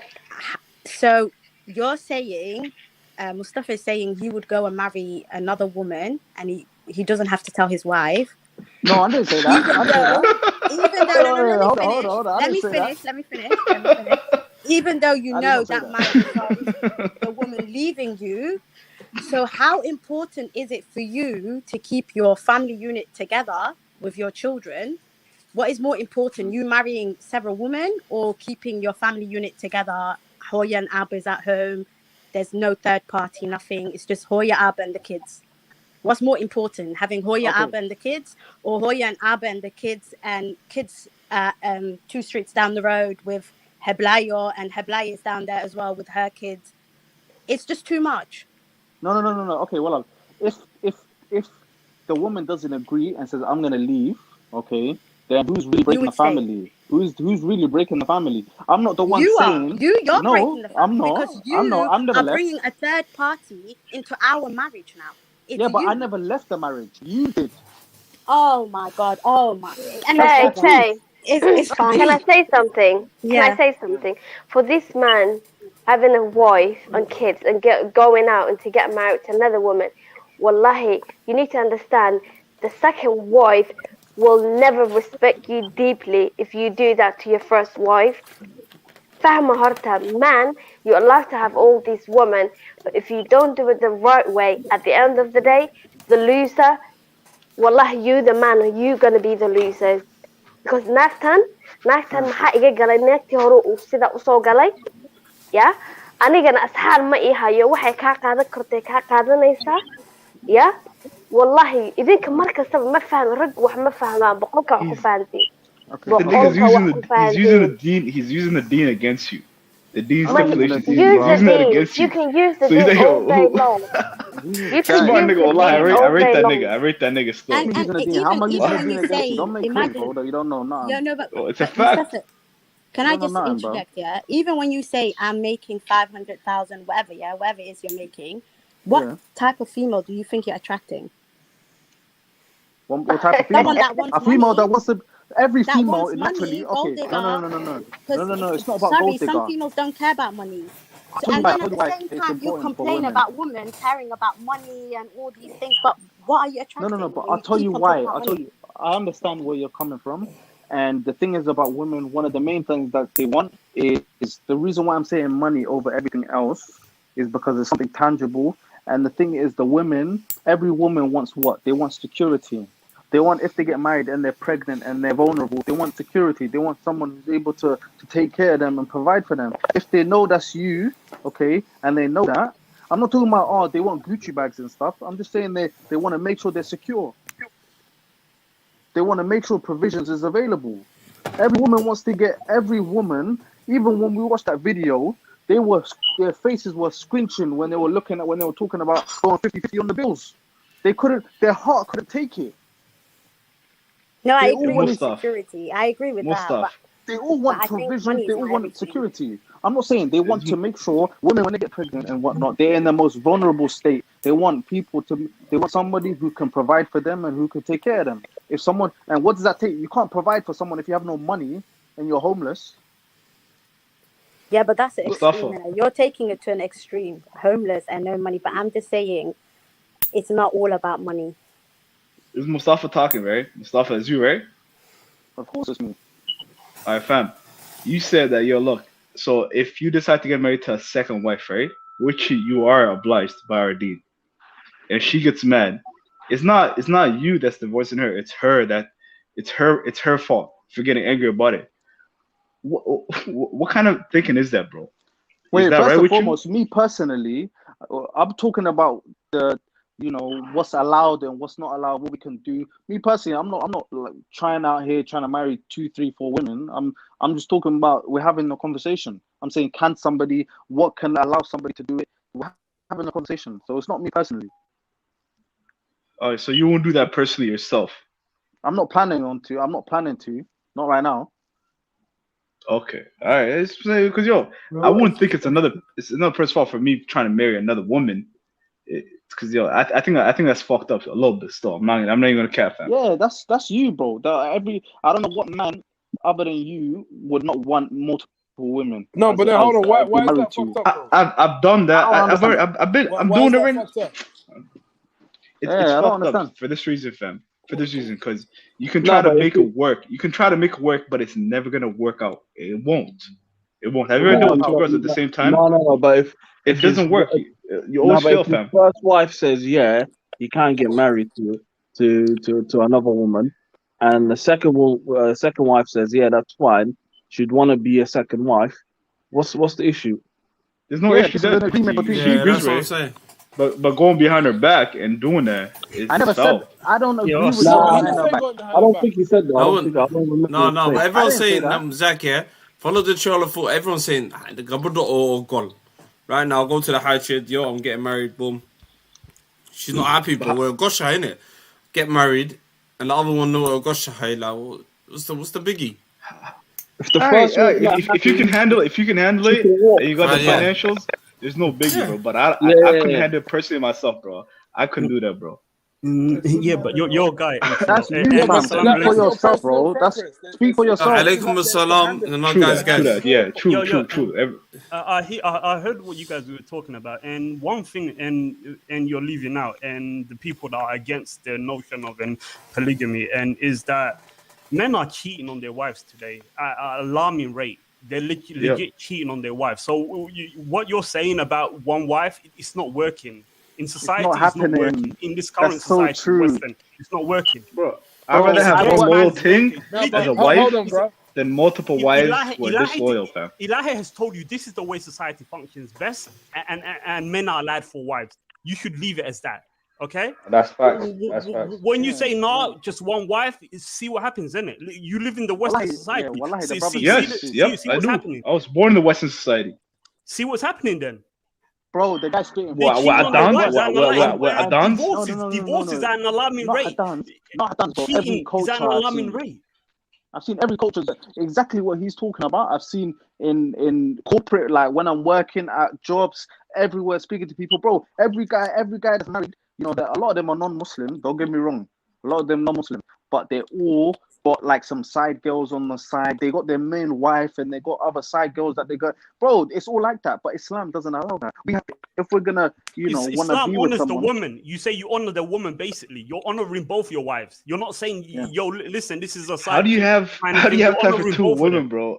How do you have time for 2 women or 3? Some people make it, bro. Yo, that's crazy. You can make time, though. You can make it happen, bro. You can make time. Yo, big ups to y'all, man. I can't, man. I can't. People make time for 2 jobs. You can make time for maybe you know what I'm saying. We need to sit out this conversation, bro. Zach, it's all about mindset, Zach. Well, no, well, I cannot, you bro. Yeah, and their best friend at the same time, fam.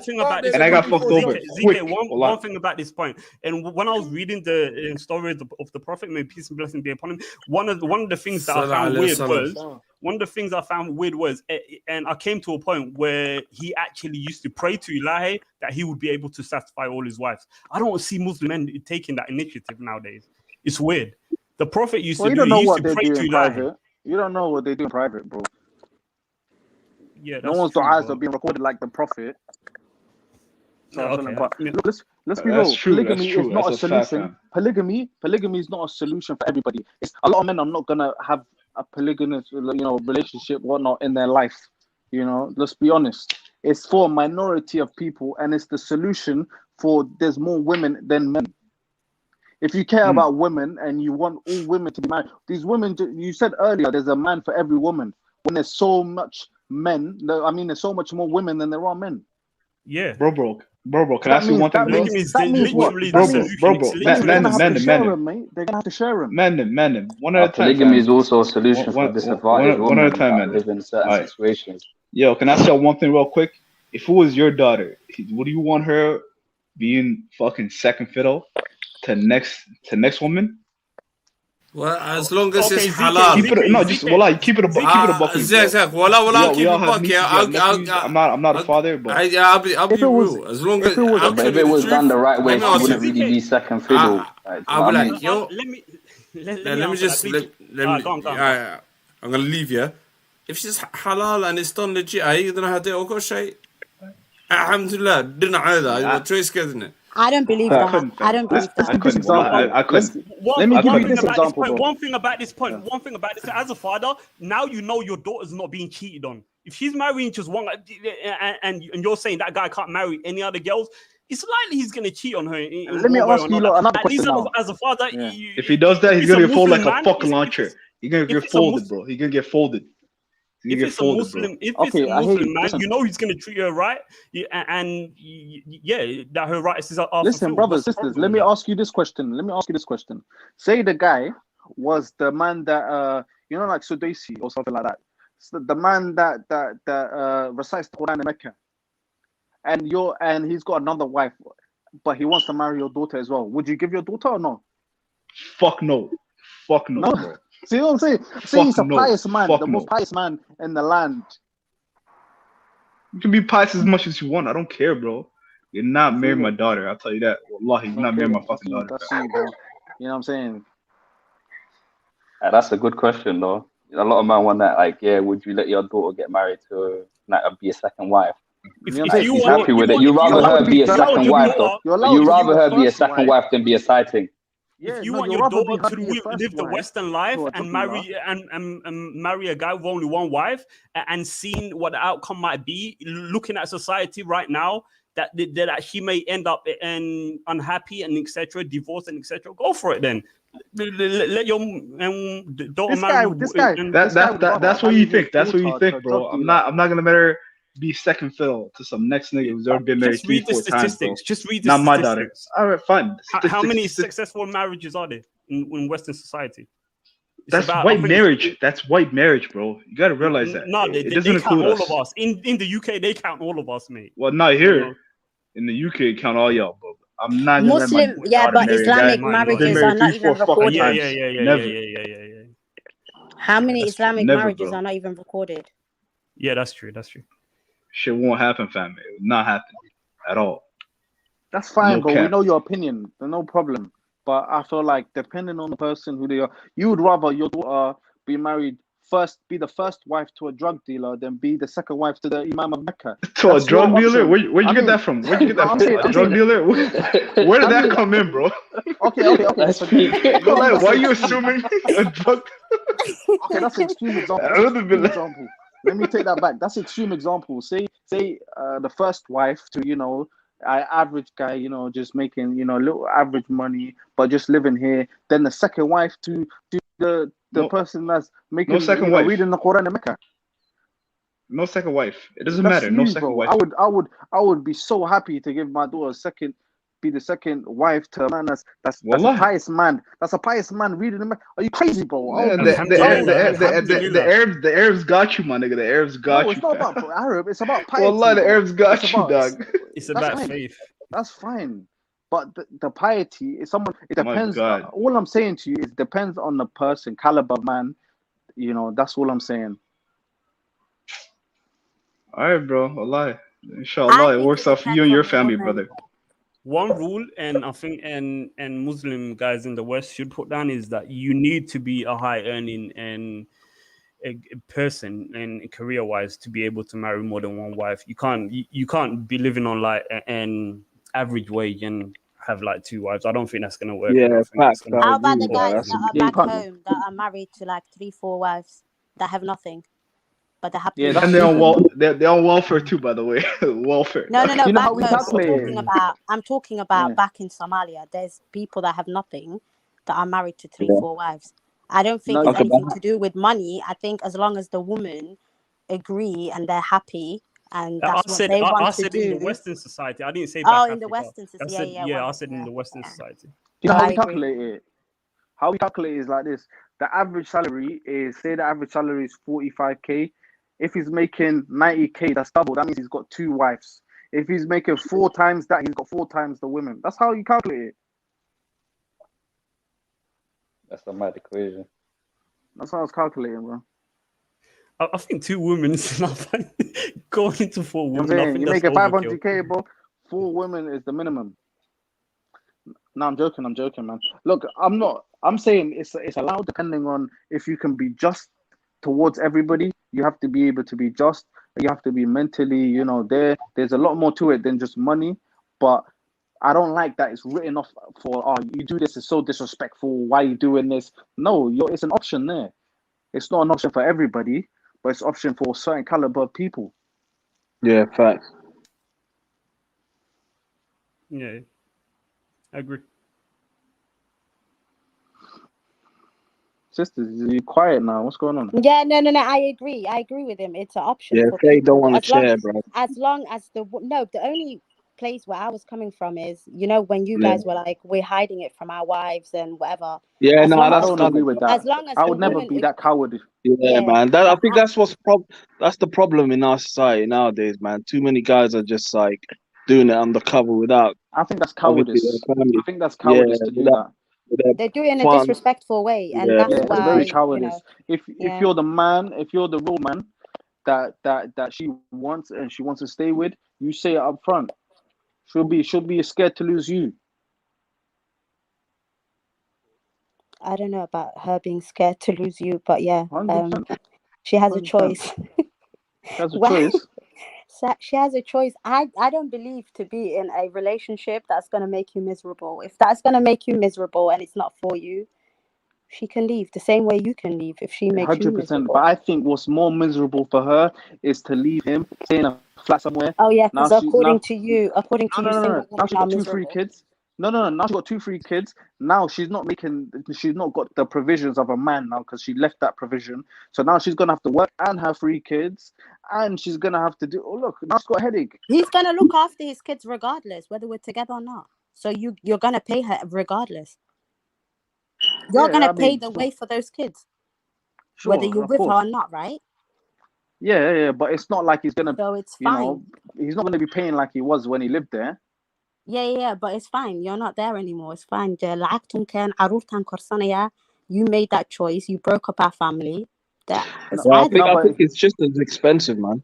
Even if she leaves, yo, what's going on in the UK, man? What's going on in the UK? You're still gonna have to cover the bills and stuff. You don't want your kids to be living in some. If he leaves, the provisions are gonna get cut short. He's going somewhere else. He has to pay rent for himself now. So he can't pay like he was. But he was willing to pay rent for both households anyway. So why can't he pay for his kids now that he's gone? Yeah. Can niggas not pay rent? Yeah? Why is it? Can I ask you guys a question? Why is Can niggas not pay rent? As soon as they leave the woman, certain men, not all men, but some men, as soon as they're not with that woman anymore, they don't give a shit about the kids. Yeah, that's wrong. That's wrong. That's wrong. So regardless, you're gonna be paying for that household anyways, because it's your kids that's living in it. Yeah, you'll pay for that household until she probably gets married to another man. That's when you at the end of the day, this is actually a good topic, because look, if a guy moves somewhere else now, he has to pay rent there and whatnot. Now you left, he can't pay like he was when he was living there. He might give you a little, he might pay sort of money like child support or pay money for the kids, but he's not going to be paying the whole rent and everything. Well, even if that means if you're earning 500k, bro, you gotta pay for that, man. You've got that's what I'm saying. yeah. So either way, if she leaves or she stays, you're pretty much you gotta pay, bro. No, but you can afford 4 wives. No. But do you know why? I don't think this is a good thing. Shall I tell you why I don't think this is a good thing? This is the exact same thing that happened in America. Pay the money, man. No, pay the money, man. Let me explain to you, bro. Let me explain to you why it's not a good thing. But this actually gives women an incentive to leave marriages when it's not necessary for them to leave. For example, in America, what happened in America? All the especially in the black community, women started leaving their husbands, and the reason why they were allowed to leave is because they had the whole state paying for them, helping them, giving them accommodation. If they didn't have that, they would have stayed, and the marriages would have been up instead of down. Yeah, but do you think she would have stayed because she has to financially, or she would stay because she actually wants to be with you? Doesn't matter. Stay for the kids. The kids, that's doesn't matter. Stay for the kids, man. You don't have to like each other. You know one thing, yeah. In order to be a good mom, you have to be happy. She would be a miserable mom. That is bitter, that is resentful, that hates their father. Would you not just want her to be happy? Just pay up, just pay for the house. You chose to leave. That just let the woman be happy. Let her free. Yeah, no. Pay until she finds somebody. If she finds somebody, then that's cool. I mean, I don't know about this. Do you have a kid with her? For women to leave. Are there kids? You give money, are there kids involved or not? You're not paying fully. You're not paying like you was. Yeah, then you gotta pay for your kids at least, bro. You gotta pay for Yeah, your kids. yeah, You pay for the exactly. kids, Now bro. Minimum. You pay for the kids. you pay for everything until she gets married. Then obviously, No, then you you don't take pay for care of the everything, kids. man. Yo, Now you have to, bro. will y'all date a No, single mother, no. fam? Will y'all date a single mother? If every man had this sort of mentality, then every woman wouldn't care about leaving their man, because no matter if No, they but if leave or you're stay, earning wait, 500K and stuff, no matter if they leave or stay, the rent's paid, I got money, I don't care if I'm with them or not. Would you date a single mother, fam? It's a real question. would I? Yeah, I everybody don't on know, the man. panel. I probably would, because I know a You single would? mother won't. Yeah, she what she's been through, she won't make the same mistake twice. I reckon. There's nothing involved. Just like yo, a single mother, you don't know if she's cool, if she's not, whatever she's been through. We don't have no idea. So all I'm saying is, yo, would you date a single mother? Is that an I know option? you would. I know you would. You would love them. Wallahi, billahi taala, I wouldn't. I wouldn't date a single mother. Yeah, you fucking mind, fam. I thought you Wallahi, I the wouldn't date a If she's single a mother. widow, if she's a widow, Alaikum assalam. Let brother creative man come through. Do you want to say A something? widow's different. A widow's not a single mother like that. Assalamu alaikum, brothers and sisters. Alaikum assalam, my brother. Alaikum salam, rahmatullah. You talking about baby mum or single mum? A quick question. I mean, an answer from ZK. Would I ever get married or be with a single mother? Hell yes. I'm already with a single mother with a 3-year-old child. And alhamdulillah, shukran ya Rab, I've made the best choice of my life. Word? Alhamdulillah. Mabruk, tabarik. Allah yahdik. Mashallah, mashallah, mashallah. MashaAllah. Come on. Zach, did I answer your question for you? Yeah, go ahead, brother. So, did I answer your question, sir, man? My question for you, brothers and sisters. You guys haven't even discussed the main objective before the two parties get married. Like, what is literally the main objective first and foremost? This is a question to everybody.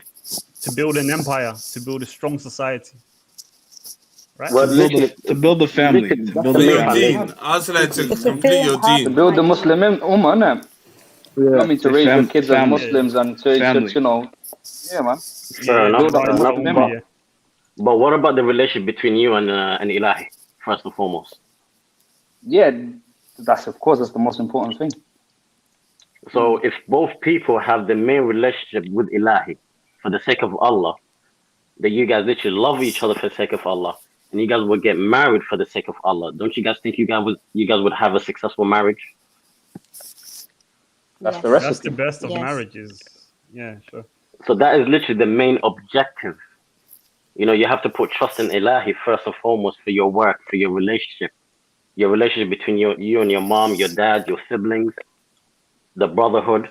If you guys don't put the trust in Ilahi first before you step into that door that you want to get married to that person, your marriage is not going to be successful, because if you do lose that person, you're going to end up having anxiety attack, depression. There's certain things you might even suffer from, subhanAllah. You know, the main objective is Ilahi first. Deen, it has to come first. You know, for you and for your partner to be fully protected. You know, this is literally the main objective, brothers and sisters. Before anything, subhanAllah. And any other thing can actually come, but I've heard you guys discussing about the Westernized, how Westernized people think, and one, we are separate from them. I am free from them. Yeah, we don't imitate them at all. You know, we should follow the How old are you, brother? I'm 37, alhamdulillah. Okay. And one thing I'd like to add, and I'm gonna leave it with this, and one thing, every time people talk about multiple wives, they leave and they justify it by the deen. They always leave out the part where I think it's a Sahih hadith where he only recommends you take one wife if you fear in the day of judgment. So if you fear what's going to happen to you on the day of judgment, like you're going to have to pay back for every wrong that you've done to her and etc., then just take one wife if you're fearful of the day of judgment. But that's not to say that you can't marry multiple wives. And also to remember, and Ilahi is the Most High, and having multiple wives doesn't give you an excuse to take advantage of a woman or women, etc. And Ilahi is the Most High. And Assalamu alaikum. Alaikum salam. Walaikum salam. Big up Wu-Tang. Sister WM. What's up? Son the wall. What do I hate? Hey, yeah. Hey.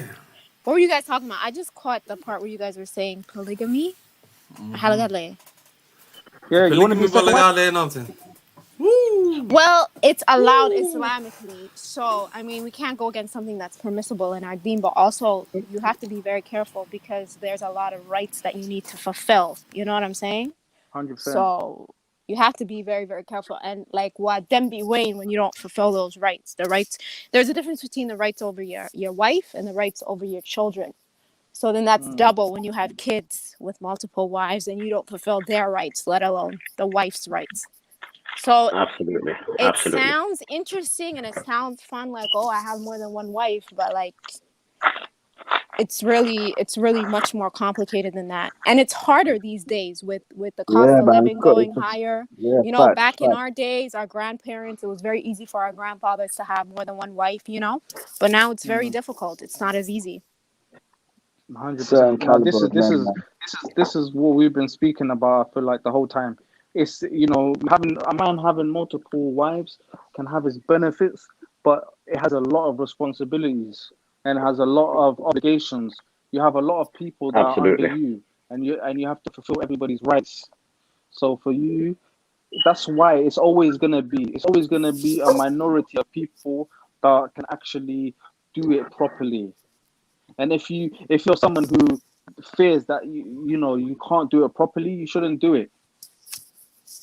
Bro, we got niggas on welfare talking about having 4 wives. They can't even provide for themselves. No, that's kind of a buck, bro. Well, some people are overvalue themselves. They can't even provide for themselves, and they're talking about having 4 wives. Yeah, but that's more like an ego thing. Like, oh, I have 4 wives. Like, it's an ego thing. You know what I'm saying? It's not even about actually taking care of these women. Because, like I said, in our grandfather's generation, they were marrying widows. They were marrying single mothers. They were marrying women who needed to be taken care of. The Sahaba used to do the same thing. The Nabi Sallallahu Alaihi Wasallam used to do the same thing. And these are the women that a lot of men will say, oh, I would never marry a single mother. But that was the sunnah. You know what I'm saying? No, as a second wife. I wouldn't marry a single mother. I'm sorry. Well, I just wouldn't. It's too much baggage. Yeah, but we have the Dumal culture. I dated a single mother. We have the Dumal culture. You know what I'm saying? Like, it's not ebb. A lot of these things are not ebb. Being divorced is not ebb. Dumal is it halal? Sorry. Can I say, you see the Dumal culture? Yeah, I always wanted to ask, is that culture or deen, sis? Because I think that's kind of nasty still. It's really not, because you're protecting your family. Is it deen, the family? I believe it's allowed. Yes. What is Dumal, if I may ask? What's that? Basically, say if your brother dies in it, yeah, you be the closest to marry his wife, straight away. Oh yeah. It's a duck thing, innit? I think that's cultural, though. Is that not the Somali culture? That's what I'm trying to. No, guys. Back in the day, when obviously that is not culture, guys. We ain't living in the 15th century, bro. I wouldn't marry my brother's wife if he died. Come through creative. You got insight on that? Yeah, listen, this is Dinian Akhis, brothers and sisters. If my brother passed away and he's left with his wife and kids, I can actually marry her to look after her and the kids as well. That's if I want to. Remember this. That's if you want to. Yeah. You don't have to do it. Yeah, because I've heard. I think back in the day they did that because obviously the woman, obviously didn't. If she had like 5 kids and she couldn't go out to work and stuff, then naturally the brother would take over the family and stuff, the responsibility of looking after the family. Exactly, but what would have happened? What would have happened if someone was still paying her bills? What would have happened? That means she wouldn't even look for a guy. Exactly. Yeah, exactly. Look for somebody else, bro. I'm not gonna marry my dead brother's wife. What kind of foul shit is that, bro? I've heard where they forced women. It's not for everybody, actually. It's not for everybody. Like me personally, I wouldn't do it. You understand? You saying they forced it? Yeah. No, I've heard, but obviously not from our generation. I know a girl, her grandma. Her grandma was married to her granddad. And then when the granddad passed away, she was forced. The grandma was forced to marry the brother, even though she didn't want to. Well, like back home, they forced her. So I don't. That's why I thought it was cultural. Yeah, that's what I'm saying. But then again, I'm thinking about it. Yeah, the kids could become brother-in-laws and first cousins. It's kind of weird, don't you think? Yeah, that's what it is with them, because obviously her granddad passed away, but then this the brother got married, so her mum and her siblings back the other back, but it's like they're cousins as well, they're first cousins as well, because it's the brother's kids. That's what I find a bit weird. I've seen a couple of people like that. They're like, we're brothers and sisters, but we're first cousins as well. I was like, whoa. Are they retarded? No. They're normal, but it's just weird. They're like Abdi Yusuf. It's very weird. The Somali thing. That's why I kind of looked at it when I've heard a couple of people. And certain uncles no way then. Certain uncles are like, no, I'm not going to do that, man. Cause me personally, I kind of missed that out, bro. I got brothers, I wouldn't want to do that. I don't think it's a bit. There's genetic deformation with that, you know that, right? But the thing is, guys, you know, most of our people, you know, they intend to follow the culture before the Islam, and this is the main problem. You should never mix both of these two. Culture is a culture. Islam is a Sharia law. We have to follow the Islam first before the culture. No, fam, I follow my culture before Islam. Sorry. Are you serious, Akhi? Wallah. So you're trying to tell me, if I ask you a question right now, what are you? What would you say? Somali man. Subhanaka Rabb. So you are Somali before Islam, before you're Muslim? Yep, I'm Somali first and foremost. What did Rasul Muhammad sallallahu alaihi wasallam said about tribes and culture? Bro, all I'm saying is I'm Somali first. That's it. I'm Somali first. And Akhi, that you're not following the Sunnah, brother. I am following the Sunnah. No, you're not following the Sunnah, Akhi. That is not a Sunnah way. Rasul Muhammad sallallahu alaihi wasallam said, if you follow the tribes and the culture before the Islam, I will never support you to walk in the Jannah. But he did say, protect it, love it, cherish it. But do not put it before the Islam. That's the reason why a lot of us got alienated and manipulated. Look at fucking no, but the fact is that you put in a culture. Huh? What? This is absolutely sad, brother. No, you I'm put in a confused. culture and where you're from before the Islam. I put my people first. I put my people first, bro. Number one, Somali's come first, wallah, no matter what. Yeah, so for Muslim people, that is your people, though, isn't it? Bro. Yeah, we're Muslim 100%. We know that. All right, yeah, okay, cool, but Somali is your ethnicity, innit? But Islam is your religion. You know what I mean? When you're dead in your grave, you're not going to be asked about your ethnicity. No Kabir is going to take you to Jannah, man. You know what I'm saying? I'm Muslim, Sahib. You're not going to be questioned about what did you follow in your culture. You're going to be questioned about what you followed about your deen. You know what I mean?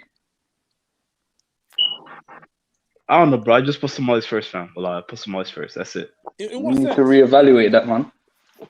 In what sense? You know, I really don't know what to say. That they come number one. They come number one. So, hey, ZK of Somalia كنت كنت. Salada. How? How? No. How? This guy's trolling, man. Don't pay attention to him. This guy's trolling. Yeah. Salada Somalia كنت كنت. Okay. Ha, kulaha.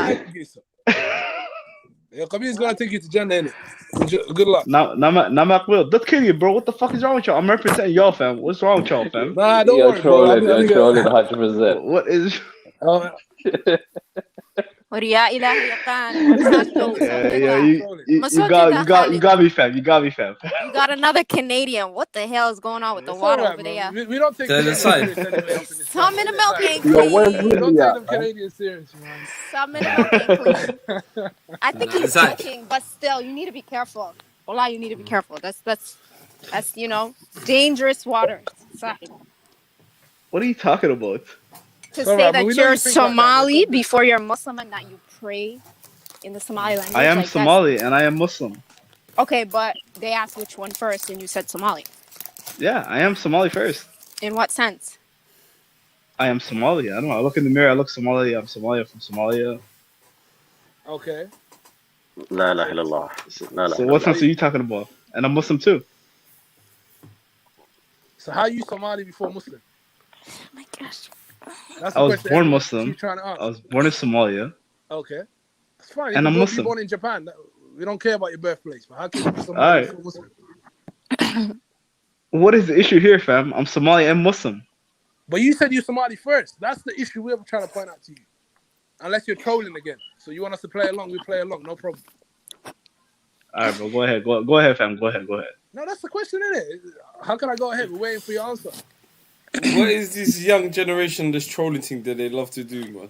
I don't. What is wrong with trolling? What is wrong with trolling, though? Seriously, what is wrong with trolling, fam? It's fun. We're confused. Like, what is your opinion? Like, we're not sure what you actually mean. Nah, look, everyone's leg. That's it's fucking clear that I'm trolling. Alright, I'm Muslim and I'm Somali. Relax. It's not that serious. We love you guys. Don't worry. Okay. Alhamdulillah. Okay, kaboda sheka then sheka kala kahadla. Yeah.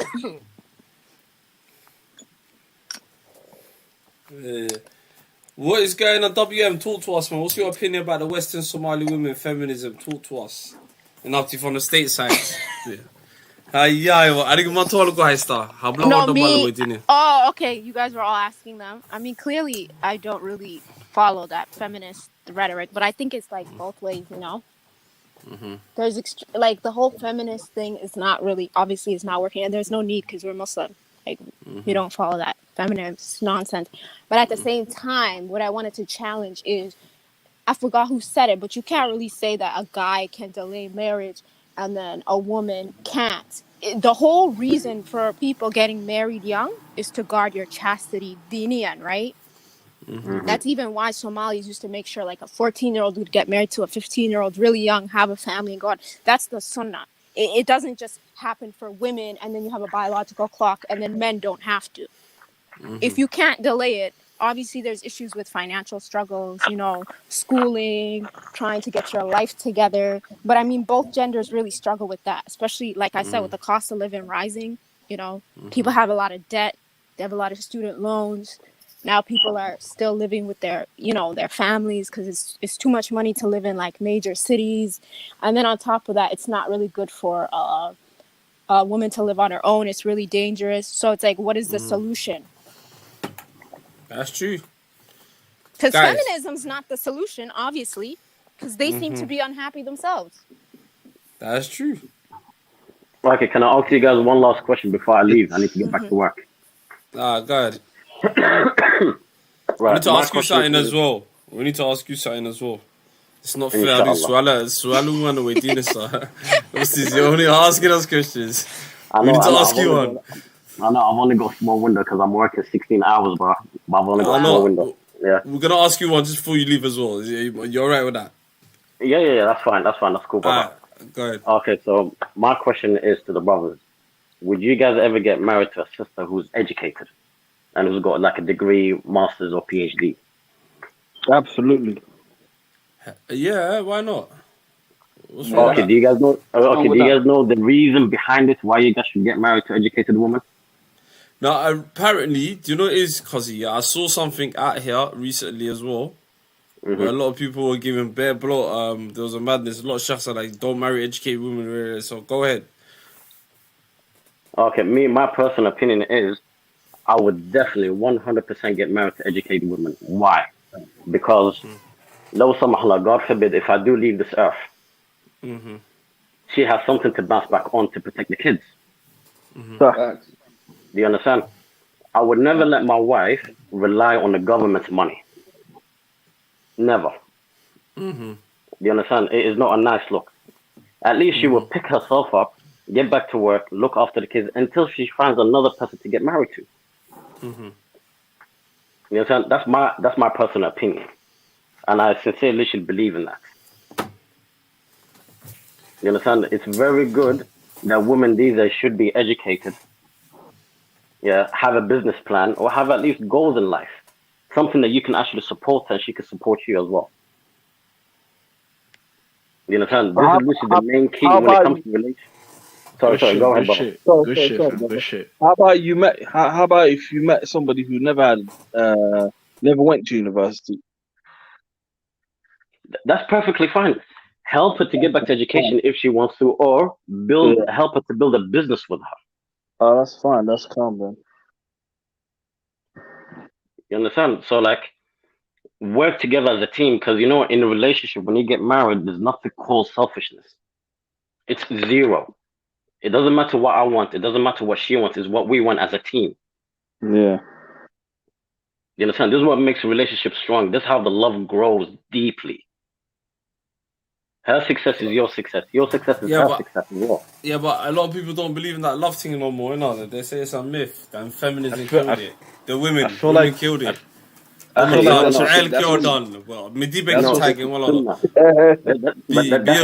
thing when I said earlier. What's the main objective before you get married is to get closer to Allah first and foremost.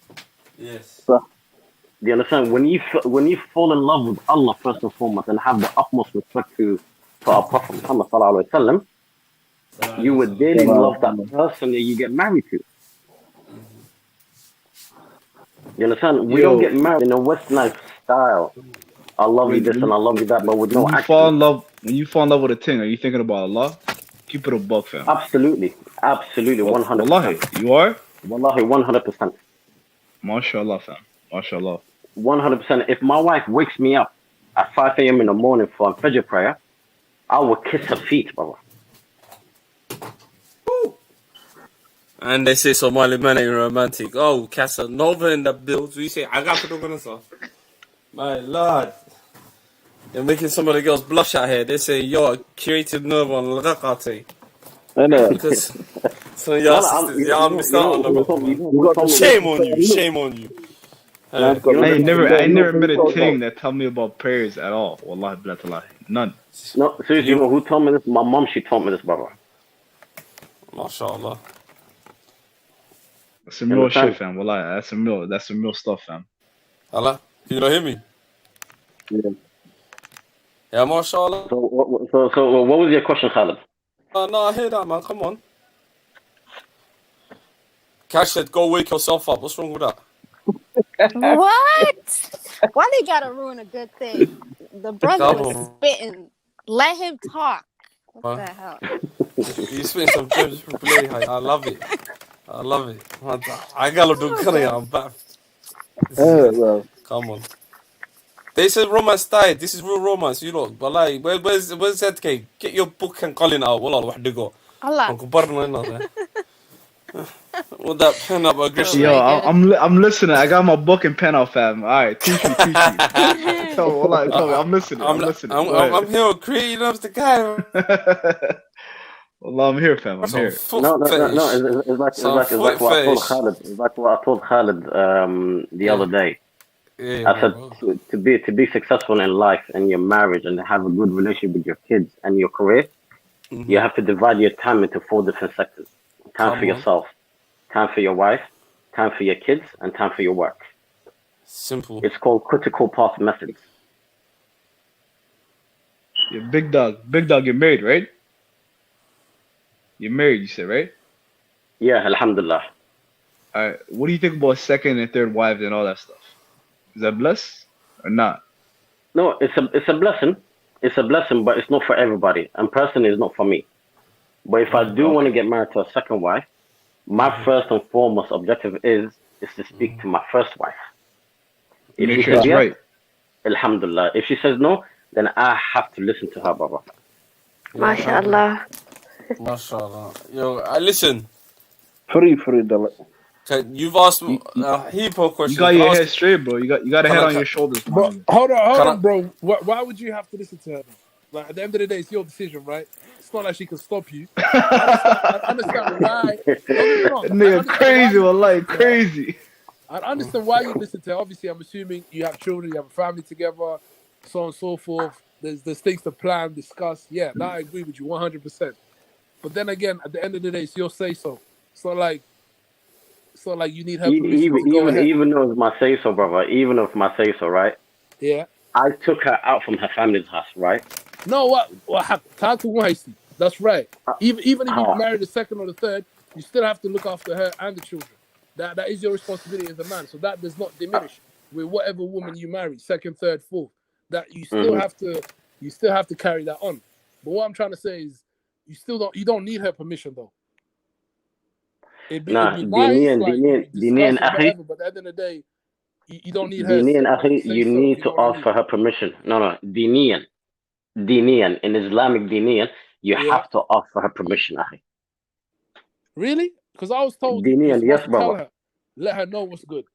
No, brother. Look at in Fiqh al-Sunnah and Sahih Bukhari, akhi, inshallah. Okay, you have to ask your first wife, inshallah. So if she says no, you're saying you can't go ahead. You can't go ahead, akhi. See, I've under the impression. Yeah, I agree. But I'll look into your hadith though. I've heard. Homie ain't waiting for no permission, fam. You ain't waiting for no permission, dog. I've heard you could, as a man, you can go ahead. Yeah, that's what I heard you too. just let her know. But of course, you still have to have the responsibilities you'll carry on while we. Absolutely. And if you're willing, I mean, because for me personally, one wife is enough for me because I don't know how to. No, I get that. I get that. Women to treat women equally, and for me, it's impossible. Yeah, it's just a permission. I've been saying that, fam. It's impossible to handle 2 women, much less 3 or 4. That's crazy, bro. It's been done in the past. It can always be done, but like I said, it's a personal preference. ZK, it's a personal preference. It probably is not going to work for you. You know what I mean? You're Somali first, not Muslim first, so yeah, you're gonna have issues. You know, maybe if you're Muslim first, it could work. Allah. Oh please, yo, because I'm repping my people, bro. Please get the hell out of here, man. Yo, creative nerd. I've got a question. The question I need to ask. Yeah, go ahead, brother. The question, yeah, this is the question I wanted to ask you. Yeah, seeing as you're animative director in it, yeah. When you gonna work? First and foremost, I am not a director.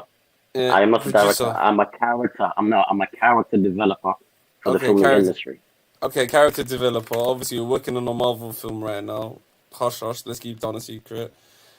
I want to know, is there any chance Somali animation character film in the works? Tell us something, a story. We need it right now. You know, mate. So what's going on? I mean, if you can come up with a story, you know, I can always develop the character. That's no problem. You want in 2D and 3D, I'm happy to do that, brother. Mm-hmm. But there's nothing out there at the moment, any Somali animation or whatsoever, you understand? But if I can meet a Somali person who's good at, like, you know, writing storytellers, like comic book or something, at least, you know, with the history of the Somali, you know, the culture, what was our religion from beginning and stuff like that, like, you know. Come on, Abdi. Yes, I've got an idea. My lord, Abdi. Yo, creative. If you're gonna come down to SC tomorrow, speakers, yeah. If you're free or not, I'm gonna be there. If you're gonna be there, no, I want to talk to you about this. Always, I can try to make it, but I'm all the way down to Slough. We're working on a different movie. Working on a different movie right now. You're big dog. What do you use? Use Adobe Animate, Adobe Premiere Pro, or like special effects? No, I only use Adobe for concept designs, like to do my character designs. But I mainly use 3D software like Maya, ZBrush, and Houdini, like the stuff they use it for the filming companies. Wallah, I didn't even know about that, fam. I use like Adobe to like a little edit type of stuff. You know what I mean? But yeah, that's talent. Wallahi, that's talent, bro. You're doing big shit, fam. Big shit. Yeah, this guy's working on, you know, the Doctor Strange 2. Oh, mashallah. Mashallah, man. Big film, man. Like I said, big comic book fan, man. DC, Marvel, Shang-Chi's coming out. Yeah, man. I rate that, but Somali cartoon film, I'm thinking about that. Like one for the little kids, man. You know, for the Somali kids, little cartoons for them would be sick, man. Yeah, what do you mean? Like, we were doing Hadrawi yesterday, animation. Like you know the ones that you know the ones that your parents would tell you, and like them stories animated. Like Degder or something like that would be sick. Yeah. Now there's already a thing called Somali Era. It's a channel that I'm watching. I'm not gonna lie to you. I'm gonna put it up fast on this. But there's a lot of Somali kids as well. The younger ones, they don't really know Somali as well. So imagine watching an animation, but they're speaking in Somali. I mean, so that they get to learn the language a little bit as well. Going back on there's actually a Somali comic book called Yo, a brother named Mohammed Throwdown. If you saw that, so yeah. No, I haven't seen that, man. Have you got a link to it? Thomas? You gotta buy it. You gotta buy it, but I can screenshot it for you and like send it to you. But yeah, his brother put it. He's actually on. You know, send the link, fam. Wallahi, I'll support it, fam. I'll buy it, wallahi. I'll send you the link. Somali comic book. That's new, man. That's sick. You never seen it? You know, you guys know Nomadic Hustle? Yeah, I've heard of that. I've heard of it. Yeah, I heard of that. I haven't heard it. Yeah, the brother interviewed. Let me find the video. The brother interviewed him about the comic book. I don't know. You guys never saw that? No. Let me send it. No, fam. No, I haven't seen it. What? I haven't seen that, bro. I used to watch that, brother, but I ain't seen it for a hot minute. Nomadic Hustle. Yeah, but like I'm saying, man, if you animate, like I said, creative mind, something like, you know, there's a film, obviously, The Graveyard's Wife, and the Gravedigger's Wife. It's cool. That's a banging Somali film, but an animated Somali film, that would be serious. But you know, it's like I have to have a big team to animate because I don't do animation. I develop the backbone of the animation, and the animators, they move all the characters. I don't do that. Okay. Like I said, I'm just a developer. So I listen to the director. The director literally gives us a script, and I have to use my imagination to create these characters and not bring it to life, but make it more realistic to the point where they intend to use it to the 3D software and make it move in a motion capture to make into a movie or rather into a video game. Yeah. Jeez. You know, but inshallah, one day, you know, I'll share my Instagram with everyone, inshallah. Yeah. And y'all people can check out the work, inshallah, ya Rab. Definitely, broski, man. You never know. One day I might open up a studio one day, inshallah. You never know. Yeah. All down to Allah's will, inshallah, ya Rab. Yeah, man. I'd love to see some serious Somali animation out here. I know. Somali God level, that would be serious. You know what I'll do? I'll develop a Somali character with the old traditional clothes or whatnot, make it like into a Black Panther thing. You never know. Let me come up with some designs and develop into Photoshop and 3D, and I'll share with you guys, inshallah. Just give me a few weeks, and I'll do that, inshallah, ya Rabbi. Alright, definitely. No, man, that'll be sick. Come on. Inshallah, ya Rabbi. Inshallah, ya Rabbi. Jazakallah khair, guys. I really appreciate you guys giving me time to talk. Now I have to literally get back to work, inshallah, guys. So, tomorrow we're back here. We'll be talking about Somali role models tomorrow. Why is there no Somali role models? So come through tomorrow if you got time. Inshallah. Always a pleasure. Inshallah. Alright, my brother. Big up. You guys look after yourself, inshallah. Stay positive and keep smiling, guys, yeah? Come on, always, man. Take care, bro. Inshallah. Wa alaikum salam wa rahmatullahi wa barakatuh.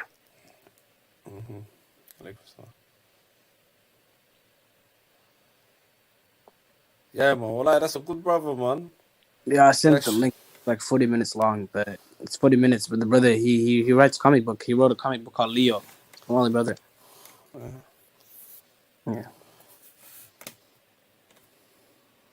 We watch about a little 5 minutes time to see the gist of it. Nah, yeah, it's up to you, bro. Yeah, but that's the good. I'm about to go eat. I'm just gonna take a shower, bro. Today we have with us Muhammad Haji, author of Laylo and founder of Bahdon Comics. Welcome, Muhammad. That's it. I really appreciate you coming on. I just want to take a little bit of time to talk about this podcast, how the idea came about, the name Nomadic Hustle. And I just want to say that it's been a long journey. I mean, we've been talking about it, I think, as a group in Snappy for about a year now. So, alhamdulillah, it's a blessing for it to finally happen. And I'm excited for what the future holds.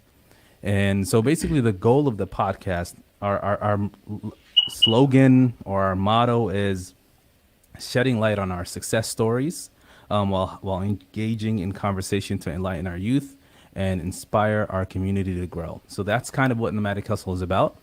And we want to highlight Somali success stories from across the globe. Anybody basically that's Somali that's doing something that's worth noting in entrepreneurship and in their professional world. It could be even in politics, just anybody that we feel like is successful and that's doing great work as a Somali. We want to highlight and we want to bring them onto our show and want to share their stories. So that's kind of the goal of the podcast, and I'm sure it's gonna kind of evolve over time. And we don't know where it's gonna go. We don't know. Sometimes you start a venture, you start something, and it just becomes its own living, breathing project, and you don't know what it's going to be in 5, 10, 15 years. So we can only hope that it's a tool to inspire our generation and the next generation, and we can hope that the youth can look up to Somalis just like them in the professional world, in entrepreneurship, that are doing well. So that's about the podcast. And I just want to talk about Snappy for a little bit, because this podcast is powered by Snappy. Snappy is the Somali North American Business and Professional Inc. It is the largest professional networking organization for Somalis, I believe, in the diaspora. We have about 16,000 members. You can join our Facebook group. That's where a lot of the activities happen. We hold national conferences. We hold networking events across Minneapolis, Seattle, Toronto, and Columbus. And soon, maybe DC and San Diego. Shout out to DC and San Diego. We're going to welcome you guys whenever you're ready to join Snappy.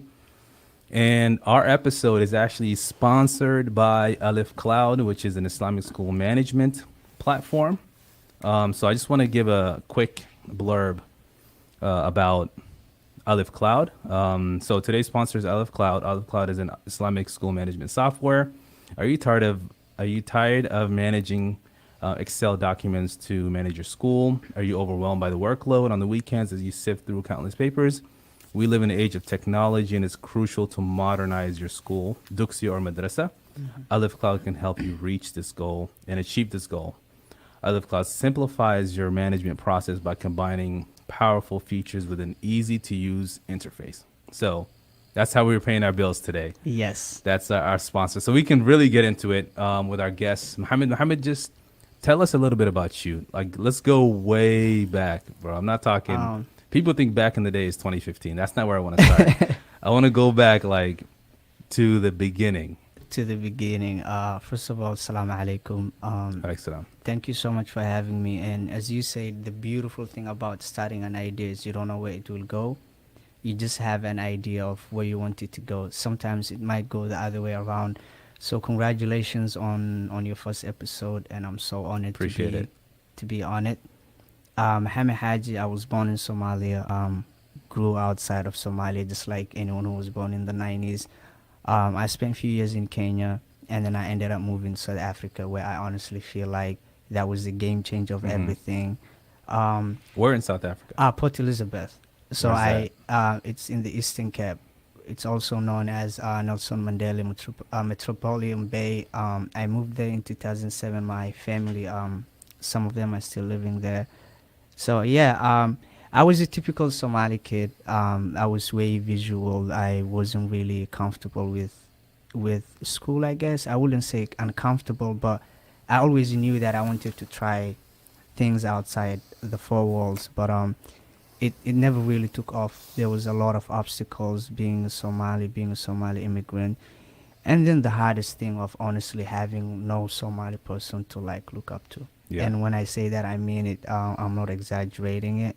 I have lived through that, where at certain point, Somalis playing football, soccer, as you Americans call it, was like surprise to a lot of people. Like, oh wow, your people play soccer, your people. And for me, it just grew off.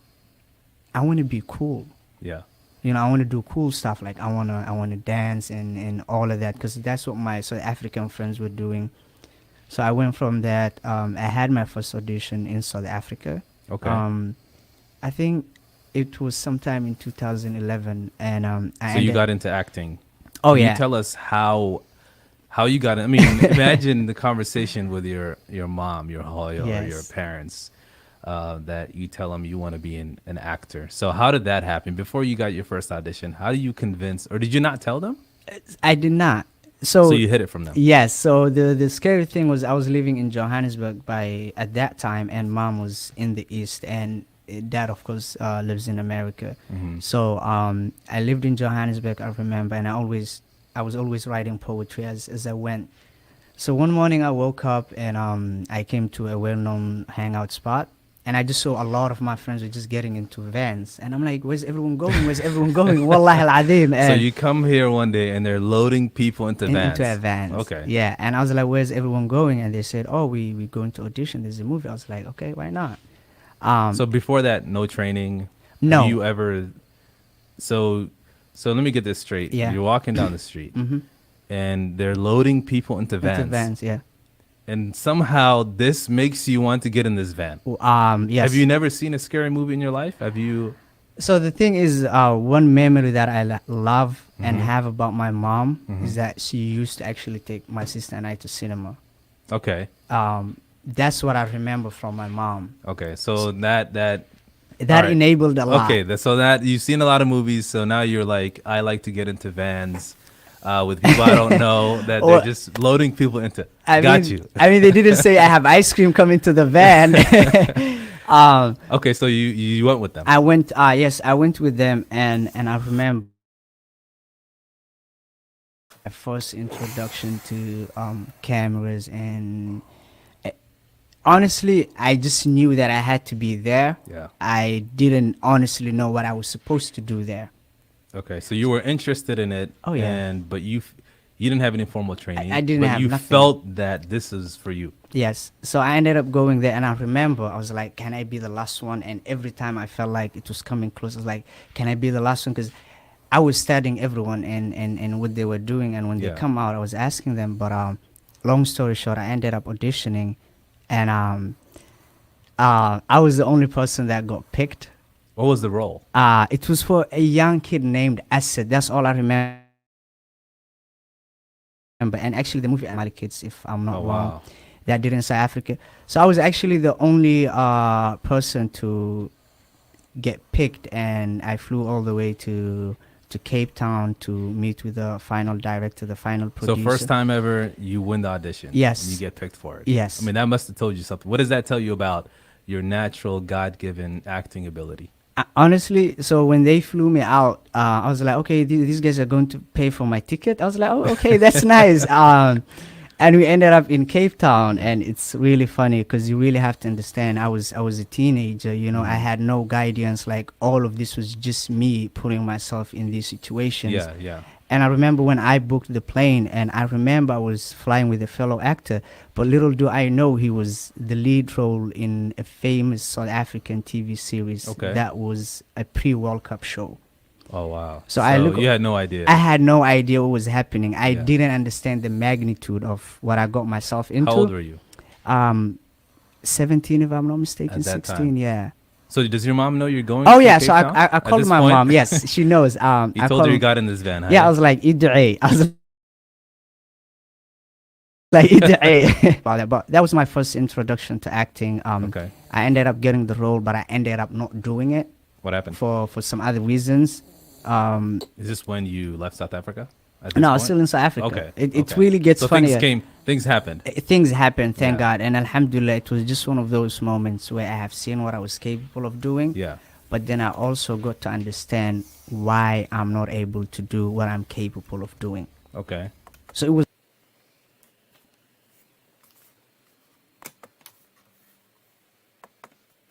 Yo, Mackie. Still this is.